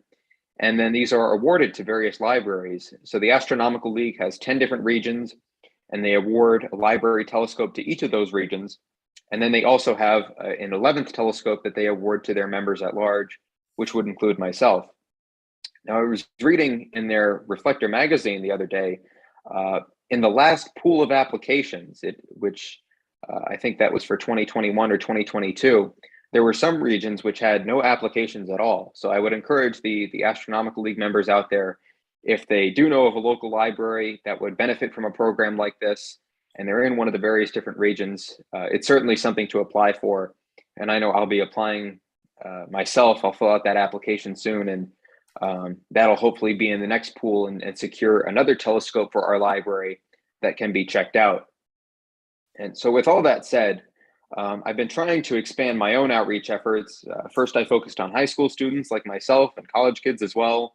And now it's nice to work with younger audiences and parents as well and see how it works with families and kind of broaden my knowledge of how I can best reach people in terms of astronomy.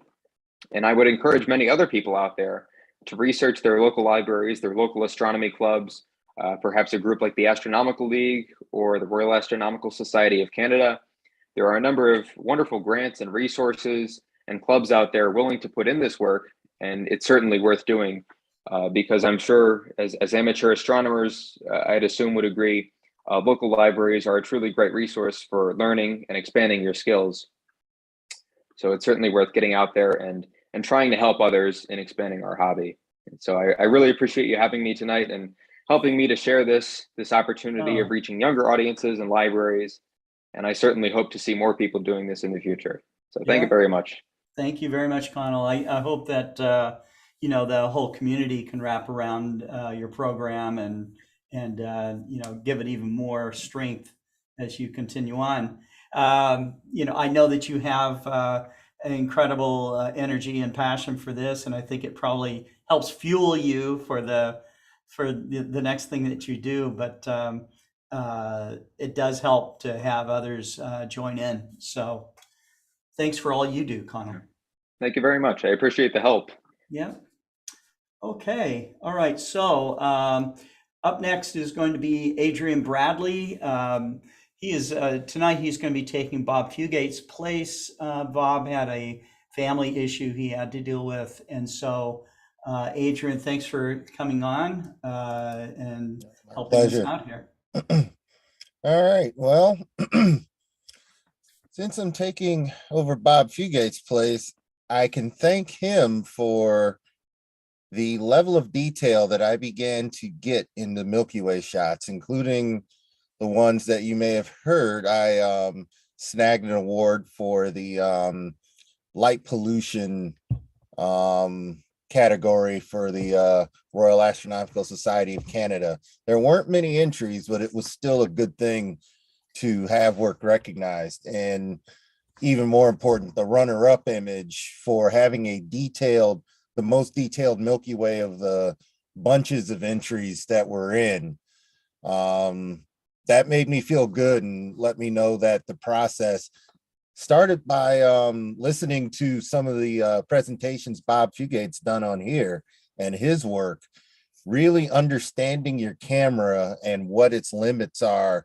If you want to go for a higher ISO, just have to be prepared to deal with some of the luminance noise that you might have, especially if you're shooting a DSLR.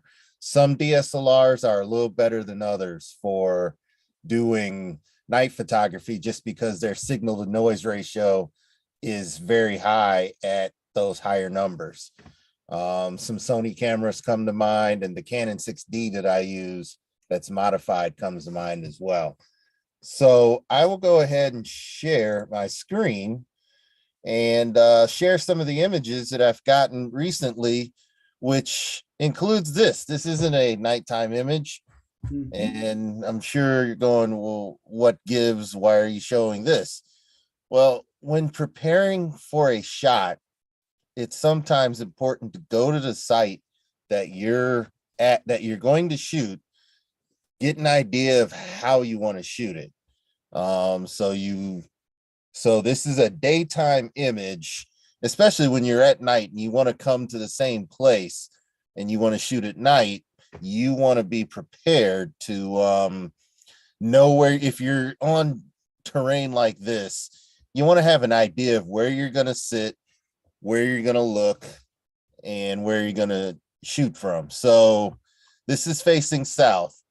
And here's why that was important, because as you can see, same perspective, maybe slightly different, but same perspective. There's my shot, and there was the light pollution winner for the contest, for the RAS contest. I submitted this. There's different colors here. Just sort of, there's some fog over here as well, just representing different ways that light pollution can affect the sky, and you have a faint Milky Way here. Now you can see that this is purple. It's a purplish sky, but you never stop working on images, seeing what you can do with your image. And as far as detail goes, the level of detail in the image can also be important depending on what you're wanting to do, especially if you use a lot of noise reduction like I did here.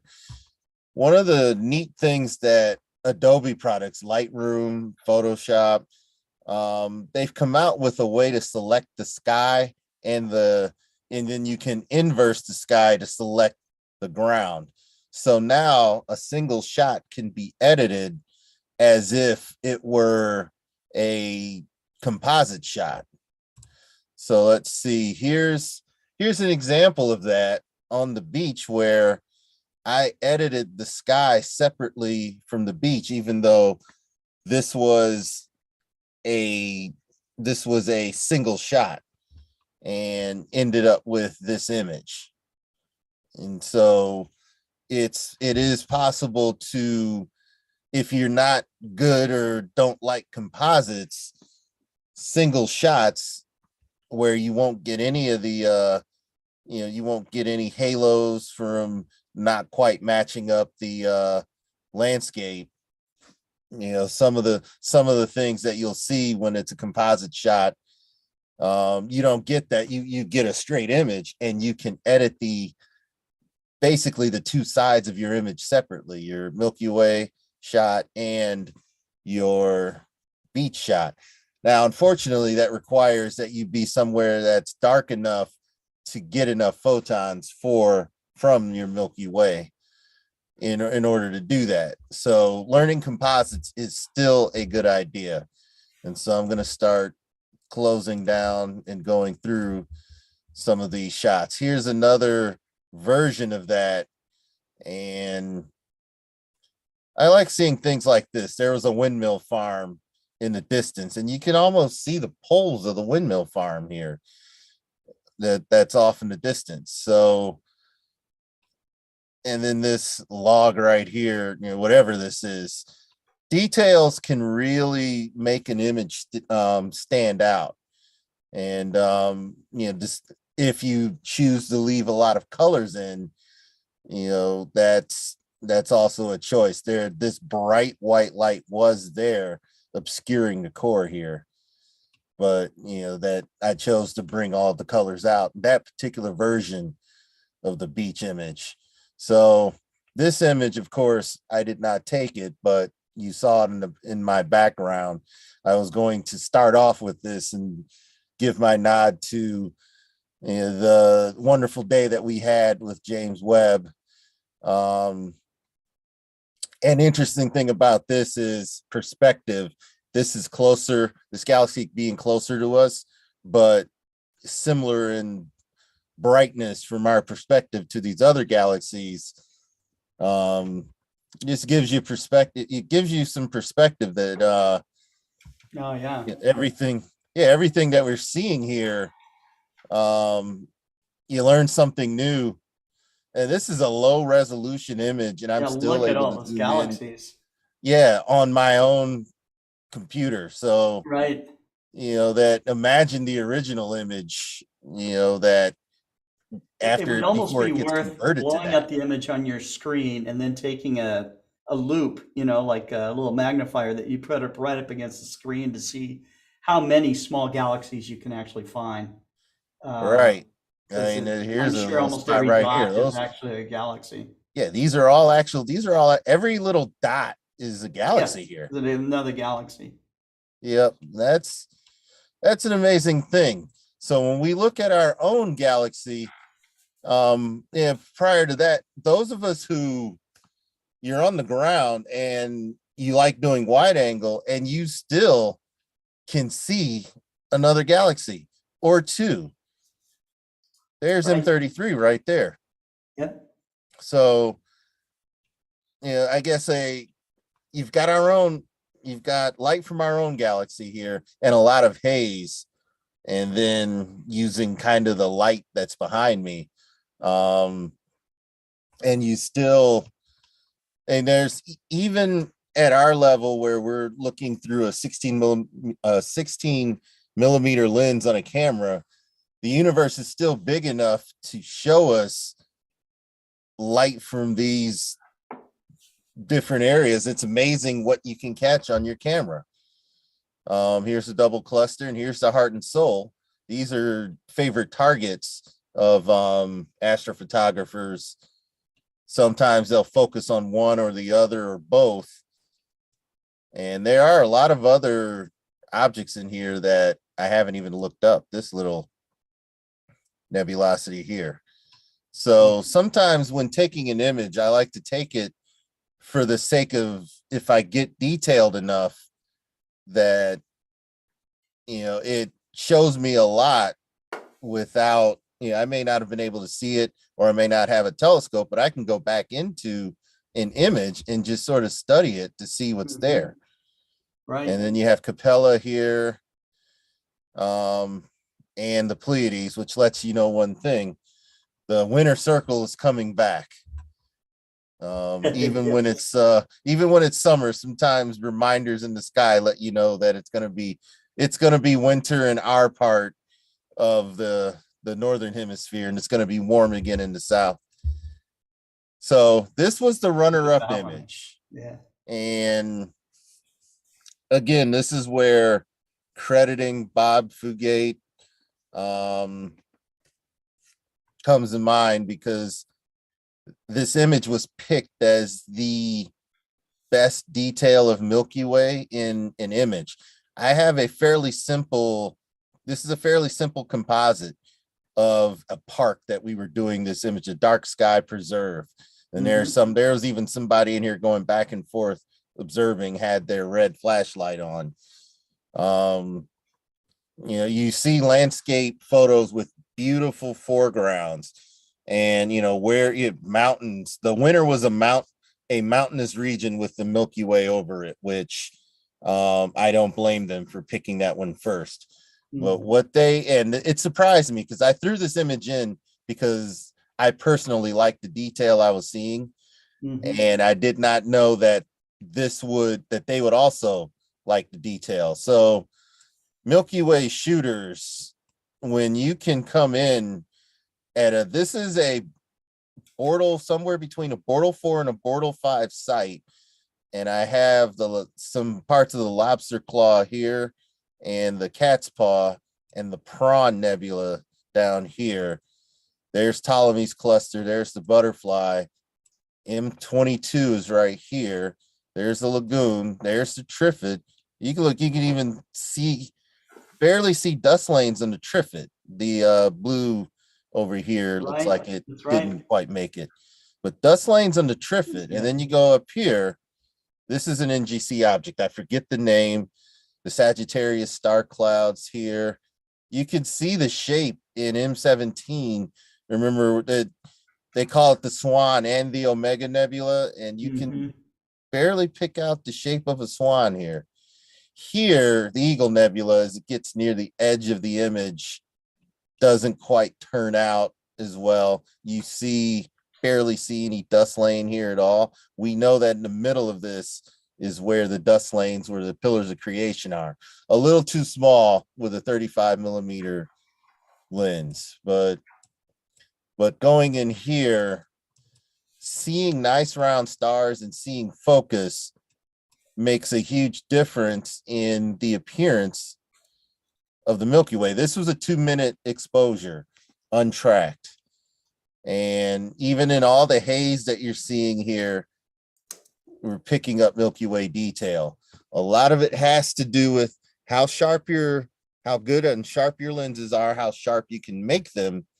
And if you can track, the longer you track, the more detail you pull out. And this was with a Canon 6D. There will be some shots later. We'll go through some of these where I started taking pictures the Milky Way by the road, and in a spot that was a little darker, here you have another picture by the road. Things I like to look for in Milky Way detail. Now, we just saw in one image, parts of the core. So these may not have been as sharp as I could get it, but they were still pretty good.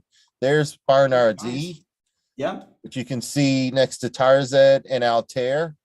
If you can see that and you can see the coat hanger, you've got pretty good detail on a Milky Way shot. There's the dark gray. Colors. Yeah. Yep. So there you have, and there was an oncoming car behind me, which is what lit up the sky like that, or the ground. This was another image. The coat hanger, I kind of cut the coat hanger off there, but you can still see Barnard Z, which I consider that a neat little trick.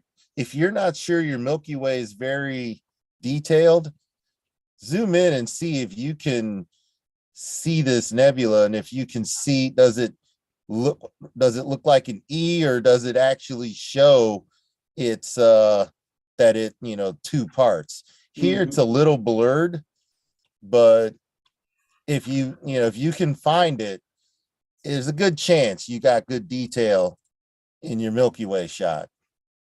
And even in this shot with the oncoming car, which is why the trees are lit the way that they are. I would love these trees without a car coming at me, but any light, when it's dark enough, any light affects how your shots are going to turn out. And this is the danger of trying to image in the middle of the road. You have to get out of obviously I got out of the road, and I got my equipment out of the road too. Yeah. Turning north, I shot north because I said, why not? Wow, And turns out there was aurora happening that I could not see to the north. And then here's this part of the Milky Way. So aurora borealis does happen if you're far enough north. These are fireflies, by the way, this from taking an image. That's the truck I drive in. You can see spectacular streaks. Yep, this is just the middle of the road in the middle of a dark area in the Upper Peninsula of Michigan.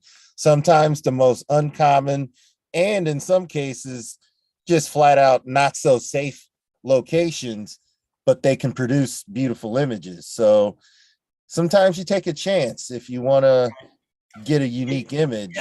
Kids, don't try this at home. Yeah, kids, don't try it at home. All right, so this looks familiar. However, this is with the Sony camera A7R4. Let's zoom in. That cloud down there looks like a storm cloud, and then the Milky Way kind of like, just crashing into it. It's just like, and then you can see kind of like waves, of the atmosphere. It looks like it's kind of curling around. It's really spectacular. Yeah, a lot of drama there. Which is why I shoot with clouds. I know there are a lot of folk I've seen posts online where people are apologizing because there were clouds, and how many more decide not to shoot because there's clouds. Right. I wanted the galactic center. I didn't get it at first, and you saw a few shots that I took where the galactic center was covered up to about here. Here, the galactic center starting to show itself. So I took a few more shots, and if we scroll, the precision on Barnard's E turned out even better than with my other Canon.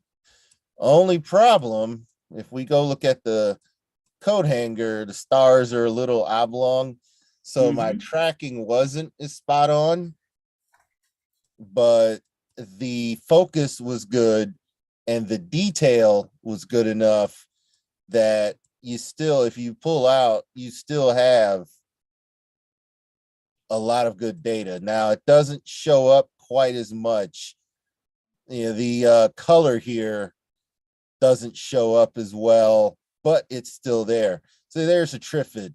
It's this reddish color, and the dust lanes don't show up as clean because you're using because I was using a stock camera, but the shape of the Omega Nebula shows up.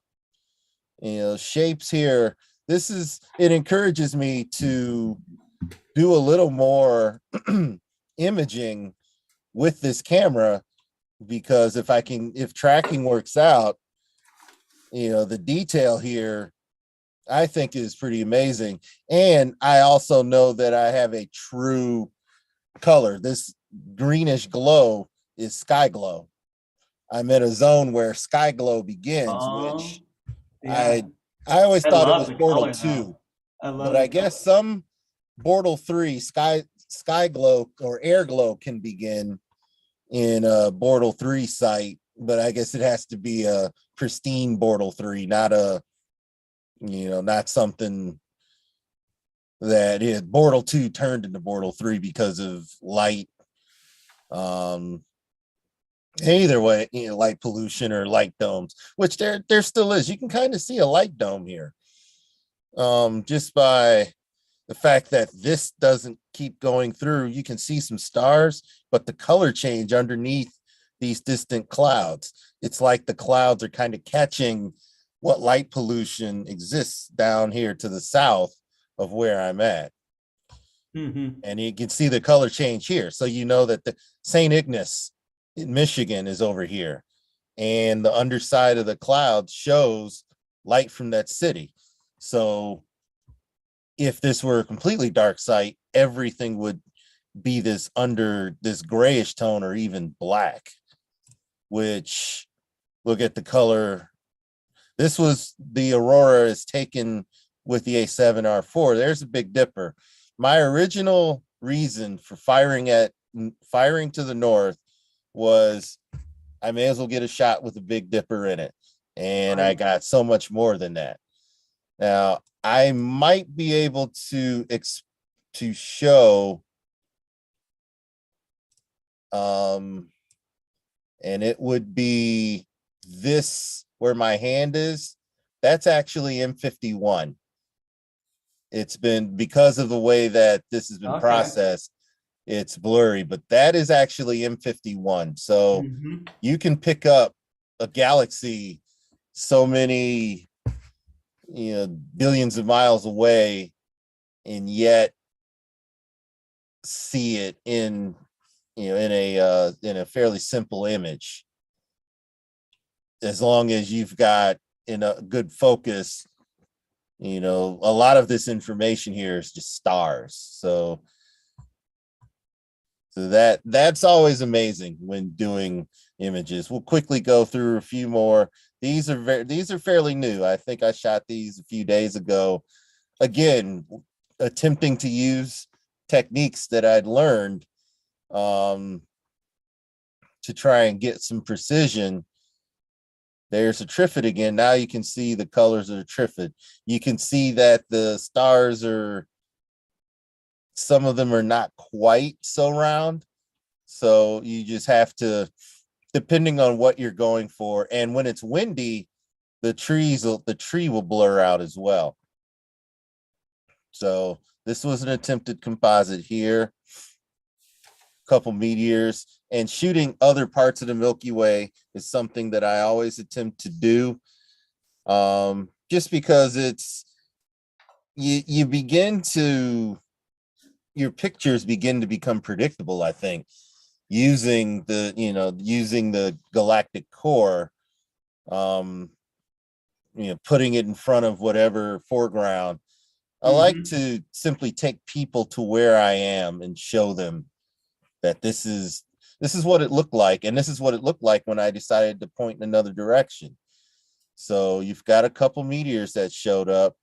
This is Jupiter, Mars, and the Pleiades. This is our new planetary lineup, and I don't know if I put one of my panoramas in here, but we'll see if I did. This was an experimentation with light painting. There's Andromeda over here. And do I think I reduced the noise a bit much? Yes, I did. A lot of noise reduction here. But the concept, it kind of amazing. Makes the tree look like it's this presence, Yeah. So. Yeah.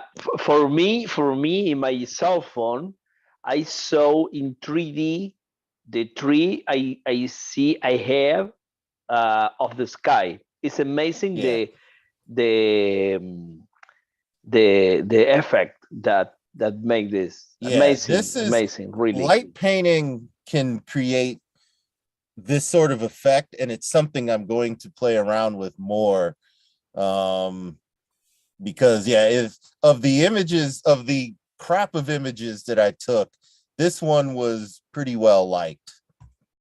So, it's you take the winter Milky Way. And so I was on this other road over here when I took the other picture. So the tree was more distant and my light didn't reach it. This road is right next to this tree, so my light reached it just fine. And I was able to create that look. So that's all in experimenting. The other look I love that picture of the tree. It's amazing. I think that is a special thing between the life of the tree, the sky is something like a and the universe around it. Absolutely. I love that. Yeah. Sorry. Thank you, Cesar. I appreciate that. The moon setting over here, Milky Way showing up. It's been something I've tried to do for a while, is to present the moon in the sky at the same time as the Milky Way. If I wanted to do it tonight, I would have to get up at about 3 or 4 in the morning and try and get the moon, which would be somewhere here, and take that photo. I believe it's possible, but I also know that I have to go to work in the morning, so I will probably not make it out to take that photo. This is a single 20-second untracked image and just sort of shows how you get this from a single image, processing it, because you can process the sky separately from the ground. And in this case, I ended up doing that. So there's no composite. So there's no, even though you got power lines, photographers and power lines sometimes don't match, even though you got the light of the moon here.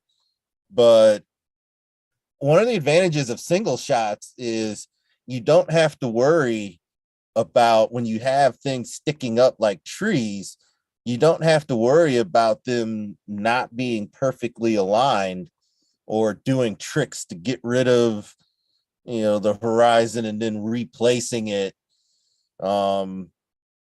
If you get enough good data, then you simply you do masking on the ground and process that, you mask the sky and you process it differently, and you end up with a pleasing image. You may not, in 20 seconds, if you look down here, remember the detail that you saw in that other image, you don't get that same amount of detail with only 20 seconds. It takes time to get more detail for more light to come in from space. But if you're looking to make a pretty picture or show people exactly where you were, then you can do that without a tracker, just a tripod. And if you're shooting with a wide angle lens of 16 millimeters or more, or less, I should say, 16, 15, 14, wider, 20 seconds is a good time in which your stars will remain mostly round. You may get these, you see these are kind of football shaped. So round stars at 20 seconds for 14 millimeters. If I go down to 18 seconds or something, the stars may still appear round with my 16 millimeter lens. But of course, using a tracker, you don't have to worry about it. Here we use the tracker again, and I think we go about 30 seconds, or we may have gone a minute. I think we went 1 minute. And so you can see a little more detail and a few more stars. The more time you can spend, the more time you can spend, the more detail you get out of the sky. And this is a composite, there's a little bit of a shadow, but it didn't turn out bad. I was able to work on the ground as it's process it separately, layer it in, and this is the highway that I'm on all the time whenever I go and image. So you get better at composites, it can look like a seamless image, and this one looks pretty seamless. So there are some small things here. I bet you if I scroll in, it's not bad. So getting better at composite images either way. And then let's see how many I have left. I have 2. Okay. So we'll go through. This was a 2-minute image, and it was a composite image, so that the ground, I could I could process the ground and then process the sky, and the level of detail the Milky Way comes in from imaging it for 2 minutes. The longer, now those that like to stack, the reason they do, 1, removing noise, 2, pulling some of the detail out with more shorter exposures. And those that can stack 2-minute exposures, you're creating, this turns into the level of detail of an astrophoto. And then as long as you combine it, that's where some of the images that have a lot of detail will come in. What I found, slightly decreasing saturation brings the sky closer to how we see it with our eyes, with of course the exception that we bring this detail out. So it gives it a little more realistic feel. If all of us who have been to a Bertle 1 site have seen this coming at us, and we've seen the shape and the dust lanes, and we even see M8 right here. We see all of this coming at us, maybe not to the level of detail, but we see this outline. We know that that's what the Milky Way looks like naked eye. And then we we pull out more detail, and then we can start going in and taking a look at what we're seeing from here. When you noise reduce it, then you get this overall painterly look, and that's how you can finish your image. Now this is again too low for me to look for the Barnard E look. You can look at some detail here where if you go far back enough, this looks kind of like the horse. I believe this has an official name of Crazy Horse Nebula. And the more detail you get, the more you deconstruct this horse into various dust lanes as you go in. And then you've got this part of the Milky Way that almost looks like a chamber of its heart or something, even though we know its heart is here. If you're really good, you get the constellation Sagittarius to still be very visible in your shot, and along with that M22. So just a few things to look for. Good stuff, man. Yeah. And one more quick thing. I've learned that Lightroom can stitch together panoramas. And even if you've got a 16 millimeter lens with distortion, it actually corrects the distortion so that the sky is properly sized. The distortion ended up on these power lines here. Right. And I'm okay with that. Sure. So it's like looking from southeast to northeast. That's a pretty wide field of view. Yeah, it's such a wide field of view. So you're normally stopping like here. And then as you're looking, what I did this for was the new planetary alignment. Here's Saturn, there's Jupiter, there's Mars, there's the Pleiades. Venus hasn't risen yet. And that's Capella right here. And this is a part of the winter Milky Way. This is Andromeda over here.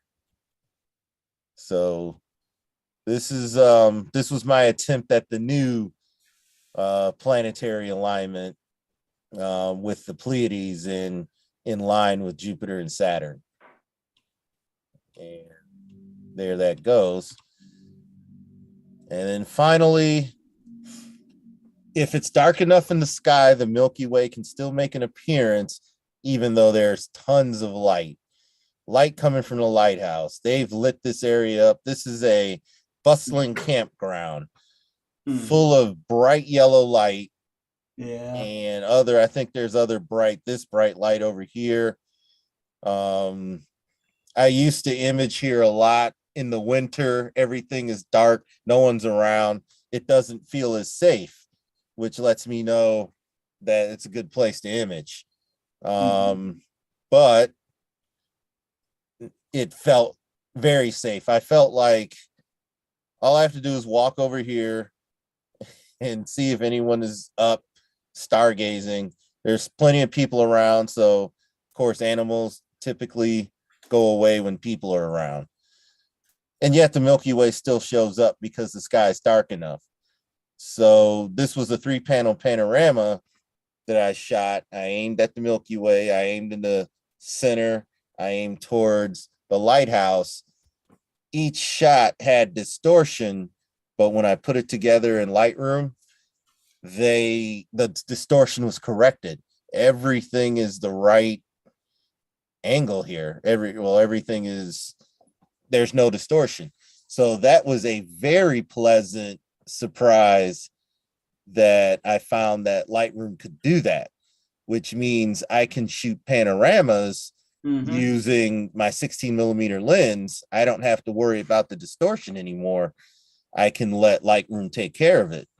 So that's where that super wide panorama came out, where I was doing that. But this is essentially us looking at my favorite place when it turns into a campground and a tourist site, which is why I left it and I went to that road that you saw earlier where it was still dark.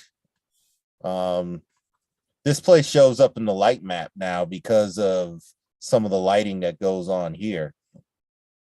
But the sky is still dark enough to get a reasonably reasonable looking Milky Way, although you can see it's a little more faded. It's more into the background. You could still see it in the sky, even with all this light, but you know, it isn't going to be as clear as some of the other shots I took. So with that, and this is what it looks like when it's colder. These lights are off, like you're seeing here. There's maybe one or two other lights, and then the lighthouse itself. But there aren't any other lights around here. Everything is dark, and you can see this is back in like April, I believe, April of 2021 or something, when I was here. No other cars. I'm here by myself. Dark enough sky, and that's when the place really shines as far as dark of night goes, and as far as using it to do some astro imaging. So to me, this is when it's at its best, although it's a great place to camp during the summer. But you know, the winter months and then leading into spring, they leave the place darker, and you come out, you can see the stars well here. So, well, I've gone on for quite a bit. It's 10:37 where you are, Scott. So I'm going to stop here. All right. And I'm going to give you back the the floor. Thank you all for letting me talk about my Milky Way imaging, how it's been progressing, and some of the things I look for to determine if I've taken a good shot or not. Well, that's great. That's great. So, yeah, I think it's time to call it a night. But we had a great 99th Global Star Party, and we're already making big plans for the 100th. I just got a notification that Seth Shostak he's the official astronomer for the SETI Institute, and he is going to be on the 100th Global Star Party. So that will be really interesting. Wow, very interesting. Nice. Yeah, if you've never seen really nice talk, wow. He's very knowledgeable, but he's very funny, very entertaining guy. So, and you know, so I think you have to have a sense of humor when your job is to find extraterrestrials. So, you know. Yeah. Yes, and something that is real that we found in our star parties in Argentina is that professional guys, professional astronomers really are enjoyed because we invite him. We invite them, and they have a lot of fun, maybe more than than us. Oh yeah, really are happy people. They're not competing. Yes. They're not competing with other astronomers. Yes. Do you remember to Eric Gonzalez, for example, that he works as astronomer? He's really it's our soul of the party today. Yes, completely. Yes, I agree with you that the professional astronomers are the best for because they love to explain and enjoy, make more fun to the star parties. Yeah, it's more really fun. Yeah. Yes, absolutely. Well, great. Oh, and Cesar, I meant to ask you, how is the renovation of the historic observatory complex in Argentina? How is that coming along? Well, we are awaiting the government of San Miguel, that is a small city, the mayor have the keys for the observatory. the complete control, because we can start to make improvements, but we need we need the permissions, some support. We don't start to work hardly because we start to work in some parts of the old telescope that actually one of the Gustav telescope are working now.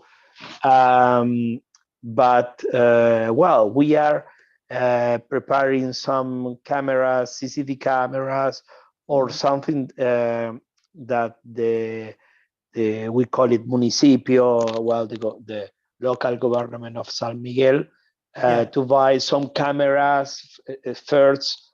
They need to make improvements in buildings because the buildings, the constructions are very old, and we need to make improvements to make the building safe. Yes, safe. Safe. Absolutely, absolutely, Scott. This is the most important part now. I think that first of all, that the government, national government, is going to change next year. In 1 year, 1.5 years more. The political color of the San Miguel city, it's maybe of the same next president, maybe, because instead South America is going to the left, we are returning to the right. Is something? Yes, we are all time Argentina. Sure, absolutely. It can't always be the same one way or the other. Otherwise, after a while, you have a dictatorship. So, yes, absolutely. Eventually, yes. But we call it right, and its center is more liberal, of course. Both parties are very democratic. Really, but the economy now is going to the hell, absolutely, in the and this is the problem, that in the next year we can make a lot for make the improvement in the observatory, but in the wild time, in the same times, we are preparing more equipment. I am totally ready to helping these guys cleaning optics, repairing, because it's totally possible. The size refractor is a beautiful piece of optics, and we have already the objective lenses to clean. We clean actually only to keep safe with about the problem of humidity or fungus. Fungus is molds, yes stuff like that. Yes, absolutely. In my official in one of our groups about astronomical optics, I put I showed a mirror that I cleaned last week with fungus and without, and I told to the people, please don't store your telescope in the backyards with the tools, gardens. Like in the shed outside. The sheds. Right? Why? Yes, Buenos Aires is totally humid place. It's like maybe Mississippi. I don't know, but it's really because we are in a estuary. We have very near to the river. If you live in Mendoza, in Arizona, or you don't have problems, but and many people say, okay, thank you, because sometimes this kind of post that you make, you post something that is flowed by the people, say, oh yes, I have the same problem. That's right. Because I cleaned maybe, I don't know, maybe I cleaned 1,000 mirrors, fungus in the mirror in Yes. my career. But maybe 1,000 is possible because it's the most thing that I say, come on. And sometimes is don't make how do you say, don't make some problems in the coating, but many the times fungus actually will get into yes, the coatings actually itself. eat the Yeah. aluminum, absolutely, and Yes. the glass too. Or like multi coatings on refractors. Yes, Also the same thing. absolute. Well, for refractor is deadly. It's terrible. Yes, for mirrors, maybe you have some damage, but it's not so That's not so bad. Yes, but especially But on refractors, I mean, you have to take the lenses apart, and then get in between. yes, you need to disassemble it. And that gets to be either difficult or it takes a lot of time. So if you send somebody like Cesar to get it cleaned up, it's kind of expensive, because he's got to do a lot of work. Yeah. Yes, absolutely. I disassembled the 127 objective triplet.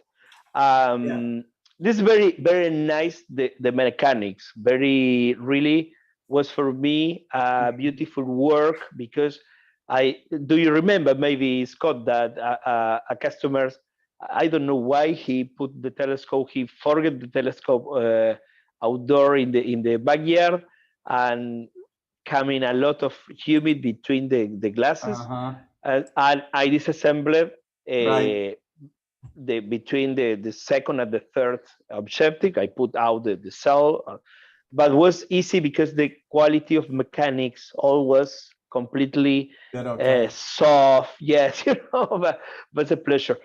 Was a pleasure, and we made really I think that work very well, and actually this customer don't have more problems of humid inside the lenses. That's good. Yes, I enjoy my work. I'm near to have 30 years of working in optics, in astronomy optics. Long time. Yes. Long time. Yes, and we are opening maybe in 2 months, a new store. An optic store, but with the middle of the store completely full of telescopes. Glasses, sunglasses, yes, ophthalmics in one side and in another side. Okay, so you need to let us do a show sometime from your showroom. Okay, so yes, absolutely, completely. Yes, middle of OPT and middle of optics. Yep, I'm gonna get going, fellas. Adrian, take care, man. Show. Thank you. Great. Oh no, me too. Yes, I totally. Happy JWST Day. Yay, that's right. All right, so thank you. Thanks to all the audience that's out there watching and for tuning in and sharing and helping us out here on the Global Star Party.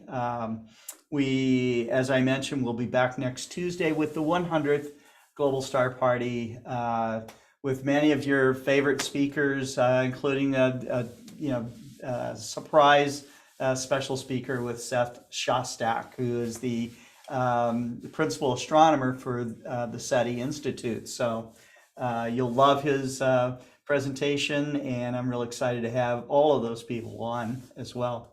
So you guys have a good night. Keep looking up, and we'll see you soon.